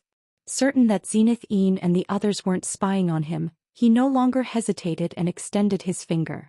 A blade of azure swordlight extended from its tip. Han Li calmly used the swordlight to carve a fist-sized hole in the stone wall before willing it away. He then used his other hand to quickly touch the circle, causing a gap to appear in the stone wall. Han Li knew that his time was limited and instantly extended his arm into the hole. The area within wasn't large. After randomly reaching out, he managed to grab onto something. His expression stirred. The item was slender, curved, and soft. After he took it out from the wall, he saw that it was an aged yellow scroll. Just about as Han Li was about to open it with amazement, his expression suddenly changed and he quickly placed the scroll in his robes. His body blurred as he placed his back against the hole in the wall, pretending to rest against it. Just as Han Li finished his movements, he heard Zenith Yin's gloomy voice. Han Li, return to us quickly. We are about to enter. Having heard that, Han Li's astonishment flickered from his eyes. Weren't they to rest for the time being? Why the sudden change of mind? Could it be the 3 old devils became aware of something amiss? After Han Li felt Zenith Yin's spiritual sense disappeared from his surroundings, he immediately turned around and repaired the stone hole. He then walked back to the front of the stone platform. When he arrived at the front, the old devils were standing in front of the steps, looking upwards with a grave expression. Standing behind them, Wuxia and the Bone Sage were mimicking them. Han Li astonishedly followed their gaze up the stairs. He could only see blue light up above, twinkling with blinding intensity. Several threads of gold light flashed out from a flicker of blue light. In a short moment, those threads became several inches thicker. But because of the separation of the white light barrier, Han Li was unable to feel anything strange. Zenith Yin nodded when he saw Han Li arrived. He turned his head to Man Huzi and said, "Brother Man, my junior disciple has arrived. Let us go up." I hadn't expected that Wan Tianming's gold-threaded silkworm could actually rock the Heaven Void Cauldron. Although I don't know how this happened, it would be best for us to go see. Manhuzi replied by wordlessly approaching the stairs. Zenith Een and the others closely followed after him. Boom. Manhuzi endowed his fist in devilish arts and fiercely bashed the light barrier, blowing open a 10-meter large hole. Manhuzi took the lead. Zenith Een and Layman Qingyi surrounded Han Li and forced him to walk between them. The Bone Sage and Wu Chou followed them from behind. So cold. Although Han Li had made a few preparations outside the light barrier, Han Li couldn't help but shiver from the surrounding cold. He quickly covered his body in a barrier of light, greatly reducing the chill. Manhuzi didn't wait for the rest of them. He walked straight towards the center of the flourishing blue light with large steps. After Qingyi and Zenith Een glanced at each other, they couldn't help but wryly smile as they caught up to him. But before Zenith Een chased after Manhuzi, he turned to look at Han Li, indicating that he had best hurry. Han Li released a torrent of curses at Zenith Een in his mind. He knew his place and didn't have any thoughts to flee. He merely wanted to drag along at the back and take a look at the scroll. It could perhaps provide assistance towards his current predicament. However, Zenith Yin's extortion seemed to remind Wu Chou of something. He began to stare at Han Li with absolute focus. The Bone Sage then shot a look of doubt at Han Li. Han Li had no choice but to quicken his steps. But after he walked several steps, his speed slowed down through no intention of his own. Although his light barrier was protecting from the freezing blue light, Han Li felt a chill pass through his body with each step he took. After only a short moment, his face turned pale white. He quickly closed his mouth, fearing the frost would spread throughout his core. At that moment, Han Li heard Zenith Yin's voice in his ear. The white rhino emblem doesn't only protect from the heat. It also works against the cold. What are you waiting for? Han Li came to a sudden realization and hastily brought the item out, hanging it from his waist. Once the white rhino emblem brightly shined with light, he instantly felt warmth surround him. No longer impeded by the cold, Han Li leisurely walked forward and glanced how the others dealt with the cold. Manhuzi and the other nascent soul cultivators only used a light barrier on their bodies and continued without obstruction.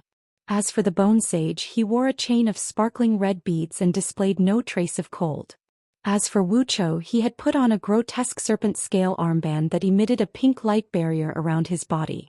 Han Li then turned his gaze to the center of the platform up above. There was a small altar protruding his vision. There were 8 orbs of gold light pulsing above the altar. At the center of the lights, there was a large hole that shined with blinding blue light. Han Li's mind was roused at the sight. He quickly examined the scene. Each of the golden orbs of light contained a meter-long silkworm, with each worm pulling on the thick golden thread they released into the hole. Their bodies swayed as they tugged back as forcefully as they could. Each sway caused the blue light from the hole to wildly flicker. 3 silhouettes were standing to the side of the altar. They were Wan Tianming's party of righteous Dao cultivators. They clearly knew that Manhuzi and the others had arrived, but they completely ignored them. They were only focused on the golden light in front of them, each with a tense expression. A cold glint flickered through Manhuzi's eyes when he saw the scene. He wordlessly raised his hand and shot 2 streaks of golden light towards the righteous Dao cultivators. Glacial Dragon. Phantom Tortoise. Wan Tianming and Tianwuzi simultaneously shouted as they coldly gazed in the direction of the attack. With a sudden burst of fluctuating sounds, 2 streaks of azure and blue light intercepted the golden lights. Return. Manhuzi was startled by their quick reaction and had 2 streaks of golden light return with a wave of his hand. They landed in his hand as 2 golden knives. The azure and blue lights didn't pursue and instead revolved in place. Their true appearances were revealed to be a 10-meter-long white flood dragon and a bizarre transparent turtle. After Manhuzi clearly saw what those 2 things were, he appeared surprised. The Mad Matron's Glacial Dragon and Tianyuanzi's Phantom Tortoise.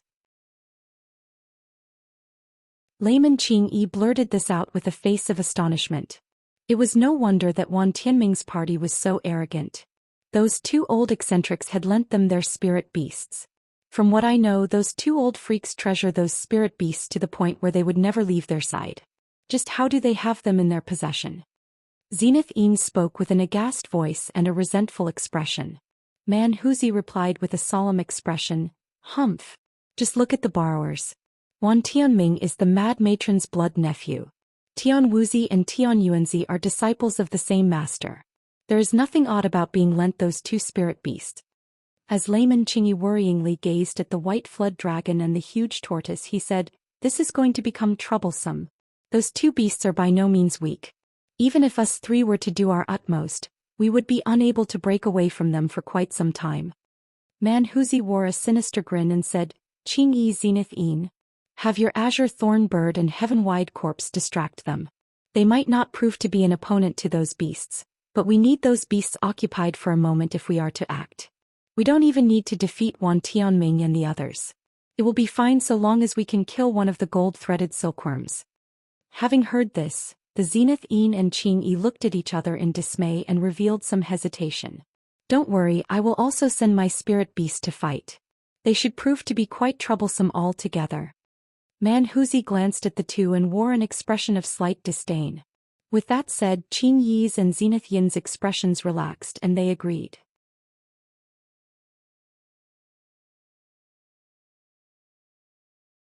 Chapter 479. The sky blue flower. Before Zenith Yin could release his demon corpses or Qingyi release his spirit beast, an astonishing change had occurred. One of the huge green silkworms in the orbs of light suddenly trembled. The golden light surrounding it quickly dimmed. At nearly the same time, its gold thread was severed with a snap. "Not good." The righteous Dao cultivators to the side shouted out in alarm.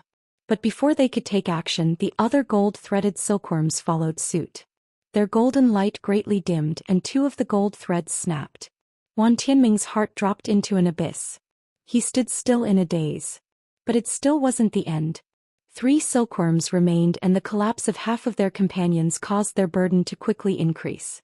They cried out as they were dragged towards the hole with immense force. Soon after, the huge clang of something heavy being dropped could be heard. Immediately after, the stone platform trembled for a while after. The blue light coming from the hole immediately dimmed and the air became significantly warmer. The faces of the righteous Dao cultivators became extremely unsightly. As for the old devils that were about to act, their eyes were uncharacteristically wide open with their faces wearing expressions of extreme marvel. "Ha ha ha." Man Huzi guffawed with delight. Even his yellow beard was wildly shaking. At that moment, Zenith Yin and Qingyi responded, both basking in schadenfreude, laughing at the righteous Dao cultivators without restraint. At that moment, Wan Tianming's face became ashen. In order to acquire the treasure, he had spent much effort concocting this plan and at great cost. And what did he gain? The ridicule of his devil Dao rivals. This set Wan Tianming's heart aflame. He could no longer restrain himself and suddenly turned to the devil Dao cultivators with a chilling expression. Zenith Yin's and Qingyi's laughter halted for a moment. Wan Tianming was a mid-nascent soul cultivator. Even if they were already on opposing sides, the two were unwilling to rashly breed a deep hatred between them. As for Man Huzi, despite no longer laughing, he returned the glare with no trace of politeness. "What? Sect Master Wan wishes to battle with me? I do wish to experience the true heaven-sifting art's 3 Confucian marvels." After coldly glaring at Man Huzi for a moment, Wan Tianming eventually regained his rationality. "Go." With a wave of his sleeve, he led the departure from the stone platform, ignoring the remaining gold-threaded silkworms and recalling the white flood dragon from its confrontation against the devil Dao. With an equivalently unsightly expression, Tian Wuzi recalled the huge tortoise and followed Wan Tianming. As for the old farmer, despite his cold gaze, he followed after them with a far calmer expression. Just as the righteous and devil Dao brushed past each other, they glanced at each other with extreme vigilance. Despite being extremely domineering, Man Huzi fortunately didn't provoke them. He merely sneered at Wan Tianming and the others as they disappeared from the light barrier. Qingyi looked behind them and said, "I'll have my azure thorn bird hide at the entrance. If the righteous Dao fellows come back, we will know." Zenith Yin shifted his gaze and sinisterly smiled. "Then I will also dispatch 2 heaven-wide corpses to lie in ambush at the entrance. If they attempt to mount a sneak attack, they will be deterred." After Qingyi heard this, his gaze grew blank and he soon became silent. A moment later, his sleeve trembled and a fist-sized streak of light shot towards the sky. As for Zenith Yin, he tossed something on the floor. Two puffs of black smoke spread out along with a fishy scent where two tall demon corpses emerged. Go! Zenith Een solemnly pointed towards the entrance. In an instant the demon corpses blurred and disappeared from sight. The scene caused Han Li's heart to tremble as he recalled the demon corpse's strange appearance when it had first appeared before him. He couldn't help but feel fearful towards the demon corpses. Afterwards, Han Li's attention shifted towards the gold-threaded silkworms that were lying down the altar. He couldn't help but curiously walk over to them. But after taking only a few steps he stopped. Someone had already quickly arrived in front of them. Han Li was astonished to discover this person to be the Bone Sage. Manhuzi walked over and asked, "What's this about?" The gold-threaded silkworm could be considered a rare exotic insect. From their previous golden light, their abilities should be quite formidable. It is quite strange of Wan Tianming to abandon them without care. After examining the gold-threaded silkworm for a moment, the Bone Sage calmly answered, they had consumed the sky-blue flower to forcefully raise their capabilities so that they might have a better chance at acquiring the Heaven Void Cauldron. But after consuming it, the gold-threaded silkworm could be considered to be completely crippled.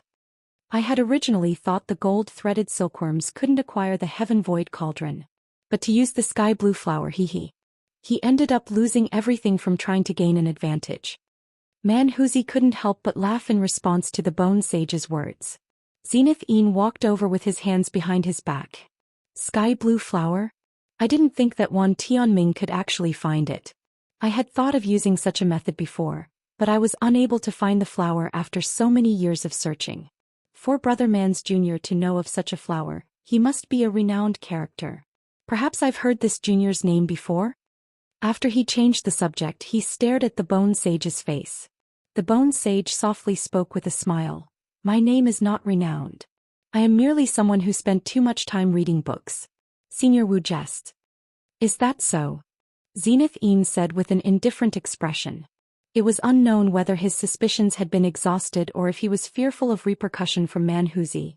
But Zenith Een gave up his questioning and turned towards the large hole and peered within. The blue light from the hole reflected off his face, making for a weird sight. Han Li indifferently watched from the side, but in his mind he felt slight admiration at the Bone Sage's patience. Old Devil Bone Sage's temperament must be quite fearsome indeed for him to so calmly address his enemy as senior. Nevertheless, there was no one here that was fooled except for perhaps Wu Chou. Each of them were sly foxes that had lived for over several hundred years. They were devious to an extreme. Just as Han Li gloomily thought this, he heard Qing Yi say, since these gold-threaded silkworms are useless, let's exterminate them and remove their irksome presence from our eyes. Qing Yi then flipped his wrinkled palm and a ball of blinding azure light appeared in his hands. After Han Li's gaze swept past the three huge silkworms, his heart stirred. He spoke to the old man. Wait. This junior is interested in these gold-threaded silkworms. Please give them to him. The old man's face revealed both surprise and doubt. Han Li then smiled and cupped his hands, saying, this one has always been interested in exotic insects. Since they're still alive, this one wishes to research them for some time. This one hopes Senior will allow this. Having heard Han Li, Qing Yi didn't immediately reply. Instead, he examined Han Li with a pensive expression. Han Li felt his heart on edge. He didn't know what intentions Qing Yi held. Qing Yi shook his head and spoke lamentably. Sigh. This old man was also rogue cultivator.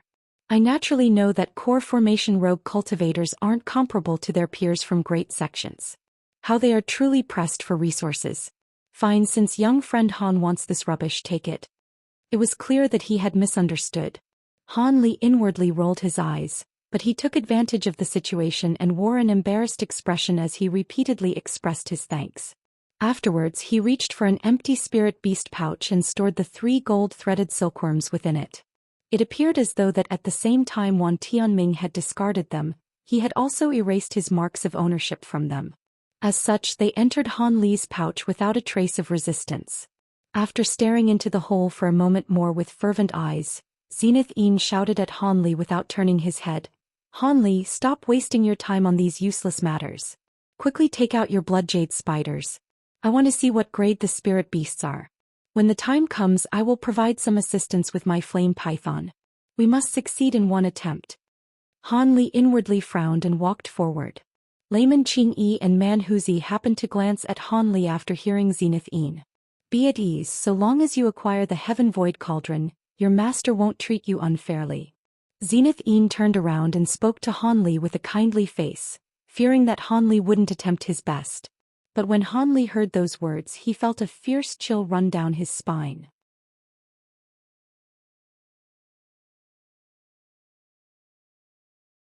Chapter 480.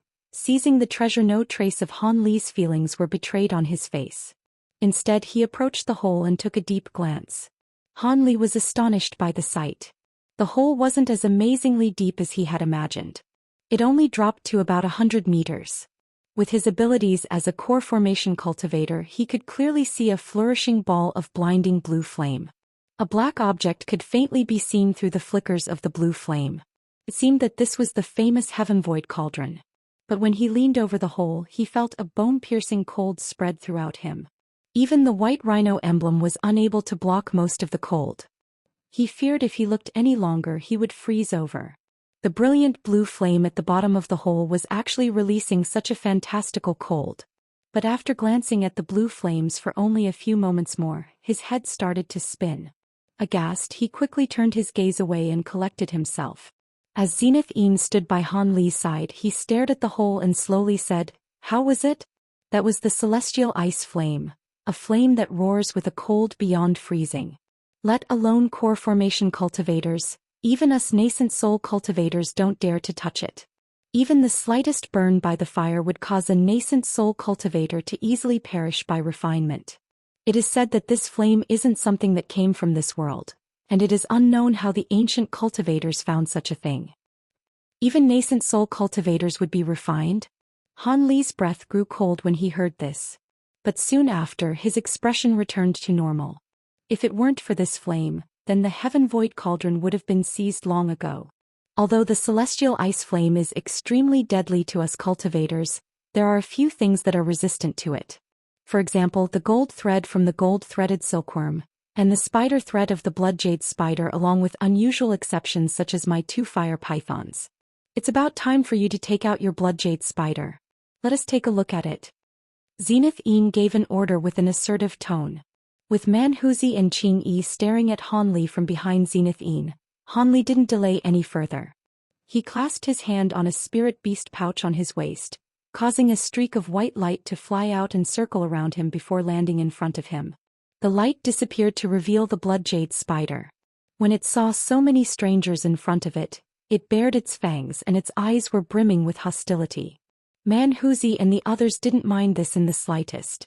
They merely glanced at the spirit beast as if they were looking at treasure. Just as Man Huzi glanced at blood jade spider, his expression wavered and he said in a tone of amazement, "Tee. The blood jade spire is quite large. It seemed to be a peak grade 4 demon beast on the verge of breaking through to grade 5. It has a good chance of seizing the treasure." Zenith Yin also stared at the blood jade spider with excitement and said, "Hee hee. My junior disciple's blood jade spider is inferior in strength to some wild breeds. But it is an optimal choice for the purpose of seizing the Heaven Void Cauldron." As acquiring the treasure was no longer a hopeless dream, Qingyi appeared delighted. He said, "It is as Brother Wu says. This spider's grade is far higher than the grade 2 gold-threaded silkworms. Even with just one spider, the odds of success are far greater than theirs." Seeing that there were no problems with the Heaven Void Cauldron, Zenith Yin gave out his orders. "Let us start now. Any delay could bring unexpected events. Han Li, have your spider spit out a net around the Heaven Void Cauldron and have it pull it up. At the same time, I will have my 2 fire pythons assist your blood jade spider." "Yes." Although he felt unwilling, Han Li could only agree. Zenith Yin coldly glanced at Wu Chou and the Bone Sage and ordered, "You two go down below the altar. As the Heaven Void Cauldron grows closer to the surface, the celestial ice fire will as well. You will be unable to withstand it given your cultivation. As for junior disciple Han Li, I will have to trouble Brother Qing to protect him." He then turned to Qingyi and smiled. The old man agreed with a chuckle. "Well said. In order to acquire the Heaven Void Cauldron's Heaven Mend pill, I cannot allow young friend Han to fall to any surprises. Wu Chou and the Bone Sage obediently descended from the altar and took several steps back. Han Li inwardly sighed after seeing the covetous gazes of the three old devils and issued the command to his blood jade spider. It immediately shot out a web of thread into the hole. Having arrived this far, Han Li could only take it a step at a time. He hoped that when he acquired the treasure, Zenith Een would find it too embarrassing to immediately cut ties with Han Li, giving him a moment of respite. This would hopefully allow enough time for the Bone Sage to deal with Zenith Een and give Han Li an opportunity to turn his situation around. As for the Heaven Void Cauldron, he didn't particularly care whether or not he could take it out.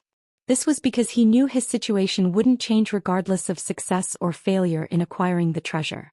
As Han Li was inwardly planning out his countermeasures, Zenith Een arrived at the opposite side of the hole from Han Li.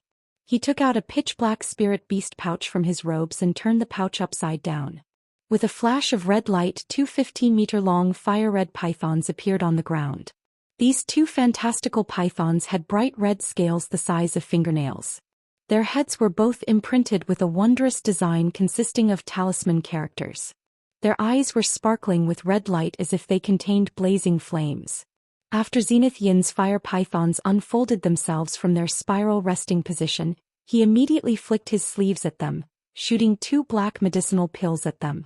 The two pythons swiftly caught them in their mouths and swallowed them. Go! Zenith Een pointed towards the hole. The two fire pythons slowly slivered towards the hole in a lazy manner. When Zenith Een saw this, he solemnly clutched his hands into an eccentric incantation gesture and mumbled a series of cryptic incantations, resulting in an astonishing scene. The fire python's bright red scales were stained black during the incantation, and they enthusiastically began to follow Zenith Yin's orders. Ping, ping. The two fire pythons' tails fiercely stabbed into the ground nearby the hole, cutting about a meter deep. They then dropped their upper halves into the hole and began to stretch out as if they were boneless. Their tails held firm onto the ground. It seemed as if they had turned into two black-red ropes. During Han Li's amazement, the ropes twisted for a moment. Zenith Een appeared delighted by this and clutched his hands. He quickly shouted towards Han Li, "It's ready. They are biting on the Heaven Void Cauldron. Quickly have your spider draw it up. Although the fire pythons have consumed my medicine pills, they cannot withstand the glacial ice flames for long. We must succeed in one go." A trace of malevolence was betrayed on Zenith Yin's face when he said this. Han Li inwardly snorted at the sight. Han Li begrudgingly scorned in his mind, "It seems quite possible I will lose my life if the treasure is successfully seized. Now I am even more willing to allow this to fail." But still he forced himself to have the blood jade spider start pulling up the cauldron.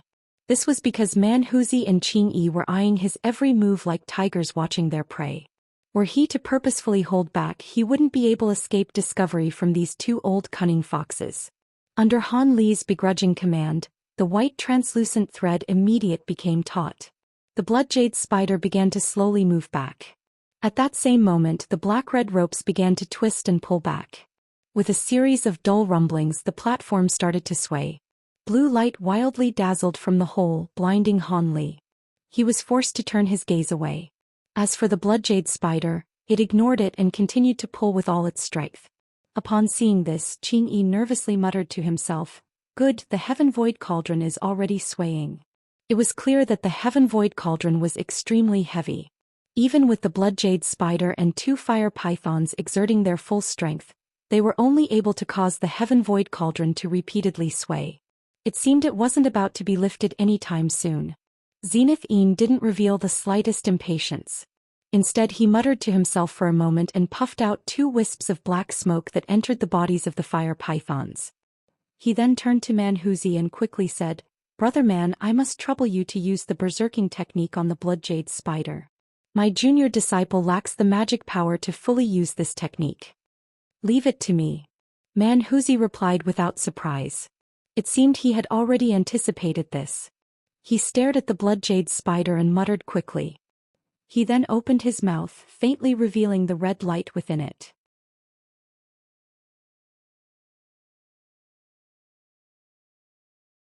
Chapter 481. Return Pa. Wuxia loudly shouted, spitting out a beam of blood-red light towards the blood jade spider. With a puff, the beam of light burst on contact, enveloping the spider in a large blood-red mist in an instant.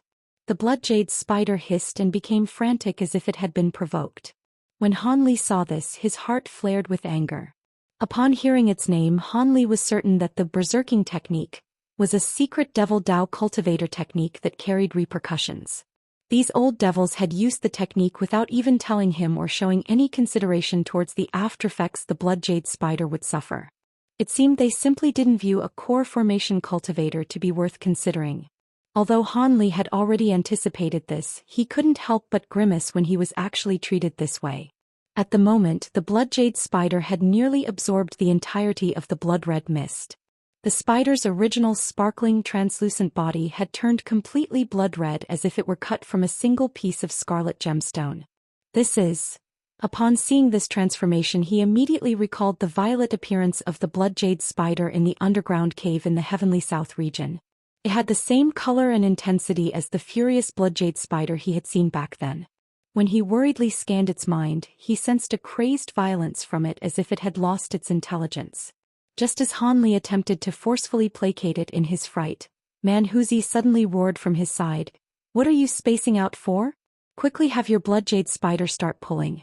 The duration of the berserking technique is limited." He was fiercely glaring at Han Li. Stifling his anger, Han Li had no choice but to command the blood jade spider to resume pulling. Fortunately, the blood jade spider still obediently listened to his orders despite entering a berserk state. A blood-red light flickered from its green eyes as its pointed legs frantically scratched the ground before managing to gradually pull up its taut spider thread. A series of even more intense trembles rocked the ground, soon followed by thunderous clangs ringing out from the hole. Wuxia and the others were delighted by these developments. Blinding blue light suddenly bursted from the hole and reached over 30 meters above the altar. Han Li felt his body grow cold for an instant before he grew warm once more. A barrier of brilliant azure light had protected him. Han Li was stunned for a moment before he realized that Xianxia had enlarged his light barrier by several times and was covering him under its protection. The old man said with a solemn expression, "Be careful. A far harsher current of cold erupts in the instant that the heaven void cauldron is raised. It is unknown just how many treasure-seeking cultivators have pitifully succumbed to the unexpected occurrence." After saying this to Han Li, Xianxia's gaze rigidly focused on the hole once more. He appeared nervous. When Han Li heard this, his heart was shaken. Just how many had previously attempted to move the cauldron? How was it that they all failed? Although his heart held doubts, Han Li knew that now was not the time to ask these questions. He could only recollect himself and look at how things were developing at the center of the altar. It was obvious by now that the heaven void cauldron was extremely heavy.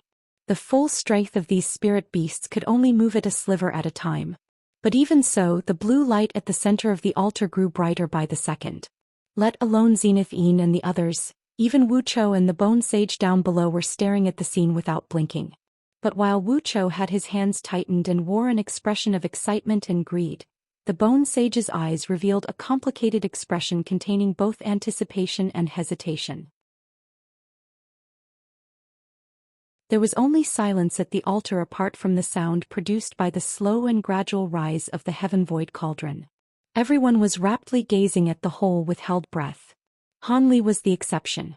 He was worriedly staring at his blood jade spider. In the end, he wouldn't have any claim to the heaven void cauldron. What mattered more was the blood jade spider he had painstakingly raised. He had made a startling discovery. The original milky white color of the spider thread was now enveloped in a layer of faint blue radiance. Although this change was so faint it could be dismissed as a trick of the eyes, it was undoubtedly a change of its original color. Just as Han Li was mulling over this change, he heard a sudden buzz from behind him. Despite being rather soft, it was particularly noticeable among the silence on the platform. Han Li was initially shocked before he turned his head over with concealed delight. It was the sound of the barrier being torn open at the entrance of the stone steps. Xianxia and the others had also clearly heard this sound. With an unsightly expression, Wuxia let out a rain of curses before patting the beast storage pouch at his waist. A streak of yellow light shot out, revealing a yellow-spotted panther.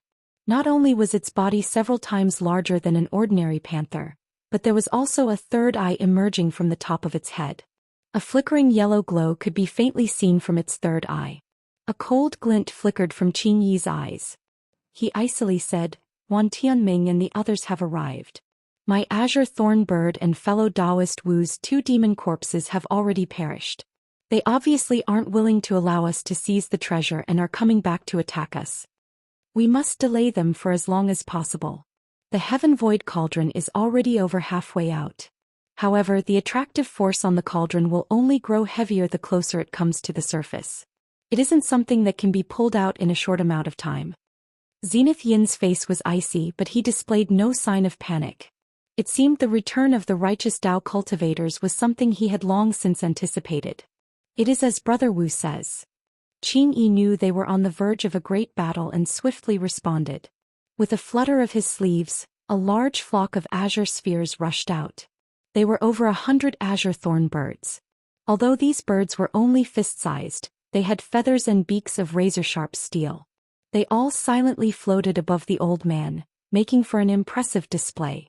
As for Zenith Yin, he had his hands clutched in an incantation gesture. A pitch-black mist began to slowly exude from his body. As this devilish mist drifted through the air, 15 dark green armored demon corpses appeared around him. Manhuzi coolly glanced at the 2 other core formation cultivators in silence. Wuchou hastily took a few steps towards the altar with a restless expression. As for the bone sage, his eyes swiveled several times, but he stood completely still.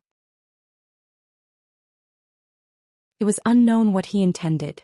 Seeing that the bone sage hadn't moved, Hanli frowned for a moment before immediately relaxing his face. Several streaks of light had arrived before them at an amazing speed, appearing in front of the altar in only a fraction of a second. The light disappeared to reveal the group of 3 righteous Tao cultivators. After Wan Tianming swept his gaze past the blood jade spider that was pulling up the Heaven Void Cauldron along with the blue light wildly bursting out of the hole, he calmly said, "Good, very good." The Devil Tao cultivators looked at each other, not knowing what he had meant by his words. Manhuzi glared at him and retorted, "Good? I am obviously feeling quite good. But I'd feel even better if you hadn't come." Wan Tianming indifferently said, "I also didn't want to come, but who would have thought that shortly after I left, this young fellow would take out a long-extinct blood jade spider. As such, how could I possibly just walk away?" After he said this, he moved his lips, releasing an odd low-pitched whistle. Manhuzi and the others were startled. As they pondered what sinister plot their opponent was up to, Wan Tianming stood in place when there was a sudden flash of white light. Like a bolt of lightning, a blue mouse-like creature scuttled into his hand with amazing speed. At that moment, the sect master of the myriad gates of enlightenment silently glanced at the Devil Tao cultivators with a sneer. A stone-shift beast. Upon seeing the beast, Qin Yi couldn't help but shout out its name. "Hee. Had I not left this creature behind to monitor you, how could I have known the right time to come back? This stone-shift beast has no particularly remarkable abilities aside from its stealthy stone transformation. Even with your profound abilities, you couldn't have possibly detected this creature. It seems I was correct to leave this contingency measure behind." Wan Tianming gently caressed the stone-shift beast in his hand and glanced at the blood jade spider a moment more. He leisurely said, "Now I will give you 2 choices. One is that I will kill the blood jade spider and have the Heaven Void Cauldron remain buried. The other is for our 2 sides to evenly split the treasure. This sect master can't possibly allow you Devil Tao cultivators to monopolize the cauldron's treasures." It seemed that Wan Tianming had made plans in advance and didn't fear their refusal.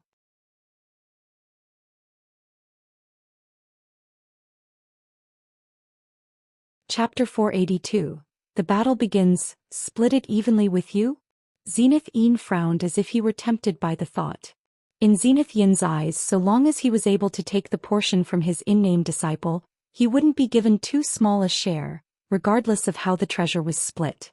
But before Zenith Yin could further consider the matter, Manhuzi insolently laughed as he stood at the very front. "Evenly split the Heaven Void Cauldron. Wan Tianming, you sure can dream. You want take food out of this lord's mouth? First let's see just how sharp your claws are." Manhuzi then shouted, and the huge panther that was crouching in front of him suddenly stood and roared.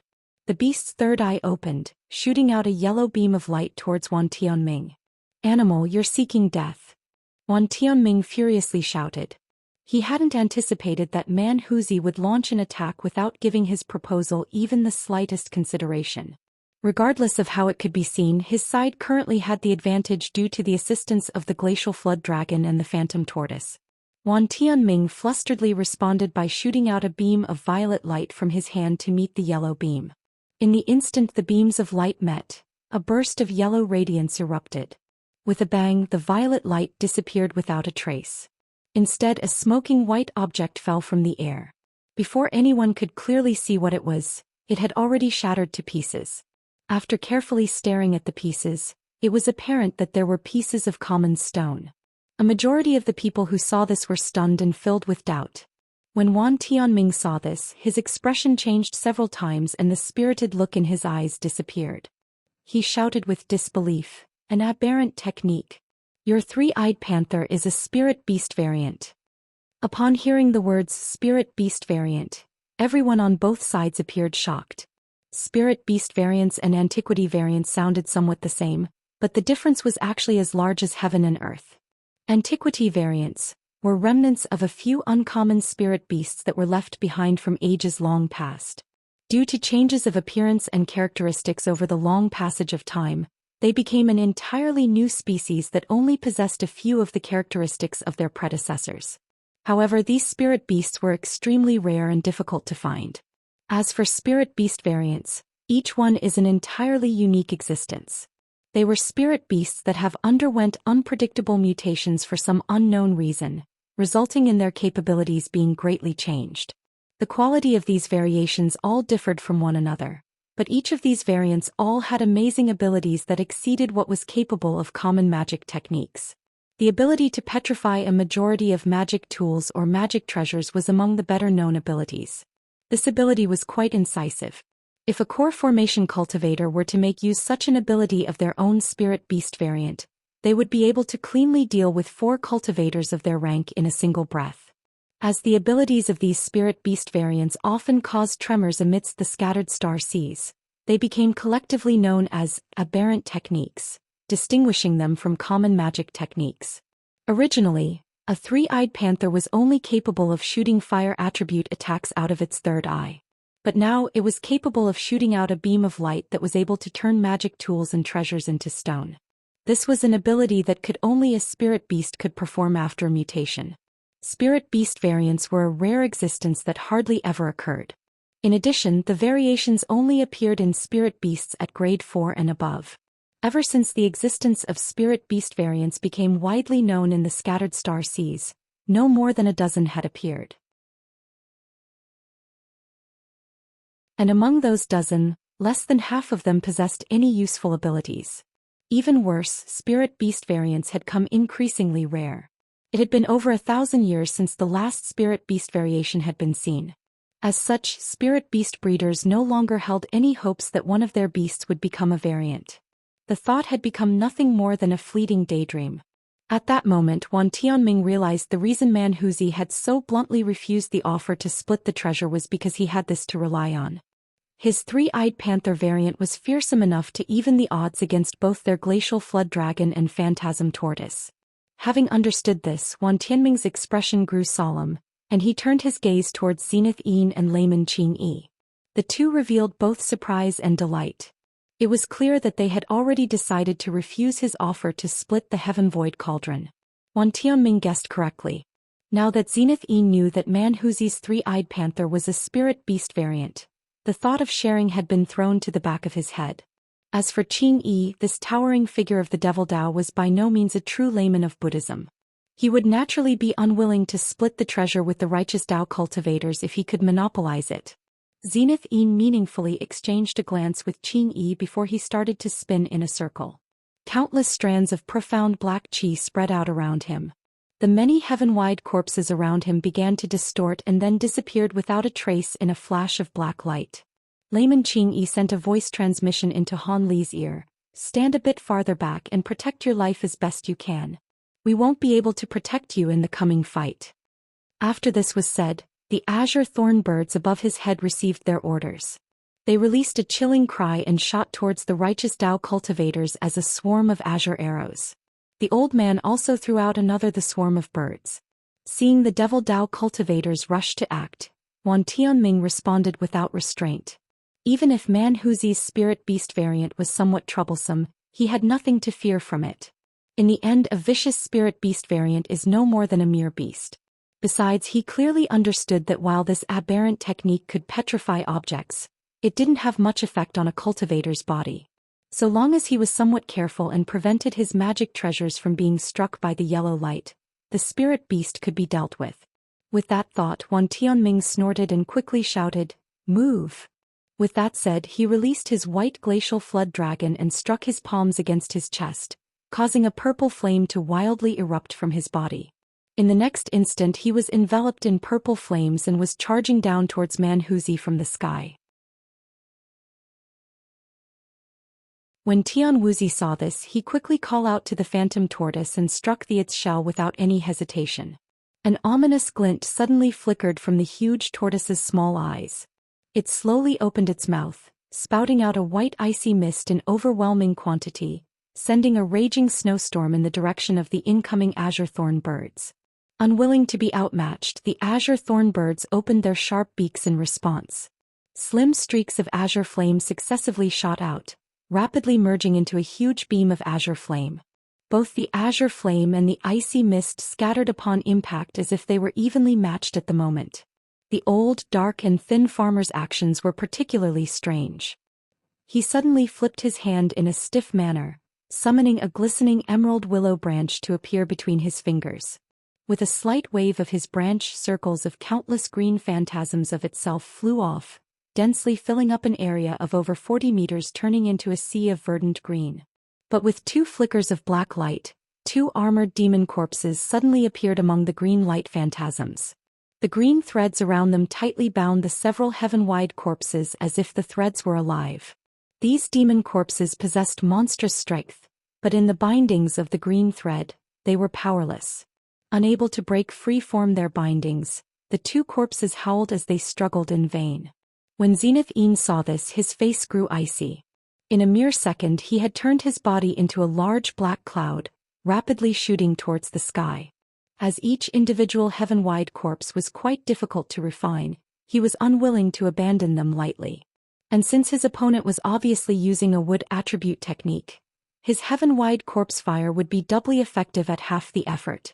Seeing that the battle between the nascent soul cultivators was unfolding, Han Li didn't need any further instructions before deciding to take over 10 steps back. Although he clearly understood that even taking 100 steps back wouldn't make a difference, Han Li subconsciously wished to be further away. If the righteous Tao cultivators changed their minds and didn't wish to acquire the Heaven Void Cauldron, they might aim to exterminate the master of the Blood Jade Spider. In that case, his death would be certain. He couldn't possibly trust that Man Huzi and the others would arrive in time to save him. After all, to a nascent soul cultivator, traveling any distance on the stone platform would only take an instant.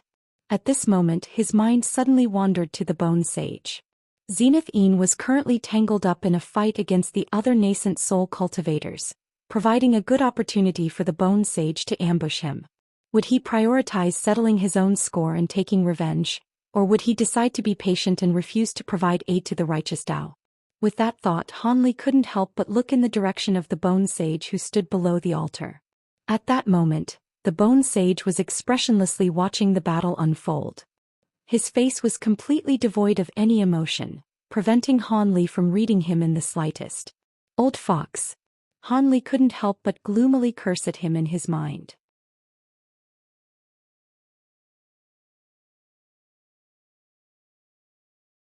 Chapter 483.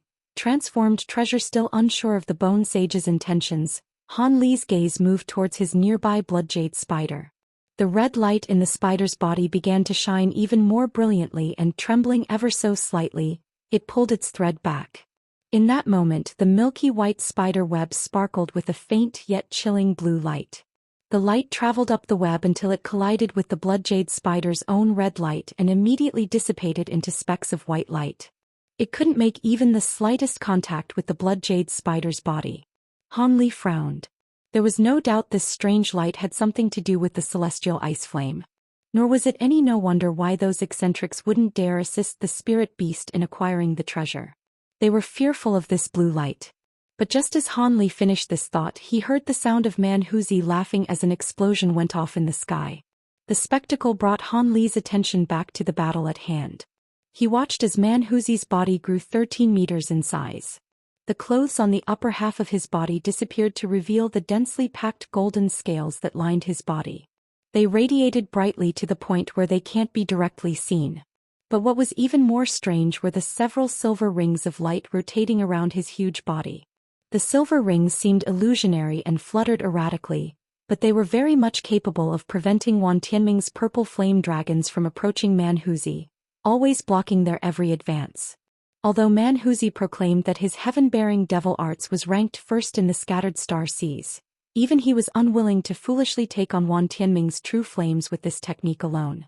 In addition to the change from heaven-bearing devil's transformation, Manhuzi was also now wearing a malicious-looking pair of dull pitch-black gloves that was covered in inch-long needles. Manhuzi brandished his hands and started punching the air, sending out huge golden fists with every strike, all aimed at the huge purple draconic sword that Wan Tianming had summoned earlier. Every strike knocked the huge sword back several. A malicious expression appeared on Wan Tianming's face as he floated in midair nearby.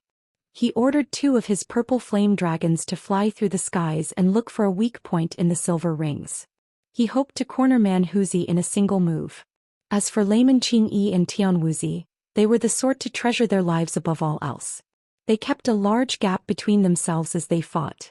Qingyi was continuously issuing orders to his azure thorn bird as he attacked with magic treasures, while Tianwuzi relied on the phantom tortoise and his short, sparkling club to form an impenetrable defense.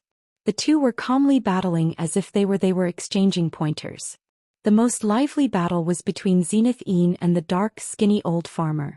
Their battle took place over a large area where both ghostly wails and phoenix cries interweaved amongst each other. Green silhouettes flickered within a huge vortex of black chi. The only images that could be seen from the outside was the occasional flicker of a heaven-wide corpse or the wild whips of huge green vines skirting the edge of the black mist. As for the heavily valued three-eyed panther variant, it was currently tangling with the white glacial flood dragon. The dragon was clearly at a disadvantage, the panther's aberrant technique putting heavy pressure upon him. The white, icy mist that it spouted immediately turned into chunks of stone upon contact with the yellow light, leaving the panther completely untouched. However, it was still able to tie down the leopard, preventing it from attacking the 3 Devil Dao cultivators. But under the current circumstances, the dragon wouldn't be able to last for much longer. As Han Li observed the battle, a strange thought popped into his mind. While their battle was quite lively with magic treasures constantly fluttering about and secret techniques being unleashed without restraint, he still felt the absence of the desperate struggle that comes with a battle of life and death. It was as though they were not fighting for their lives but merely sparring instead. Could it be that all battles between nascent soul cultivators were all like this? After finishing his thought, he took another look at the bone sage. The bone sage's blank face now had a trace of a sneer. But after sensing Han Li's gaze, his face became blank once more and returned to its normal, unreadable state. Han Li's heart trembled and felt as though he were on the verge of realizing something. But before he could further pursue the thought, a huge explosion erupted from the altar's hole, followed by deafening clangs. Greatly startled, Han Li turned to face the hole, readying his guard. He watched as a pulsating blue light emerged from the hole, before violently exploding into a red flame as the cry of a dragon echoed from within. The fiery light quickly wrapped itself around the altar before stopped in midair and merging into the form of a huge 2-headed wolf. Its entire body was made of blazing flame. The beast took one look at the scene before it immediately fled. Upon seeing this, both sides stopped fighting, dumbfounded. The closest to it, Layman Qingyi, immediately slapped the top of his head. An azure hand of light shot out from his head, sweeping towards the flame wolf.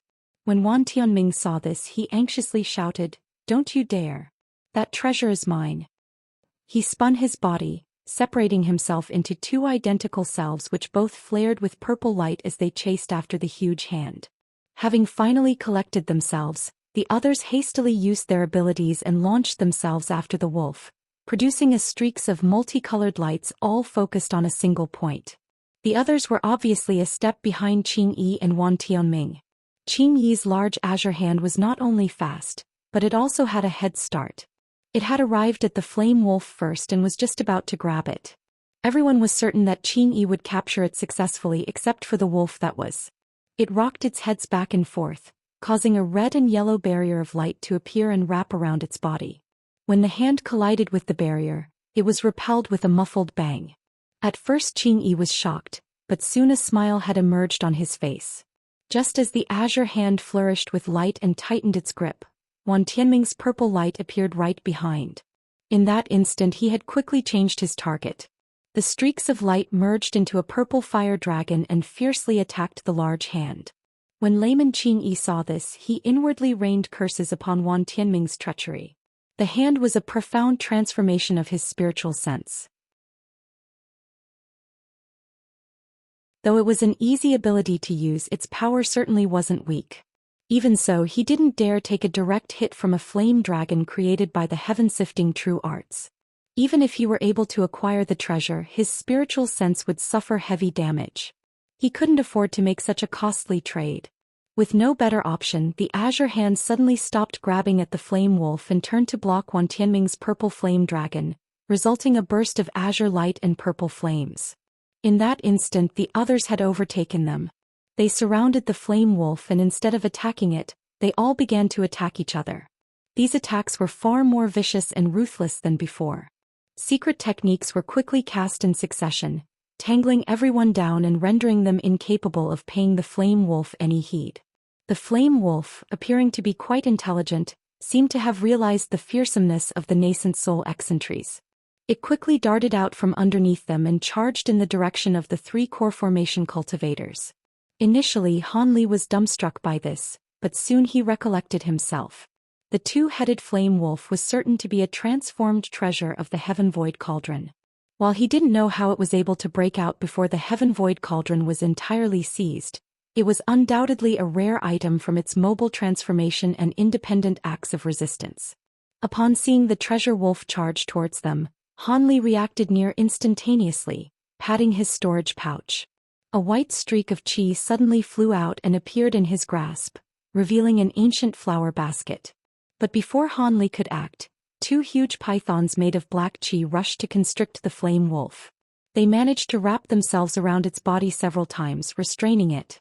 Han Li inwardly cursed and glanced at the side to see Wu Chou forming an incantation seal with a proud expression. It seems the huge black pythons were created with the profound Yin arts. Han Li exposed slight vexation on his face. He couldn't help but hesitantly consider whether or not he should attack him for the treasure. After all, the treasure hadn't yet been truly acquired. However, this would undoubtedly enrage Grandmaster Zenith Yin, guaranteeing that Han Li would be disposed of after the Heaven Void Cauldron was acquired. It simply wasn't worth the consequences. These thoughts quickly rushed through his mind, but before he could even finish his contemplations, the Bone Sage ruthlessly launched an attack at the flame wolf. A cold glint flickered through the Bone Sage's eyes. He silently opened his mouth and spat out a ray of green light. In an instant the green light brightly flourished, transforming into a huge emerald green net that ensnared both the black python and the flame wolf.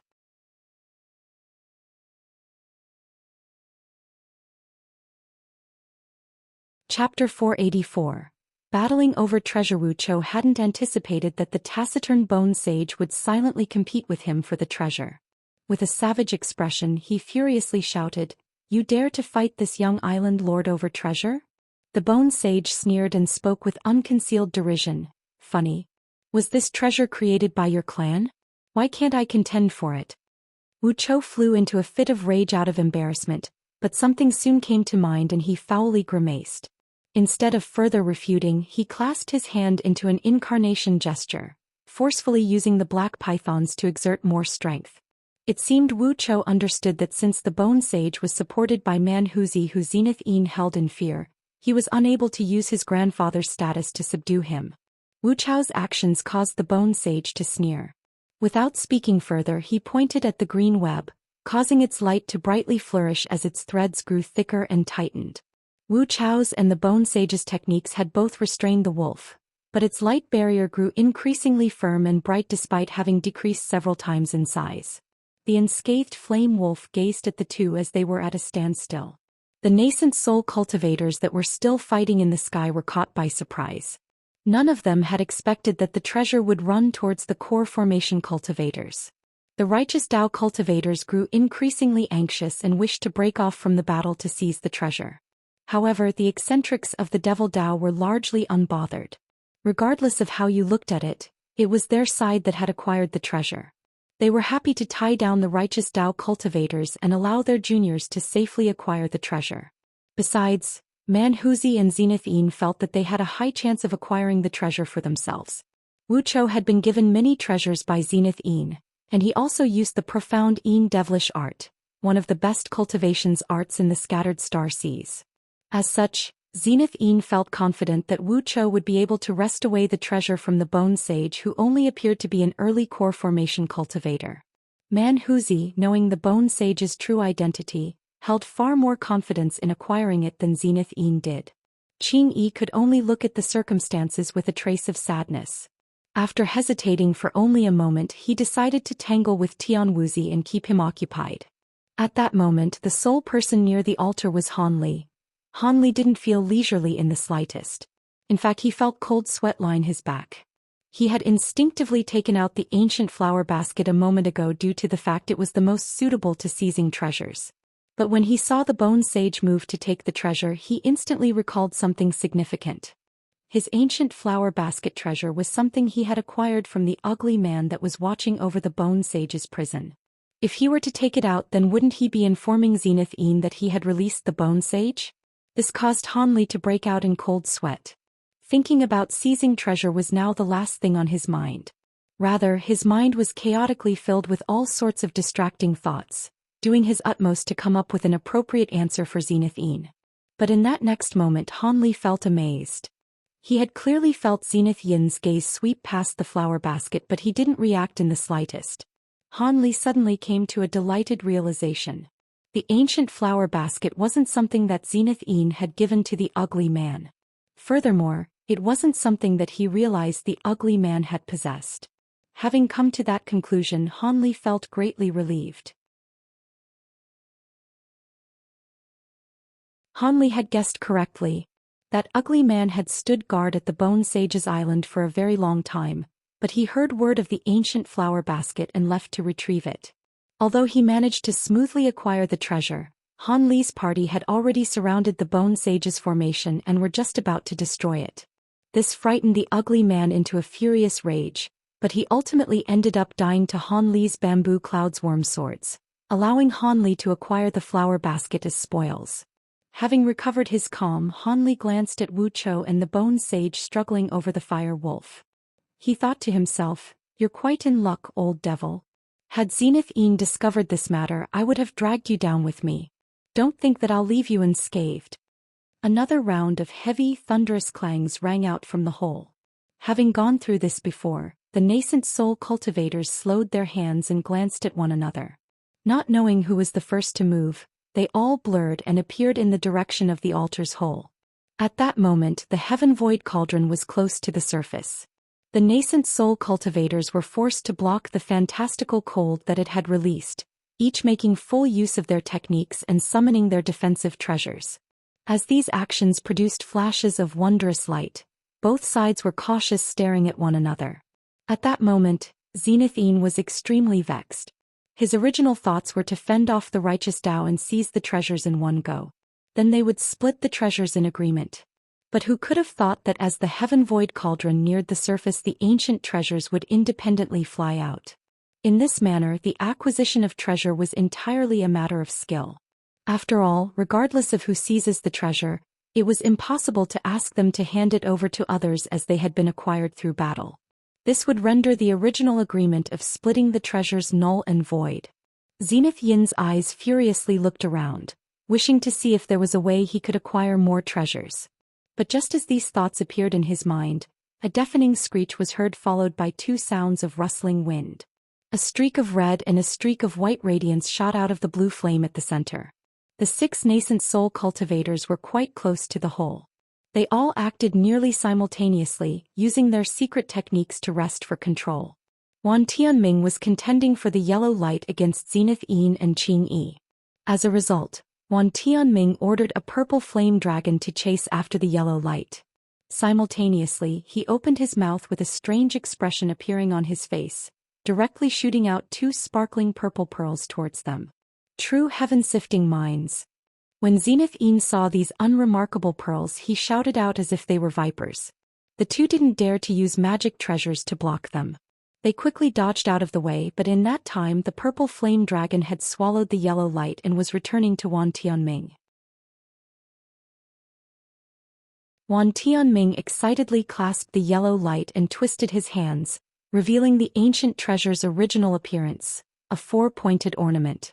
From the flickering talisman characters that flickered on its surface and its spiritual chi fluctuations, one could tell its treasures was outstanding. As for the 2 purple beads, they shot about 10 meters away before they softly bursted and disappeared without a trace. When Zenith Yin and Qing Yi saw this, their complexion turned ashen when they glanced at Wan Tianming fiddling with the jade ornament. What a truly great sect master of the righteous Tao. To think he would use false tricks to deceive us. Zenith Yin uttered each word through gritted teeth. Qing Yi's face appeared just as ghastly as he chillingly stared at Wan Tianming. Wan Tianming sneered and returned their insults. Who would have thought that these long-famed cultivators, who even weren't able to see whether or not my true heaven-sifting minds were actually real, would be able to so shamelessly say those things in front of this sect master? Could it be that you didn't know that I would only use the true heaven-sifting minds during a matter of life and death? They're hardly appropriate to use over treasures. As I must produce those weapons by harming my own cultivation, why would I be so wasteful? But of course, if you 2 fellow Taoists wish to witness their true might, I am willing to make the exception. Wan Tianming softly clasped his hands. With a flash of purple light, the jade ornament could no longer be seen, instead replaced by a purple pearl that looked exactly the same as the one before. Zenith Yin and Qing Yi's expressions changed and they glanced at each other with a gloomy expression as if they were both uncertain of his intentions. At that moment, Manhuzi shrugged off a blow from the dark old farmer and Tianwuzi with the overbearing defense of his heaven-bearing devil arts and managed to forcefully capture the white light. It was revealed to be a sparkling ancient coin. When Zenith Yin saw this, his face became even more unsightly. At that moment Qing Yi shouted out as if he were amazed. Zenith Yin couldn't help but turn his gaze over, revealing a similar expression of astonishment. At that very moment, Han Li was below the altar carefully examining a red-yellow rui scepter in hand. It was finely carved with 2 lifelike carvings of wolf heads on each end. It seemed this was the ancient treasure that had transformed into the 2-headed flame wolf. Not far from him, Wu Chou and the Bone Sage were hopelessly gazing at Han Li with resentful expressions. A trace of confusion flickered from Zenith Yin's eyes and he grew silent. He indeed felt quite shocked. The treasure hadn't fallen into the hands of Zenith Yin or Wu Chou, but rather to Han Li, who hadn't displayed the slightest intent to act from the very start. With the scepter in hand, Han Li rejoiced.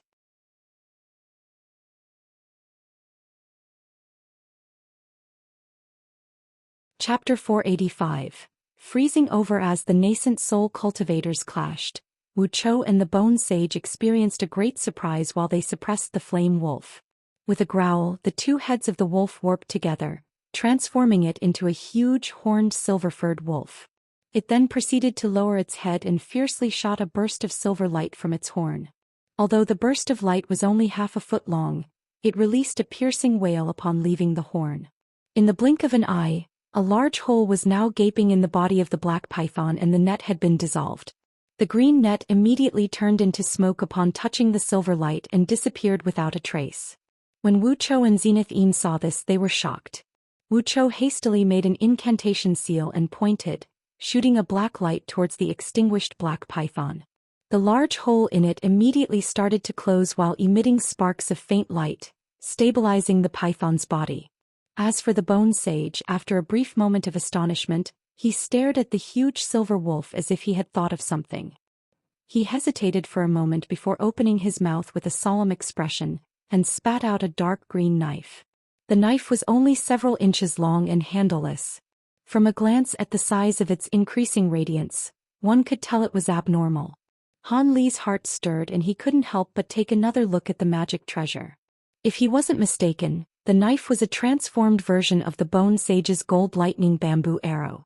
He was merely using a magic technique to conceal its original form. Could it be that the Bone Sage had gone mad?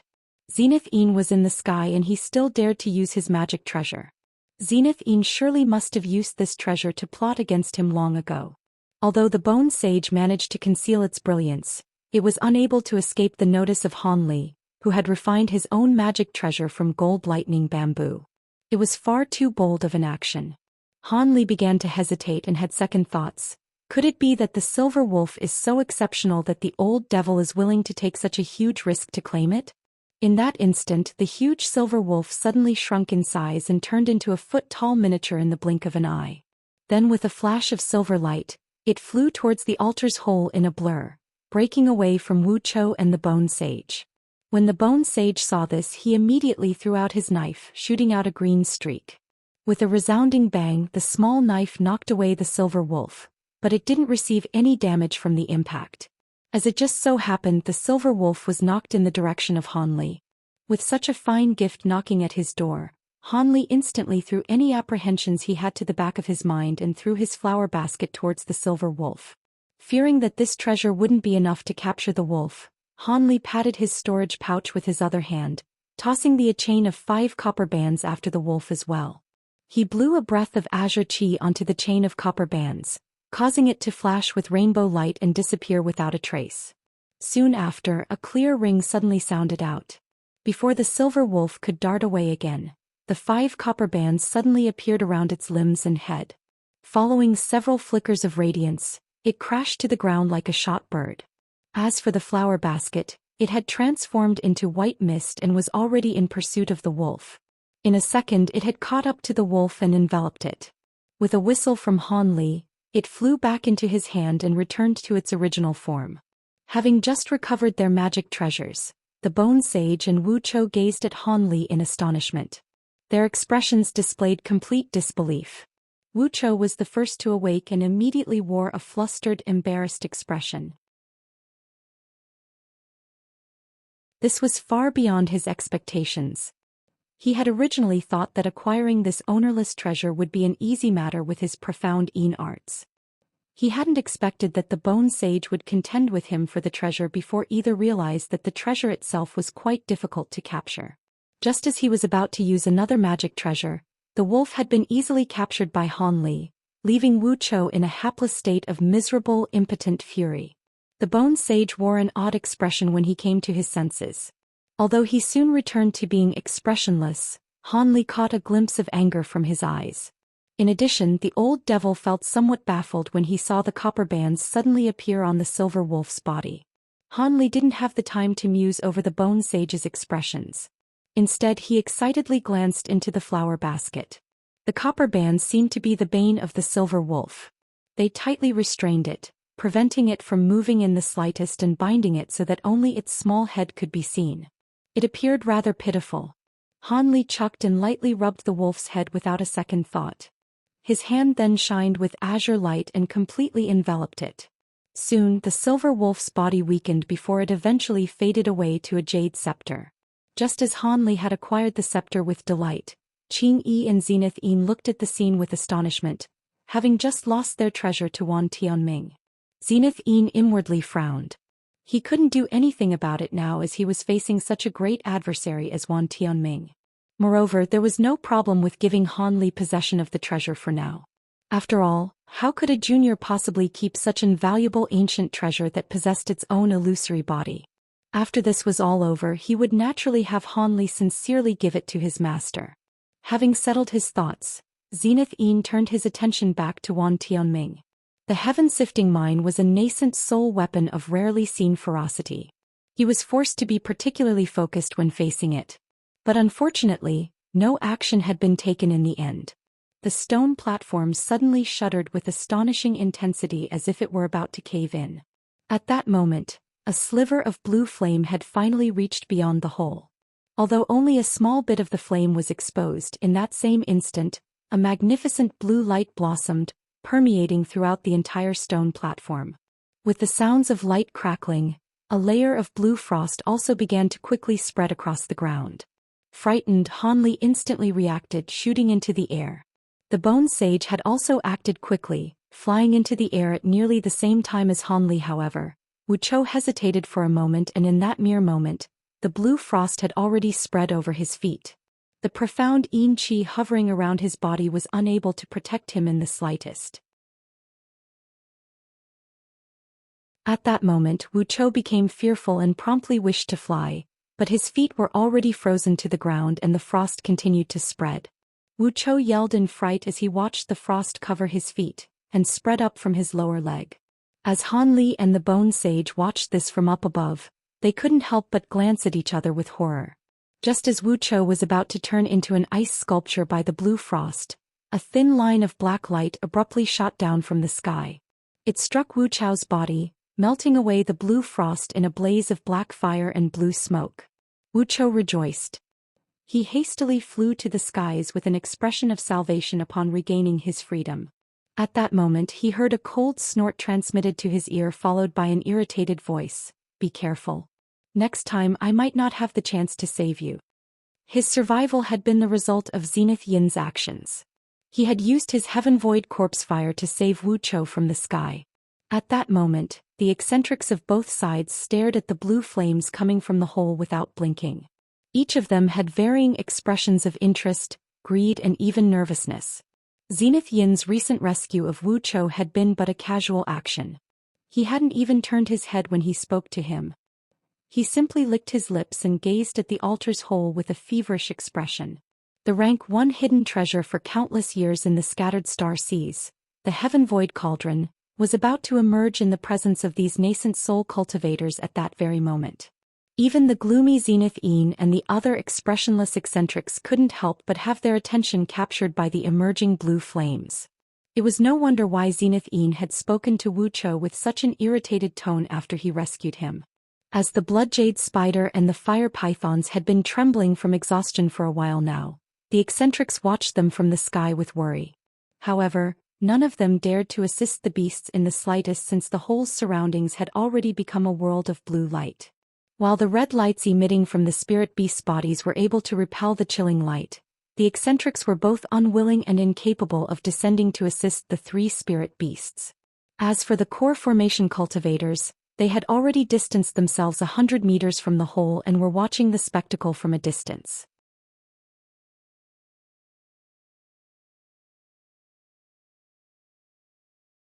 Chapter 486.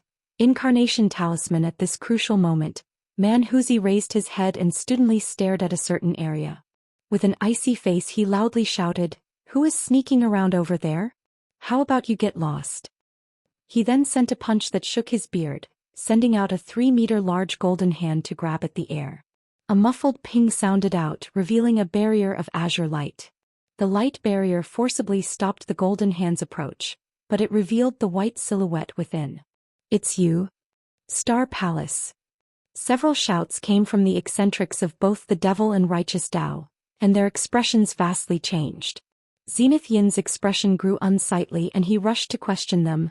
"Star Palace Enforcement Elder, when did you sneak up on us? Didn't you claim to not intend to enter the inner halls?"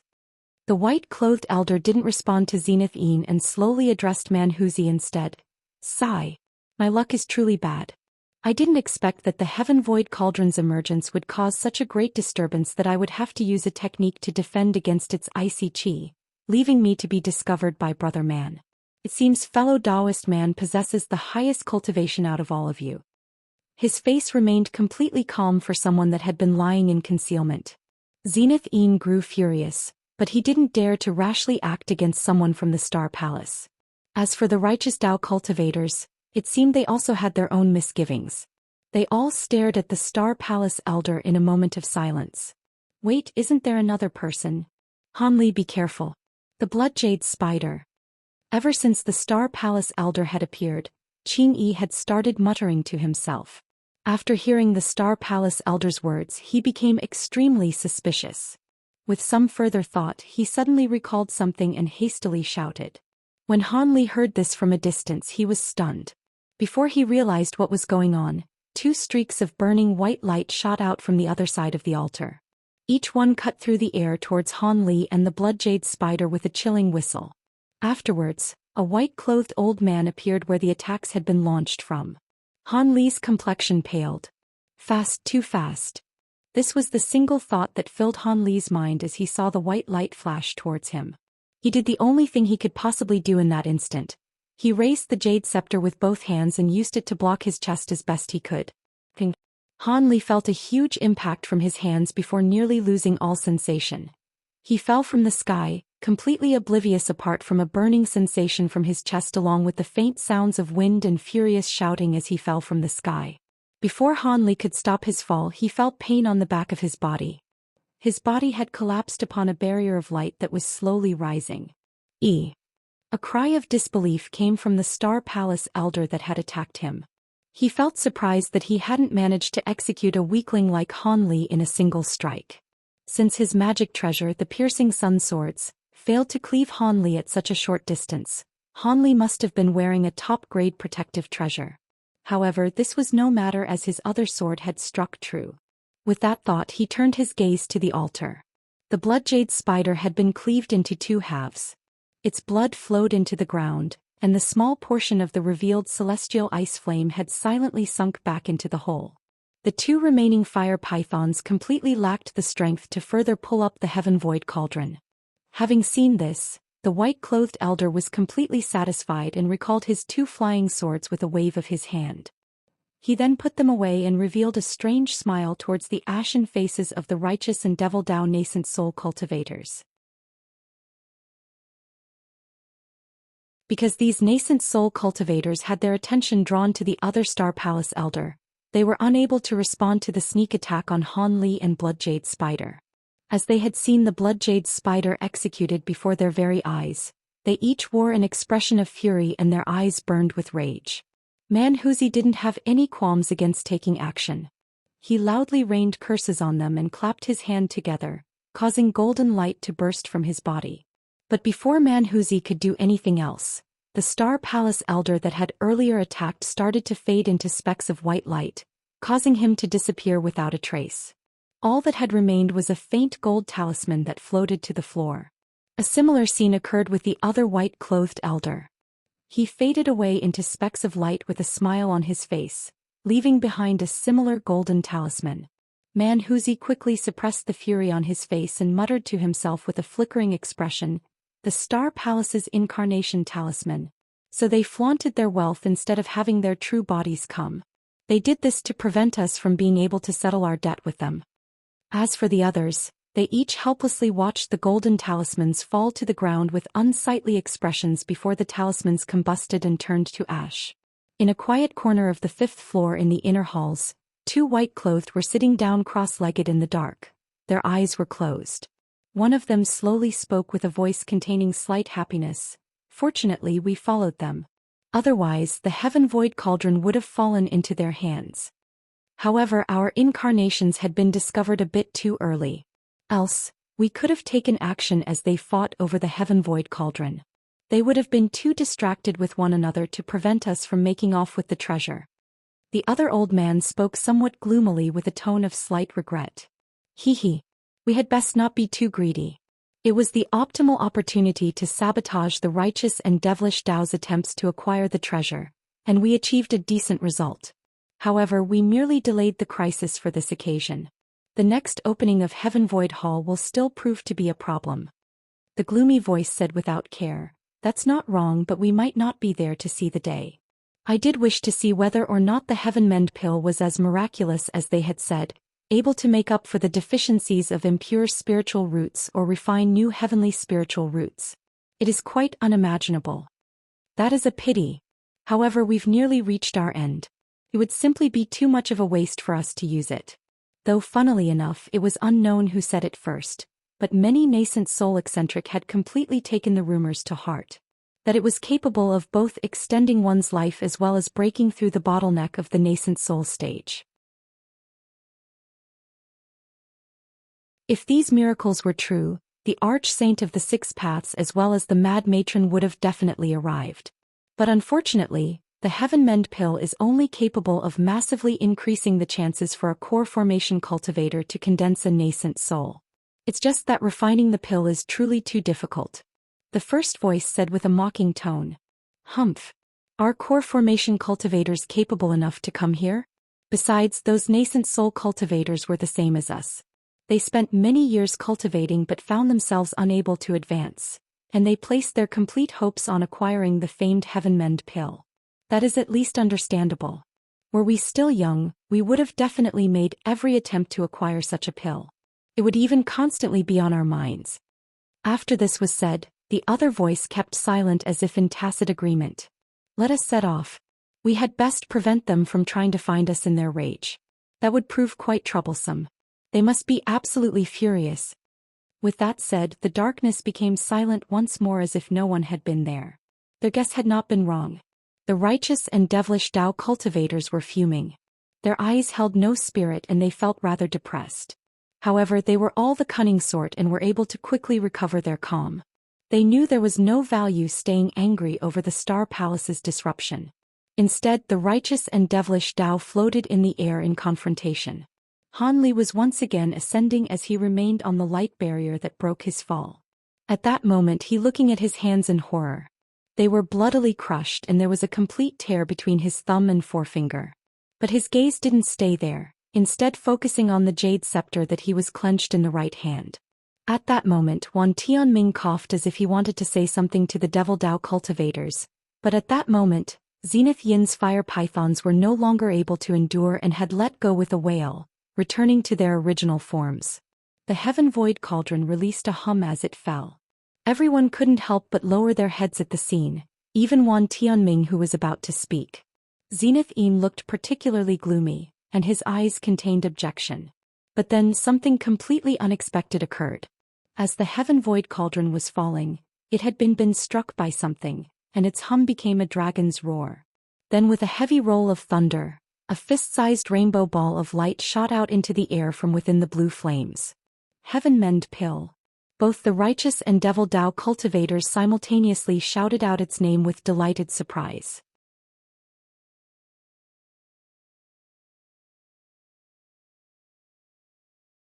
Chapter 487. Appearance of a nascent soul. Chaos erupted in the sky in response to the appearance of the Heaven Mend pill. Having been on the cusp of making peace with one another just a mere moment ago, everyone immediately turned into streaks of light and shot straight towards the newly emerged ball of rainbow light.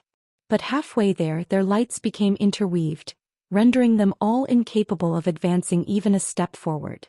For a time, radiance flashed and devilish chi scattered in a far more intense display than before. As for the rainbow ball of light, it was motionlessly floating above the hole as if it waiting for someone to grab it. Everyone had now clearly seen the inch-thick medicine pill revolving inside the rainbow ball of light. Each time the pill turned, the ball of light flickered and contracted, appearing as if it were alive. Upon seeing this, the nascent soul cultivators only became even more fervent. Wu Chou and the Bone Sage were both mesmerized as they watched the battle that had erupted in the sky. Wu Chou suddenly heard Zenith Yin's ice-cold voice in his ear. "Are you an idiot? What are you looking at? Quickly acquire the Heaven Mend pill." After hearing this, Wu Chou shuddered in realization and shot towards the rainbow ball of light as a cloud of black qi. At that moment the Bone Sage also took action. However, the Heaven Mend pill wasn't his target. Instead his hands blurred, transforming into devilish green pythons as they shot straight for Wu Chou's back. Although the green python's attack was silent, Wu Chou had been vigilant and faintly perceived their approach. In an instant he hastily turned around to receive the attack in furious alarm. "You're courting death to actually be attacking me." Wu Chou was unable to suppress his rage, causing his profound yin qi to scream out around him and rush towards the Bone Sage. The Bone Sage coldly chuckled and responded by wordlessly sending a cloud of green ghost qi at him in response. "Man Huzi, what is your junior doing?" Zenith Yin naturally saw what was happening and furiously yelled at Man Huzi. Man Huzi launched a golden first towards Wan Tianming before roaring with laughter. "What is he doing? Obviously he is blocking fellow Taoist Wu from monopolizing the Heaven Mend pill. Did you really think because we're fellow Devil Dao cultivators that this lord would just give the Heaven Mend pill to you? When Zenith Een heard this, his face turned white from anger. Manhuzi's words had effectively dissolved the alliance between the Devil Dao cultivators, leaving the acquisition of the Heaven Mend pill up to skill. But such a development had been inevitable from the very beginning of their alliance. The Heaven Void pill hadn't been acquired and only one Heaven Mend pill had appeared. Naturally, everyone wished to acquire it.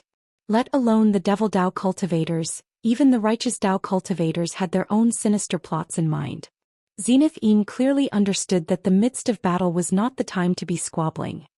He settled his mind and thought about using his heaven-wide corpses to acquire the Heaven Mend pill, but the dark-skinned old farmer's techniques were threatening and couldn't be ignored. So long as he released even a single demon corpse, the old farmer would release a green thread as if it had been foreseen and immediately restrained it. They simply wouldn't be able to escape. The situation caused him to clench his teeth with hate towards both the farmer and Manhuzi. However, it wasn't Zenith Een who solely thought this way.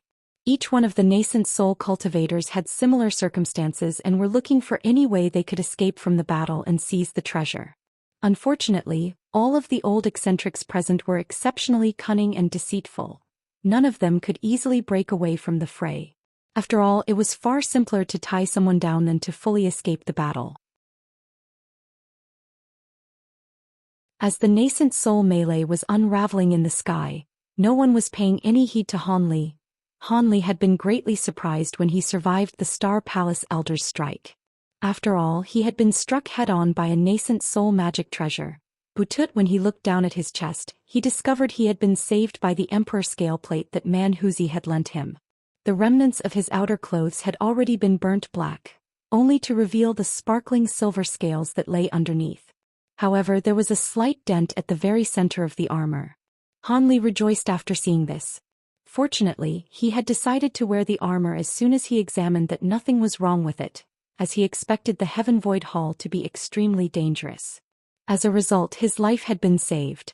However, Han Li clearly understood that the most significant reason he survived was the red and yellow jade scepter. Just as he had brought the jade scepter up to block the attack, he faintly saw a silver wolf head emerge from the scepter and absorb a majority of the blow's force.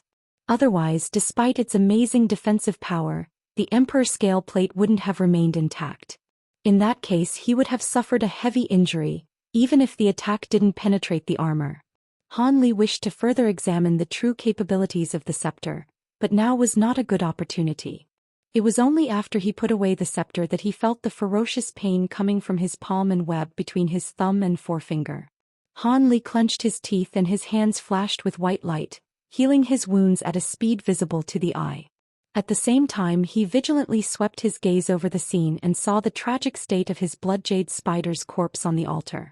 A trace of sadness flickered from Han Li's eyes before it was replaced with wide eyes filled with determination.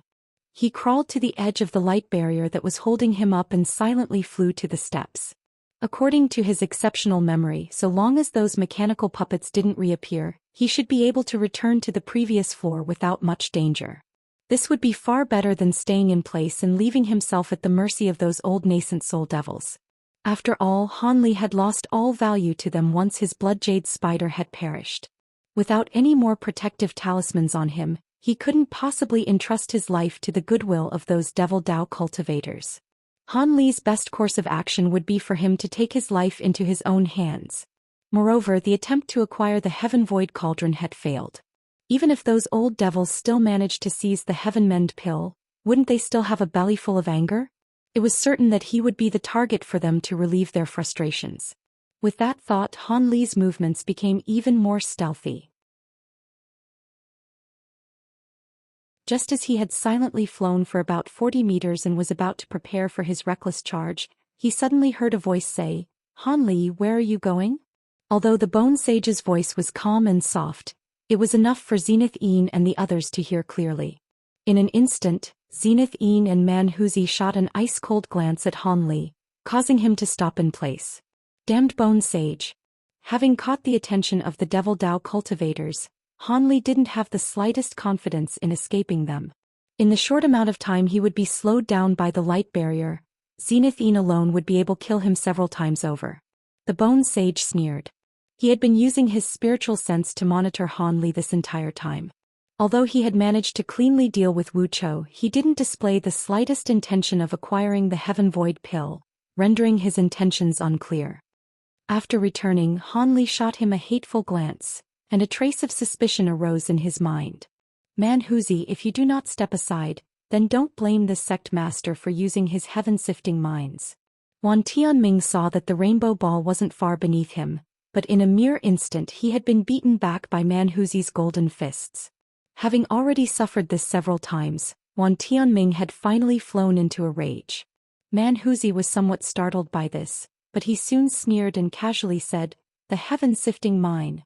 Zenith Yin and Qing Yi might be afraid of it, but this mighty lord wishes to see its power. I'm afraid I must request for fellow Taoist Wan to broaden my perspective." It was clear that he didn't believe Wan Tianming was actually going to use the treasure. With a pale, ashen face, Wan Tianming clenched his teeth in anger, saying, Good. Manhuzi, you've forced this sect master to allow you to witness the true ferocity of the heaven-sifting mine." After that was said, he slapped the top of his head without further hesitation. A resounding cry sounded out, followed by a purple light that shot from the top of his head. It stopped about a meter above his head and revealed itself to be a 2-inch tall naked infant. Purple light wound around its body, and its skin appeared soft and delicate. But what was more shocking was that its face was entirely the same as Wan Tianming and that it held a sparkling purple ball in its hand. Manhuzi's careless expression underwent a massive change. With a spirited gaze he imposingly said, "Nascent soul manifestation. Wan Tianming, do you truly wish for your soul to be exterminated? My lifespan has already nearly reached its end. What difference does it make whether or not I die a bit sooner if I cannot acquire the Heavenment pill? At worst, I'll have fellow Taoist man assist in sending me off onto the path of a warrior's reincarnation." After those vague words were said, his nascent soul became exasperated as if it had been strenuous for him to speak. At the same time that Wan Tianming's nascent soul appeared, his physical body had closed its eyes and become completely motionless as if it had become unconscious.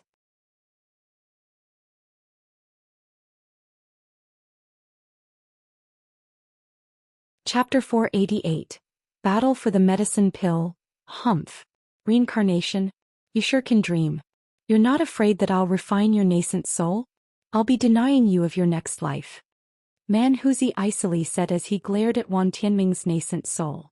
If you truly have the ability, then so be it, I will suffer. Instead of wasting time further deliberating on the matter, wouldn't it be better for fellow Taoist man to receive my heaven-sifting minds first? After the infant spoke, it tossed out 2 balls from its hands. As soon as the purple balls left its hands, they immediately grew several times larger and launched themselves towards Manhuzi with an overbearing momentum. Manhuzi's eyes widened and his face contorted in anger. He fiercely struck his chest with both hands, causing a divine sound to ring out from his head along with a burst of golden light. A 2-inch-long infant with faintly golden skin and Manhuzi's face appeared above his head. It was slightly larger and more solid than Wan Tianming's nascent soul. However, its eyes were closed and it held a small azure shield tightly in its hands. The round shield appeared exquisite and had a radiant soybean-sized stone embedded in its center. Although Manhuzi's nascent soul had its eyes closed, it was still aware of the approaching purple ball of light. It lifted the shield in its hands, emitting a light barrier that covered Manhuzi's entire body just before the purple balls of light struck his body. The other's nascent soul cultivators were dumbstruck upon seeing both of their nascent souls manifest, as it signified they were now in a battle of life or death. A world-shattering explosion shook the skies, and the light barrier surrounding the stone platform radiated a purple-red light. A 40-meter-wide cloud of lightning suddenly appeared, binding Manhuzi at its center. Purple lightning wildly stormed inside the clouds with thunderous bellows and blinding flashes of light intertwined. It was as if divine retribution had come, bringing forth an execution by celestial lightning. The others were thoroughly shocked by the sight. They had long heard of the heaven-sifting mine's ferocity, but this was the first time they had seen it. It was truly fearsome and deserving of its grand reputation. However, their attacks only became more fierce after witnessing the might of the heaven-sifting mine. Without looking at Manhuzi, Wan Tianming's nascent soul waved its small hand, summoning a small purple sword. With a flash of purple light, the nascent soul and the small sword disappeared. An instant later, it reappeared 15 meters above the medicine pill. Nascent soul sword flight. The other 4 nascent soul cultivators looked on in shock. It wasn't a trick of their eyes produced by amazing speed, but actual teleportation. Without a fleshly body to tie down the nascent soul, it was capable of extraordinary abilities. However, these sorts of wondrous techniques greatly harmed one's own origin chi. Although all nascent soul cultivators knew these techniques, none were willing to lightly make use of them. But now, much to everyone's astonishment, Wan Tianming had used one to great effect. Zenith Yin and Qing Yi simultaneously abandoned their opponents and hastily shot towards the heaven-mend pill.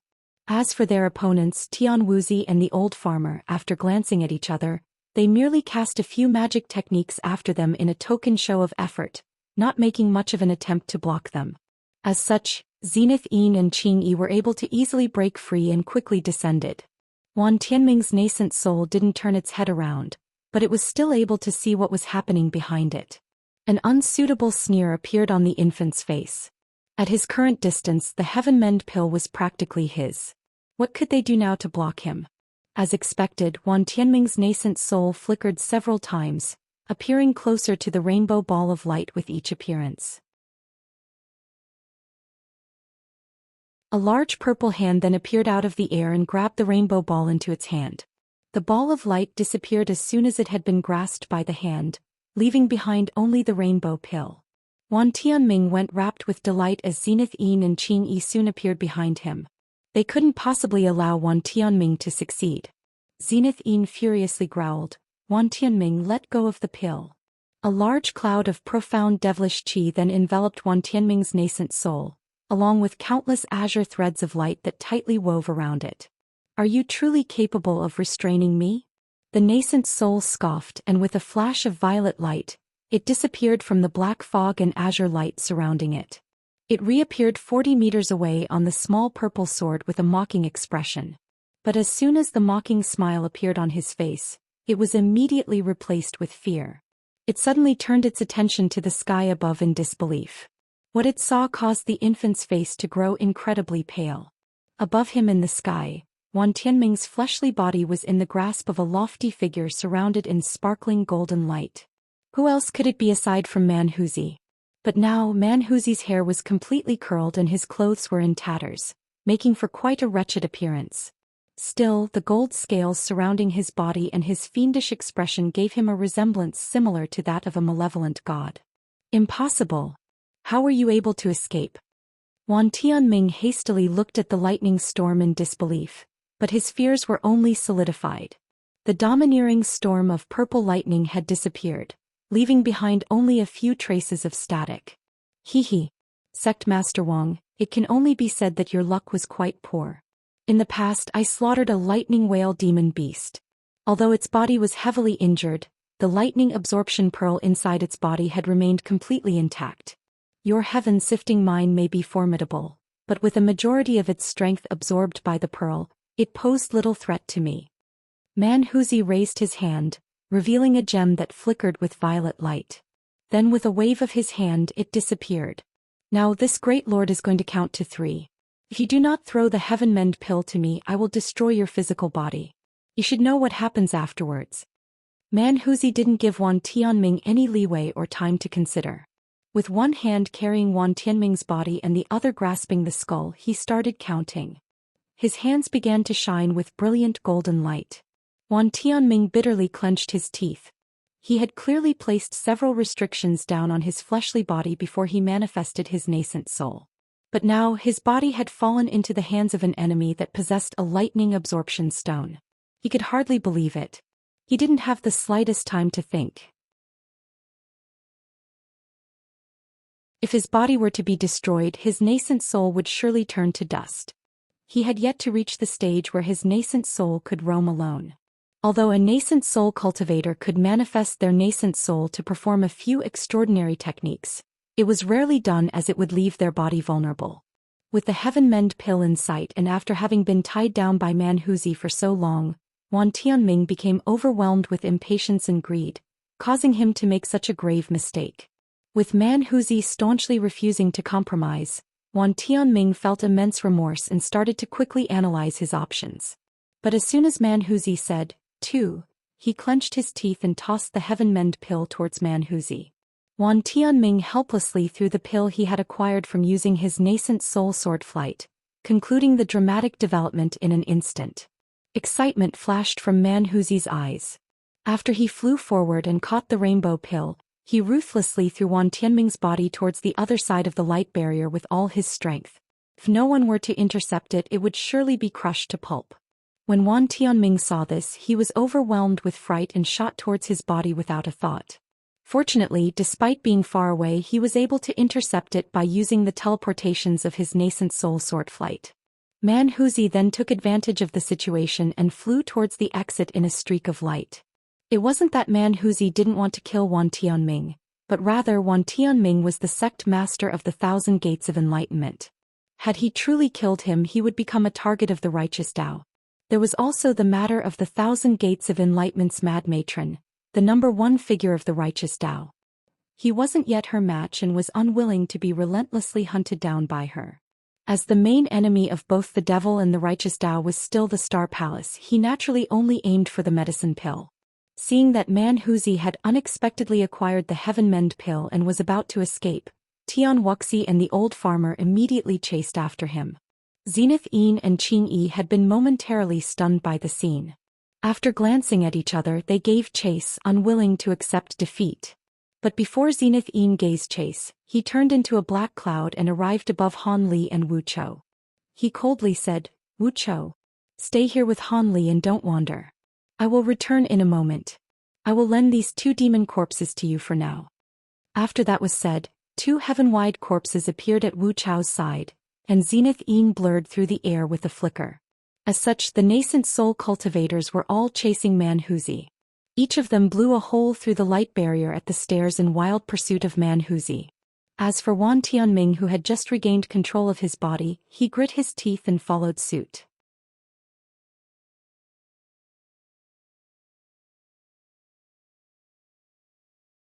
Chapter 489. Killing Wu Chou. During the time when Wan Tianming was acquiring the heaven mend pill, Wu Chou was being restrained by the Bone Sage. He wasn't so foolish that he could not understand how much stronger the Bone Sage was compared to himself. In addition, it appeared that the Bone Sage held a deep understanding towards the profound Yin arts. Each of his strikes had been dissolved with little effort. Although that had frightened Wu Chou, he was now delighted to find the 2 heaven-wide corpses at his side.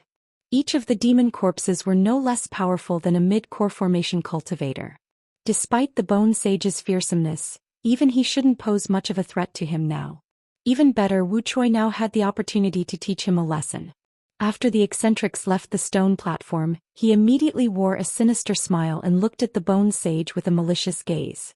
After looking at the eccentric's exit at the bottom of the stairs, he turned around to see Wu Chou's malicious expression and the 2 demon corpses at his side. He calmly smiled and said, "Han Li, this person is Zenith Yin's sole descendant. If I kill him, won't Zenith Yin suffer quite a bit of pain?" Shock momentarily appeared on Han Li's face, but his expression quickly returned to normal. He then indifferently gazed at the Bone Sage in silence. However, when Wu Chou heard this, he became vigilant and doubtfully glanced at Han Li. At that same time, the 2 demon corpses at his side had disappeared from sight. Wu Chou harshly said, "Han Li, have you been colluding with him this entire time? That's why he knocked the jade scepter in your direction earlier? How about you take that treasure out when my esteemed grandfather returns and let him decide who gets to keep it?" Having heard these false charges in an attempt to seize his treasure, Han Li became dumbfounded. It was clear Wu Chou had shed all pretenses of not oppressing him now that he felt Han Li no longer possessed any value. Perhaps Zenith Yin had even given him these orders in secret before his departure. With that thought, the corner of Han Li's mouth twitched. The many flying swords contained in his body throbbed with excitement. But it was the Bone Sage that was first to act.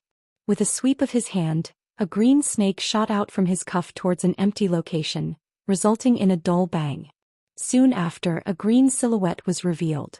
The bone sage smirked and spoke disdainfully, "Heaven-wide corpse demon?"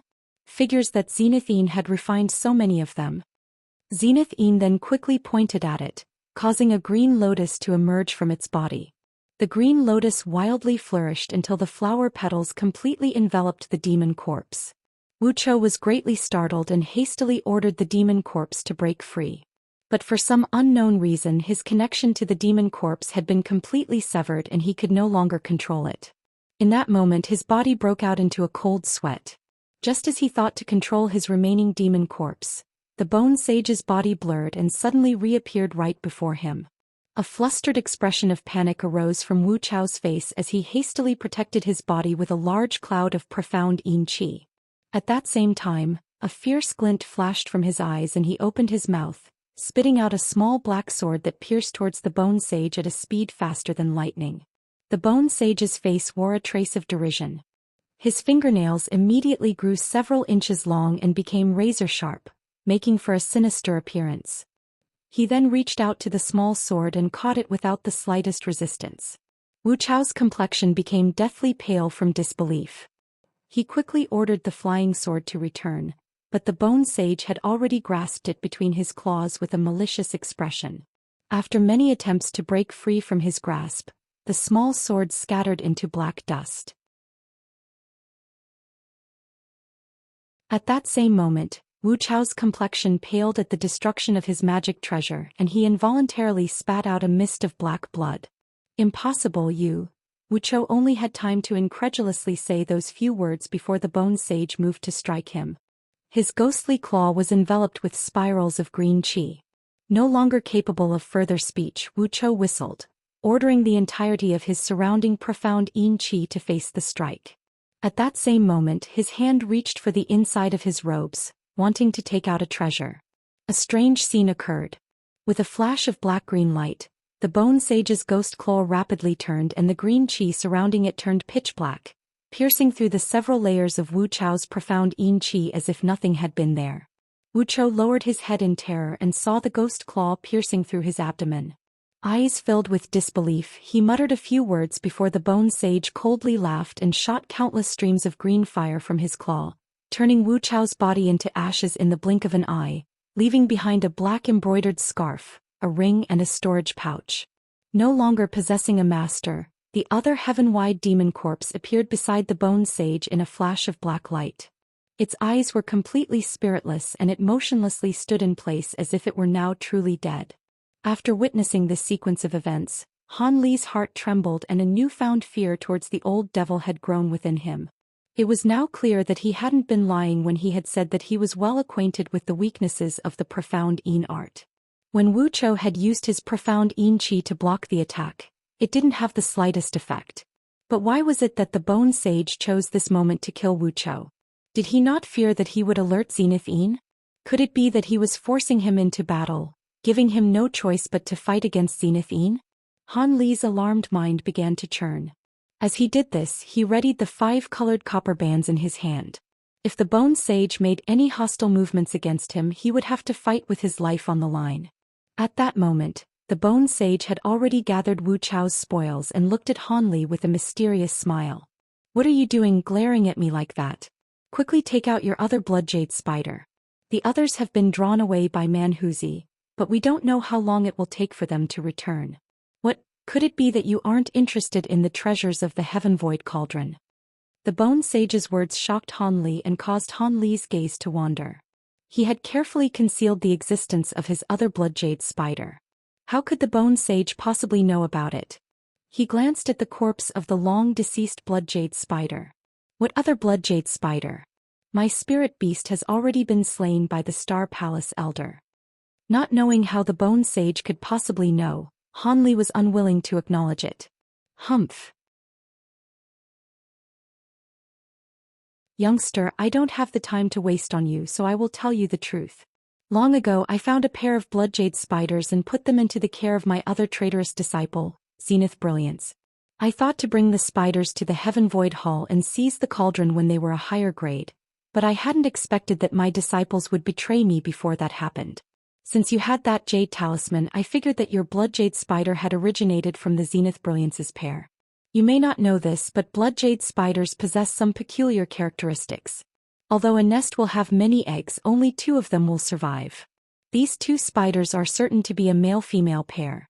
In addition, they can only ascend grades when the male and female spider are together.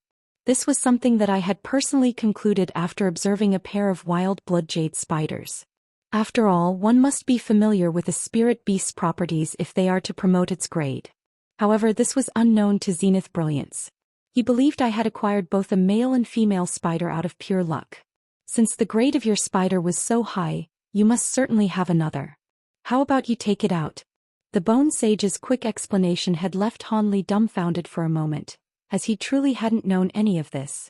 It seemed that the rainbow skeleton from back then had likely been Zenith Brilliance one, but how did that fit together with the Emperor of Yu and Zenith Een Island's cultivation arts? Although Han Li's mind was flooded with doubts, he licked his lips and calmly replied, "That's right, I do have another blood jade spider. But why should I help you acquire the Heaven Void Cauldron? Are you willing to give me half of it? Moreover, there will be tremendous, world-shaking tremors as the Heaven Void Cauldron is extracted. Wouldn't this disturbance attract the attention of the other nascent soul cultivators and make them immediately return? That would just quicken our deaths. Also, it was only with the help of the flame pythons that the blood jade spider had been able to slowly pull up the cauldron. My remaining blood jade spider isn't enough to pull it up." Han Li spoke these words with a calm expression. Although he felt immense temptation towards the Heaven Void Cauldron, he stifled the burning excitement in his heart, allowing reason to seep through. He didn't wish to die just because of greed. After a moment of consideration, Han Li decided his best choice was to immediately escape. Without waiting for the Bone Sage's response, Han Li flickered, blurring towards the exit. However, it seemed that the Bone Sage had already predicted what Han Li would do. The next words he uttered caused Han Li to slow to a stop. 1. Chapter 270.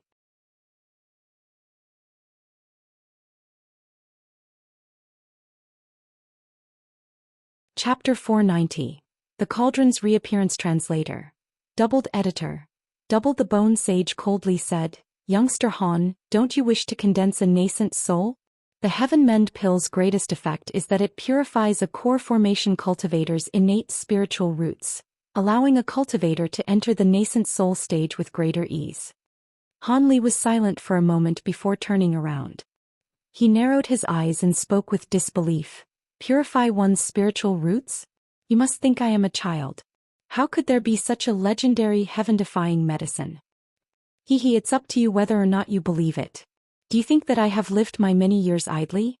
Back then, I had captured a Star Palace elder and used soul-searching techniques to acquire this information. The outside rumors that this pill can break through the bottleneck of the nascent soul stage, causes a massive increase of one's magic power, and can lengthen one's life are completely false. It had been proven when a Star Palace master had personally consumed the Heaven Mend pill." The Bone Sage calmly continued with a careless expression. "And since you've already acquired the 9-curl ginseng with the complementary effects of the Heaven Mend pill, your odds of condensing a nascent soul will reach 40%. If you wait another 300 years to acquire a Heaven Mend pill, its effects will be of little use by then. This is due to the long process of spiritual root purification. It will take over 100 years for the effects to be fully displayed." A 40% chance at nascent soul condensation? Han Li felt giddy with excitement. As if having seen through Han Li's thoughts, the Bone Sage smiled and added, "As for your worries that the tremors would be far too noticeable, even if a great catastrophe struck, there would be no way they could possibly know unless they saw it for their own eyes. The barrier completely isolates any disturbances that occur from within. They can't use their spiritual sense to observe what happens in here either. Why else would this Tailstar barrier have been so renowned even in the era of antiquity? And if you're worried about your single blood jade spider being unable to lift the cauldron, don't forget that I am Zenith Yin's master. Even as a demon ghost, I am still capable of refining corpses." With that said, the Bone Sage immediately opened his mouth and spat out a fist-sized ball of glimmering light towards the blood jade spider's corpse next to the altar. In the blink of an eye, a dense, green mist enveloped the spider corpse that quickly absorbed it. A short moment later, the two halves of the spider began to join together. green light flashed from the point of incision, and the blood jade spider shakily stood up whole once more. Although Han Li managed to maintain a calm expression as he watched the scene, he was inwardly overwhelmed with shock. The world of cultivation truly had no shortage of extraordinary things. There was even such a technique that can refine a corpse in nearly an instant. The bone sage made the spider corpse walk several steps before he turned to Han Li and confidently said, "My corpse refinement technique is passable, yes? Although the refined spider corpse won't last for long, and it is somewhat weaker than when it was alive, it will have no problem lifting the cauldron with your surviving blood jade spider. After we acquire the treasure, I will give you all the heaven mend pills as I have no need of them. Also, I will cede half of the heaven void cauldron's other treasures to you, but the cauldron is mine. How do you feel about this trade?" "Humph. Your words may be extravagantly beautiful, but how do I know you won't immediately attack me after the heaven void cauldron is secure? After all, your cultivation and techniques are both an entire realm above me." When the bone sage heard this, he inwardly rejoiced. Although Han Li's tone was quite harsh, it was clear he was on the cusp of agreeing. Now it was only a matter of haggling over price. As a result, the bone sage smiled and hastily said, "Han Li, you're being far too humble. If I guessed correctly, if we were to fight to the death, the odds would be 50-50.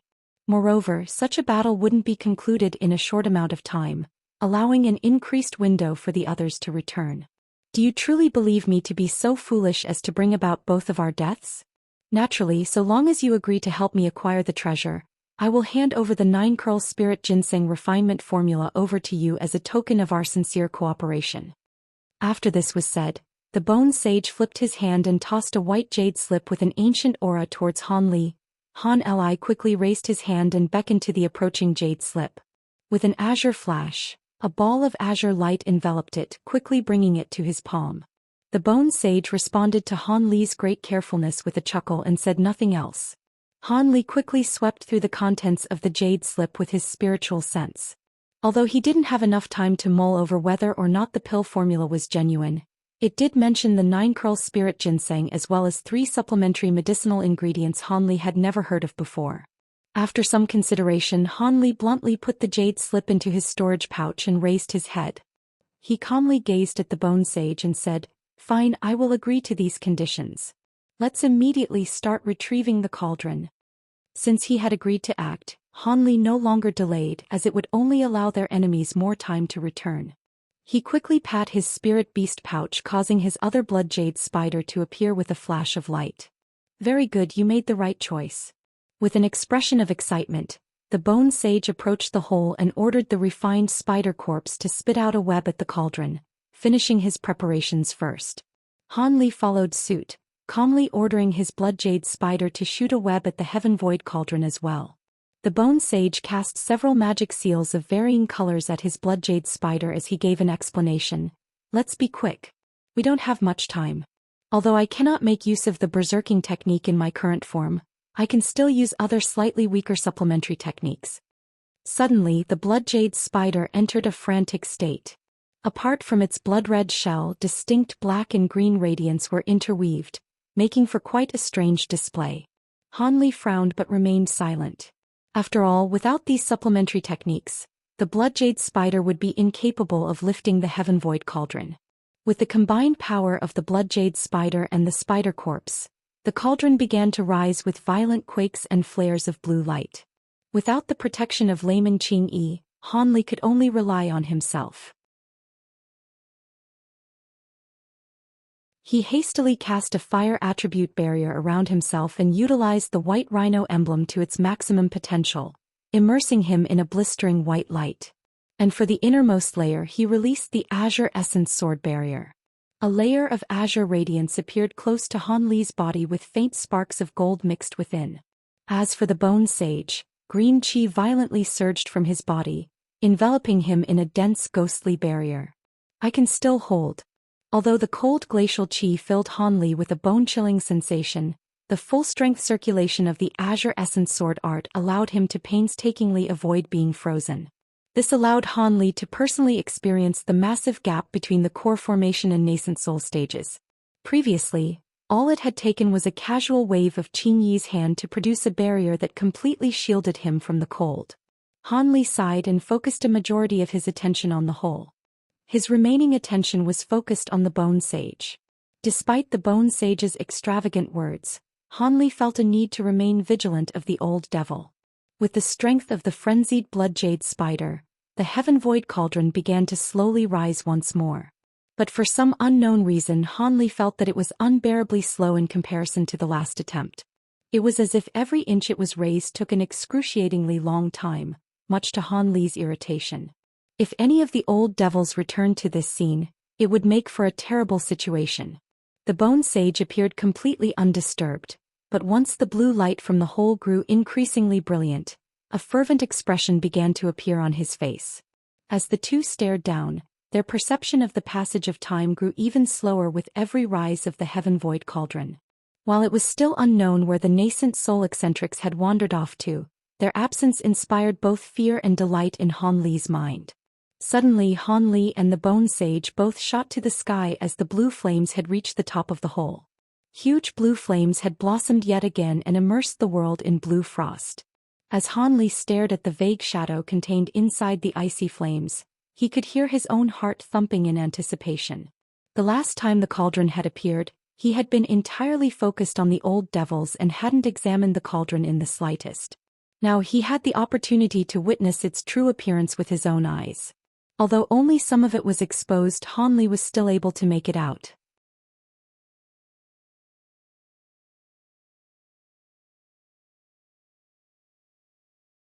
Chapter 491.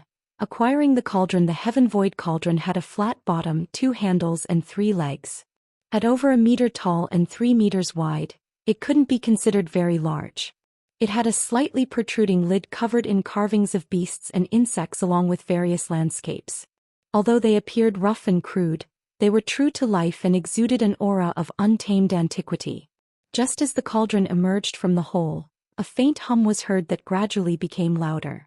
At the same time, the blue flames surrounding the cauldron flared before swelling to several times their original size. Having originally been standing near the hole, Han Li and the Bone Sage revealed expressions of shock at nearly the same time and increased their distance from the altar. The entire area within 30 meters of the altar glowed with faint blue light and was completely frozen over. Apart from the minor flickering of the blue flames at the hole and the movements of the blood-red spiders, everything had been encased in blue ice. Had Han Li and the Bone Sage been slower, they would have undoubtedly been frozen as well. At that moment, the entire altar was covered in a dome of blue crystal. Han Li couldn't help but betray his shock upon seeing this astonishing scene and asked, "How are we supposed to get the treasure out of that?" Han Li gazed at the marvelous frozen scene without any idea of where to begin. The Bone Sage stared at the celestial ice flames with a solemn expression and said, "It's not a problem. I have a way of restraining the celestial ice flames. My profound soul ghost flames are also cold by nature. Although it is in no way its equal, I will be able to break through the crystal and separate the flames from the cauldron. In that moment you will take the cauldron out of the hole." Although his voice sounded cold, Han Li was able to make out a trace of excitement. Han Li was shocked. The Bone Sage took the initiative to deal with the extremely dangerous blue flames and wanted him to extract the cauldron. As this was truly unexpected, he couldn't help but look at the Bone Sage with an odd expression. Han Li absolutely didn't believe that the old devil was doing this out of kindness. However, this method didn't seem to have any faults. Could it be that it was more dangerous to acquire the heaven void cauldron? Suspicions began to surge through Han Li's mind.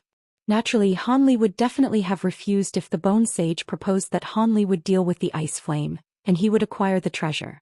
With that thought, Han Li could only agree. He couldn't shrink back now, so his only option was to move forward with discretion. If anything went amiss while acquiring the cauldron, he would naturally choose to save his own life over acquiring the treasure. Having come to this decision, Han Li casually nodded towards the Bone Sage in agreement. The Bone Sage responded with a pleased smile. He then glanced at the ice flames several times with an odd expression before his body began to revolve in the air. Ghostly chi began to spiral around his body, creating a 3-meter-wide dark green tornado. The air surrounding him became a dense mist that intermittently released faint ghostly wails. The whirlwind then dropped down towards the blue flames. A huge rumble erupted as the whirlwind dropped down, igniting into a torrent of flame. The result was a 40-meter-high pillar of red and white flames revolving around a core of dark green flame. It completely lacked any warmth and instead gave off an extremely cold impression. Han Li's eyes widened as he stared at the pillar of fire colliding against the blue frost. In that instant, the three colors of light intertwined into one, producing a harsh sound of scraping metal, causing Han Li to frown. Han Li soon unfurled his frown as the flame pillar managed to forcibly drill a passage straight towards the center of the blue flame. Han Li grew nervous at the sight and quickly linked his consciousness to the blood jade spider. So long as the bone sage truly managed to separate the heaven void cauldron from the celestial ice flames, he would immediately order his blood jade spider to exert its strength. Eventually, the bone sage's pillar of fire managed to reach the hole. The flickering, glaring blue flames remained dormant for a short moment before finally erupting. In that instant, the pillar of flame transformed into a huge dark green lotus, wrapping around the heaven void cauldron. Han Li was shocked at the sight. The first thought that came to his mind was that the bone sage had reneged on their agreement and intended to keep the heaven void cauldron for himself. With that thought, he immediately prepared the 5-colored copper band and became vigilant. However, the following scene caused Han Li to become relieved. Shortly after, the huge lotus became enveloped in blue flames, becoming something like a shell over the heaven void cauldron. Han Li's heart quickly thumped and his face flushed with excitement. He sighed in awe of the bone sage's marvelous technique and quickly ordered his blood jade spider to exert its strength and lift. With a loud cry, the taut web violently trembled as the blood jade spider heaved at the cauldron with all its might, producing an unreal result that was completely unexpected. The cauldron they had assumed was immensely heavy flew to Han Li's side as if it weighted nothing at all. Han Li was overjoyed at first, but his mind then grew stern. Not daring to be careless, he raised his hands and shot out 2 mists of light. They suddenly transformed into ropes along the way and wound around the cauldron's 2 handles. With a heavy pull, the cauldron fell about 10 meters in front of Han Li. Han Li was rather stunned at how easy it had been to acquire the heaven void cauldron. He faintly felt that the reason why the treasure had been so easily acquired was because it had been separated from the celestial ice flame. However, those thoughts only lasted for a moment before they were tossed to the back of his mind. Han Li then shook the ropes, having them wrap around the cauldron and slowly drag it closer. With a muttered incantation, the ropes quickly faded away and slowly dropped the heaven void cauldron into his hand. This sequence of events went off alarmingly smoothly without even the slightest mishap. Han Li rubbed his finger against the lid of the cauldron, not daring to believe it. The heaven void cauldron, known to be the #1 hidden treasure in the scattered star seas, was now in his grasp. Han Li attentively stared at the now fist-sized miniature cauldron in his hand when a strange thought flickered through his mind. This cauldron can't be a fake, right? At that moment, Han Li's thoughts were interrupted by a howl of mad laughter. Hee hee. With celestial ice flame, profound soul Yin flame, and divine devilbane lightning fused together, I will be able to cultivate the sacred Azura flames from lore. I hadn't guessed incorrectly. Hee hee. It was clearly the bone sage's voice, but his voice was filled with ecstasy. For some unknown reason, Han Li's heart dropped and his body broke into a chill. He squinted at the small cauldron in his hand and then expressionlessly glanced at the bone sage. What Han Li saw alarmed him. The green lotus had already disappeared. In its place was the bone sage with a foot-wide orb of light in his hand.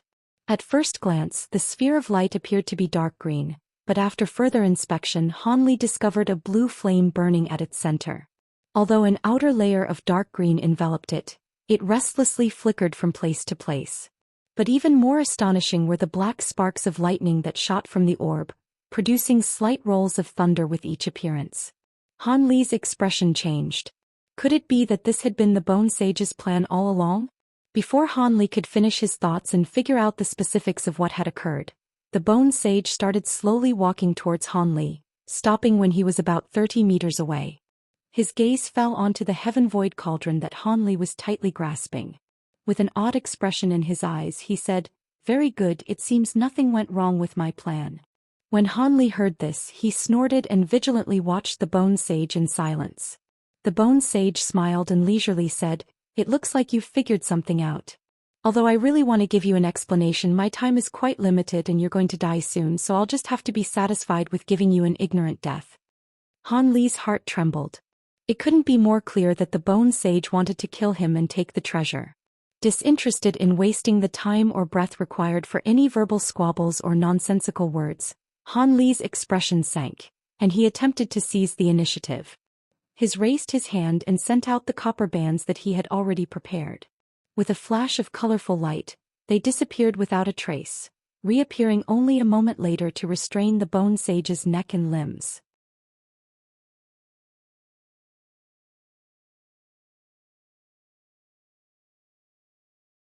Chapter 492. Divine Devilbane Lightning versus the Sacred Azura Flame, Restrict. Han Li clutched his hands in an incantation gesture and sent an order to the ancient treasure. The 5 copper bands suddenly tightened and firmly locked onto his limbs. The Bone Sage revealed pain upon the clasp of the ancient treasures, but a derisive expression soon appeared on his face. Hee hee. The 5 element bands. Although they're rather famous ancient magic treasure, they're entirely useless on anyone possessing mutated spiritual roots, those possessing far greater cultivation than the wielder or fallen cultivators, like me. He then raised his hand without the slightest obstruction and slapped the orb of light in front of him. The orb sparkled and cracked open in a huge burst of fluttering blue flame. A long ribbon of blue flame shot out from the orb and lightly swept past the Bone Sage's limbs and neck, condensing a thick layer of ice on the tightly locked copper bands. Afterwards, the Bone Sage's body underwent a series of inconceivable twists and distortions. With a series of crisp clanks, the frozen copper bands then fell to the ground. Han Li's heart dropped. Without any further thought, he opened his mouth and spat out 9 small azure swords. They merged into one huge sword in the air before ruthlessly cleaving towards the Bone Sage. The Bone Sage's face became stern upon seeing this. He lifted the orb of light in his hands, causing the tear to grow larger, causing it to spurt out a large jet of ice blue flame. The jet of flame transformed into a 5-clawed dragon of translucent ice, whose entire body shined with a cold blue light. It used its 2 front claws to block the huge azure sword and viciously unleashed a breath of blue flame onto the sword. After only a moment, the huge sword's brilliance greatly dimmed and a thin layer of transparent frost began to form on the sword's surface, causing the sword's movements to become sluggish. With a roar of thunder, several arcs of golden lightning shot out from the sword, fiercely striking the ice dragon's body. The dragon was knocked back, freeing the huge sword from its constraint for the time being. "You still want to run? Your set of golden lightning bamboo swords shouldn't have much divine devilbane lightning left. Let's see just how many more times you can keep it up." The Bone Sage sinisterly grinned and pointed at the ice dragon, causing it to charge at Han Li's swords once more. Han Li's heart stirred. Although the Bone Sage appeared unworried, Han Li could faintly perceive that the Bone Sage held some fear towards the divine devilbane lightning. Following that line of reasoning, Han Li launched a magic seal towards the huge sword. He then pointed at the sword and ordered it to intensely sway into a blur, forming an identical copy of the huge sword. This was the Azure Essence Sword Art Sword Shadow Phantasm technique. Both of the swords simultaneously released a dense stream of faint gold lightning. One was aimed at the ice dragon with the other targeting the Bone Sage. The Bone Sage cried out in amazement. The Bone Sage was astonished. Not only did Han Li still have the strength to release such strong bolts of devilbane lightning, he was able of creating another huge sword. However, this astonishment only lasted for a moment before disappearing. The Bone Sage then calmly slapped the light orb, spouting out another jet of blue flame.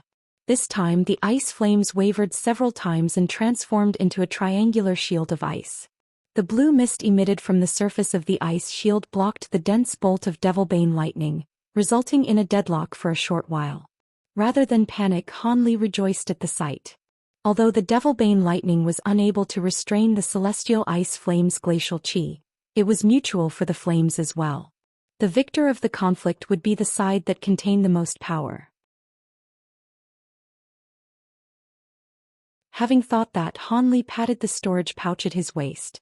A blood-red cloak appeared on his body, Although he hadn't yet reached a state of desperation, he thought it was best to be prepared for any contingencies. Afterwards, Hanli hurriedly clasped his hands together and his expression became increasingly grave. With rolls of thunder, an orb of faint gold lightning appeared at the center of his hands. Tiny arcs of lightning continuously sparked from its surface. The orb of lightning was only several inches thick, but Hanli didn't stop there. Emitting the hum of electric current, the orb gradually expanded, growing several inches in the blink of an eye. The Bone Sage controlled the celestial ice flame and planned to attack the two huge azure swords, but his face paled in complete disbelief when he saw Hanli. He could hardly believe what he was seeing. Hanli was still able to produce such a large sphere of lightning. Just how many sorts of golden lightning bamboo did he have? Apprehension surged through him. The only reason he had turned hostile was because he believed he would be able to kill Hanli without much effort, given the profound might of his newly acquired celestial ice flames. Although he had yet to refine the ice flames into sacred azure flames, he was able to barely control it with the use of his profound soul-een flames along with his own divine Devilbane lightning. The Bone Sage knew that the Devilbane lightning was able to block the glacial chi of the celestial ice flames and that Hanli possessed the ability to use it. But he hadn't expected that he would be unable to kill Hanli during this time. The Bone Sage assessed that Hanli should have already spent a majority of his divine Devilbane lightning to ward off his earlier ambush during their capture of the Nine-Curl Ginseng. As a result, Hanli should have been unable to block his celestial ice flames. After all, there wasn't enough gold lightning bamboo in the world to make that many magic treasures out of it. But that was exactly why the Bone Sage felt such disbelief at the quantity of gold lightning bamboo swords that Hanli possessed. Divine Devilbane lightning was something that was sparingly used as it took quite some time to recover. As Hanli shouldn't have had much Devilbane lightning in reserve, the Bone Sage took the opportunity to eliminate him. Although he felt particularly full of loathing towards his traitorous disciple Xianxia, his ambitions soared after he acquired the celestial ice flame. So long as he refined the sacred azure flames, it was possible for him to become the hegemon of the scattered star seas. As Devilbane lightning was the bane of ghost Dao cultivators such as himself, Hanli, the possessor of the gold lightning bamboo swords, became his first target of elimination. And later, with the assistance of Manhuzi, the Bone Sage would be able to easily exterminate Xianxia. The powerful streams of lightning that Hanli had released from his two swords had already been enough to surprise the Bone Sage. As for the appearance of the large sphere of golden lightning in Hanli's hands, that had left him dumbfounded. This was entirely beyond what he had predicted. A mere early core formation cultivator actually possessed countless gold lightning bamboo treasures in his body. The Bone Sage felt regret, but even stronger sensations of shock and disbelief. Just how many magic treasures of gold lightning bamboo did he actually have? These swirling, inexplicable doubts formed an immense, massive weight upon his heart. As the Bone Sage gazed on in astonishment, the sphere of lightning in Hanli's hands grew to the size of about a meter and now floated a meter above his head. A deafening current of electricity could be heard from it. The Bone Sage regained his bearings, but his face still remained pale. His previous quantity of divine Devilbane lightning was nothing in comparison to this. The Bone Sage furiously gritted his teeth and said, "Good. Very good. Although I don't know how you managed to acquire so many gold lightning bamboo magic treasures, you were doomed to become the nemesis of all ghost Dao cultivators the day they came into your possession. Today I will have you witness the might of the ghost Dao's sacred azure flames." It was already too late for him to withdraw, so he prepared to combine the three energies to create the legendary sacred azure flames. He hoped the flame would be able to break through Hanli's divine Devilbane lightning in a single strike and still the disturbance in his heart. Of course, forcefully creating these sacred flames in such a short period of time was extremely dangerous. The possibility of a backlash could occur at any moment, but the Bone Sage currently had no choice. While he had other methods for slowly whittling away at Hanli's divine methods and the ability to use both his techniques and abilities to avoid it, he didn't have the time to use them. That would either allow Hanli to escape or cause enough of a delay for the others to return. As a result, he could only clench his teeth and revolve his hands around the orb of light. Streaks of all sorts of magic seals continuously flew into it. At that moment, the light orb seemed alive. The blue flame at its center started to quickly rotate as the outer shell of profound soul Yin flames and black devilbane lightning revolved in the opposite direction. A short moment later, the entire orb released a blinding radiance. In the following moment, countless gray embers of astonishingly cold flame wildly rushed towards Han Li with overwhelming speed. After a moment of surprise, Han Li's face grew stern. Although he hadn't heard of this sacred azure flame before, he knew it would be no less powerful than the celestial ice flames. With a grave expression, Han Li ceased pouring more lightning into the huge sphere and used his fingers to quickly form many incantation gestures as he began to mutter an incantation.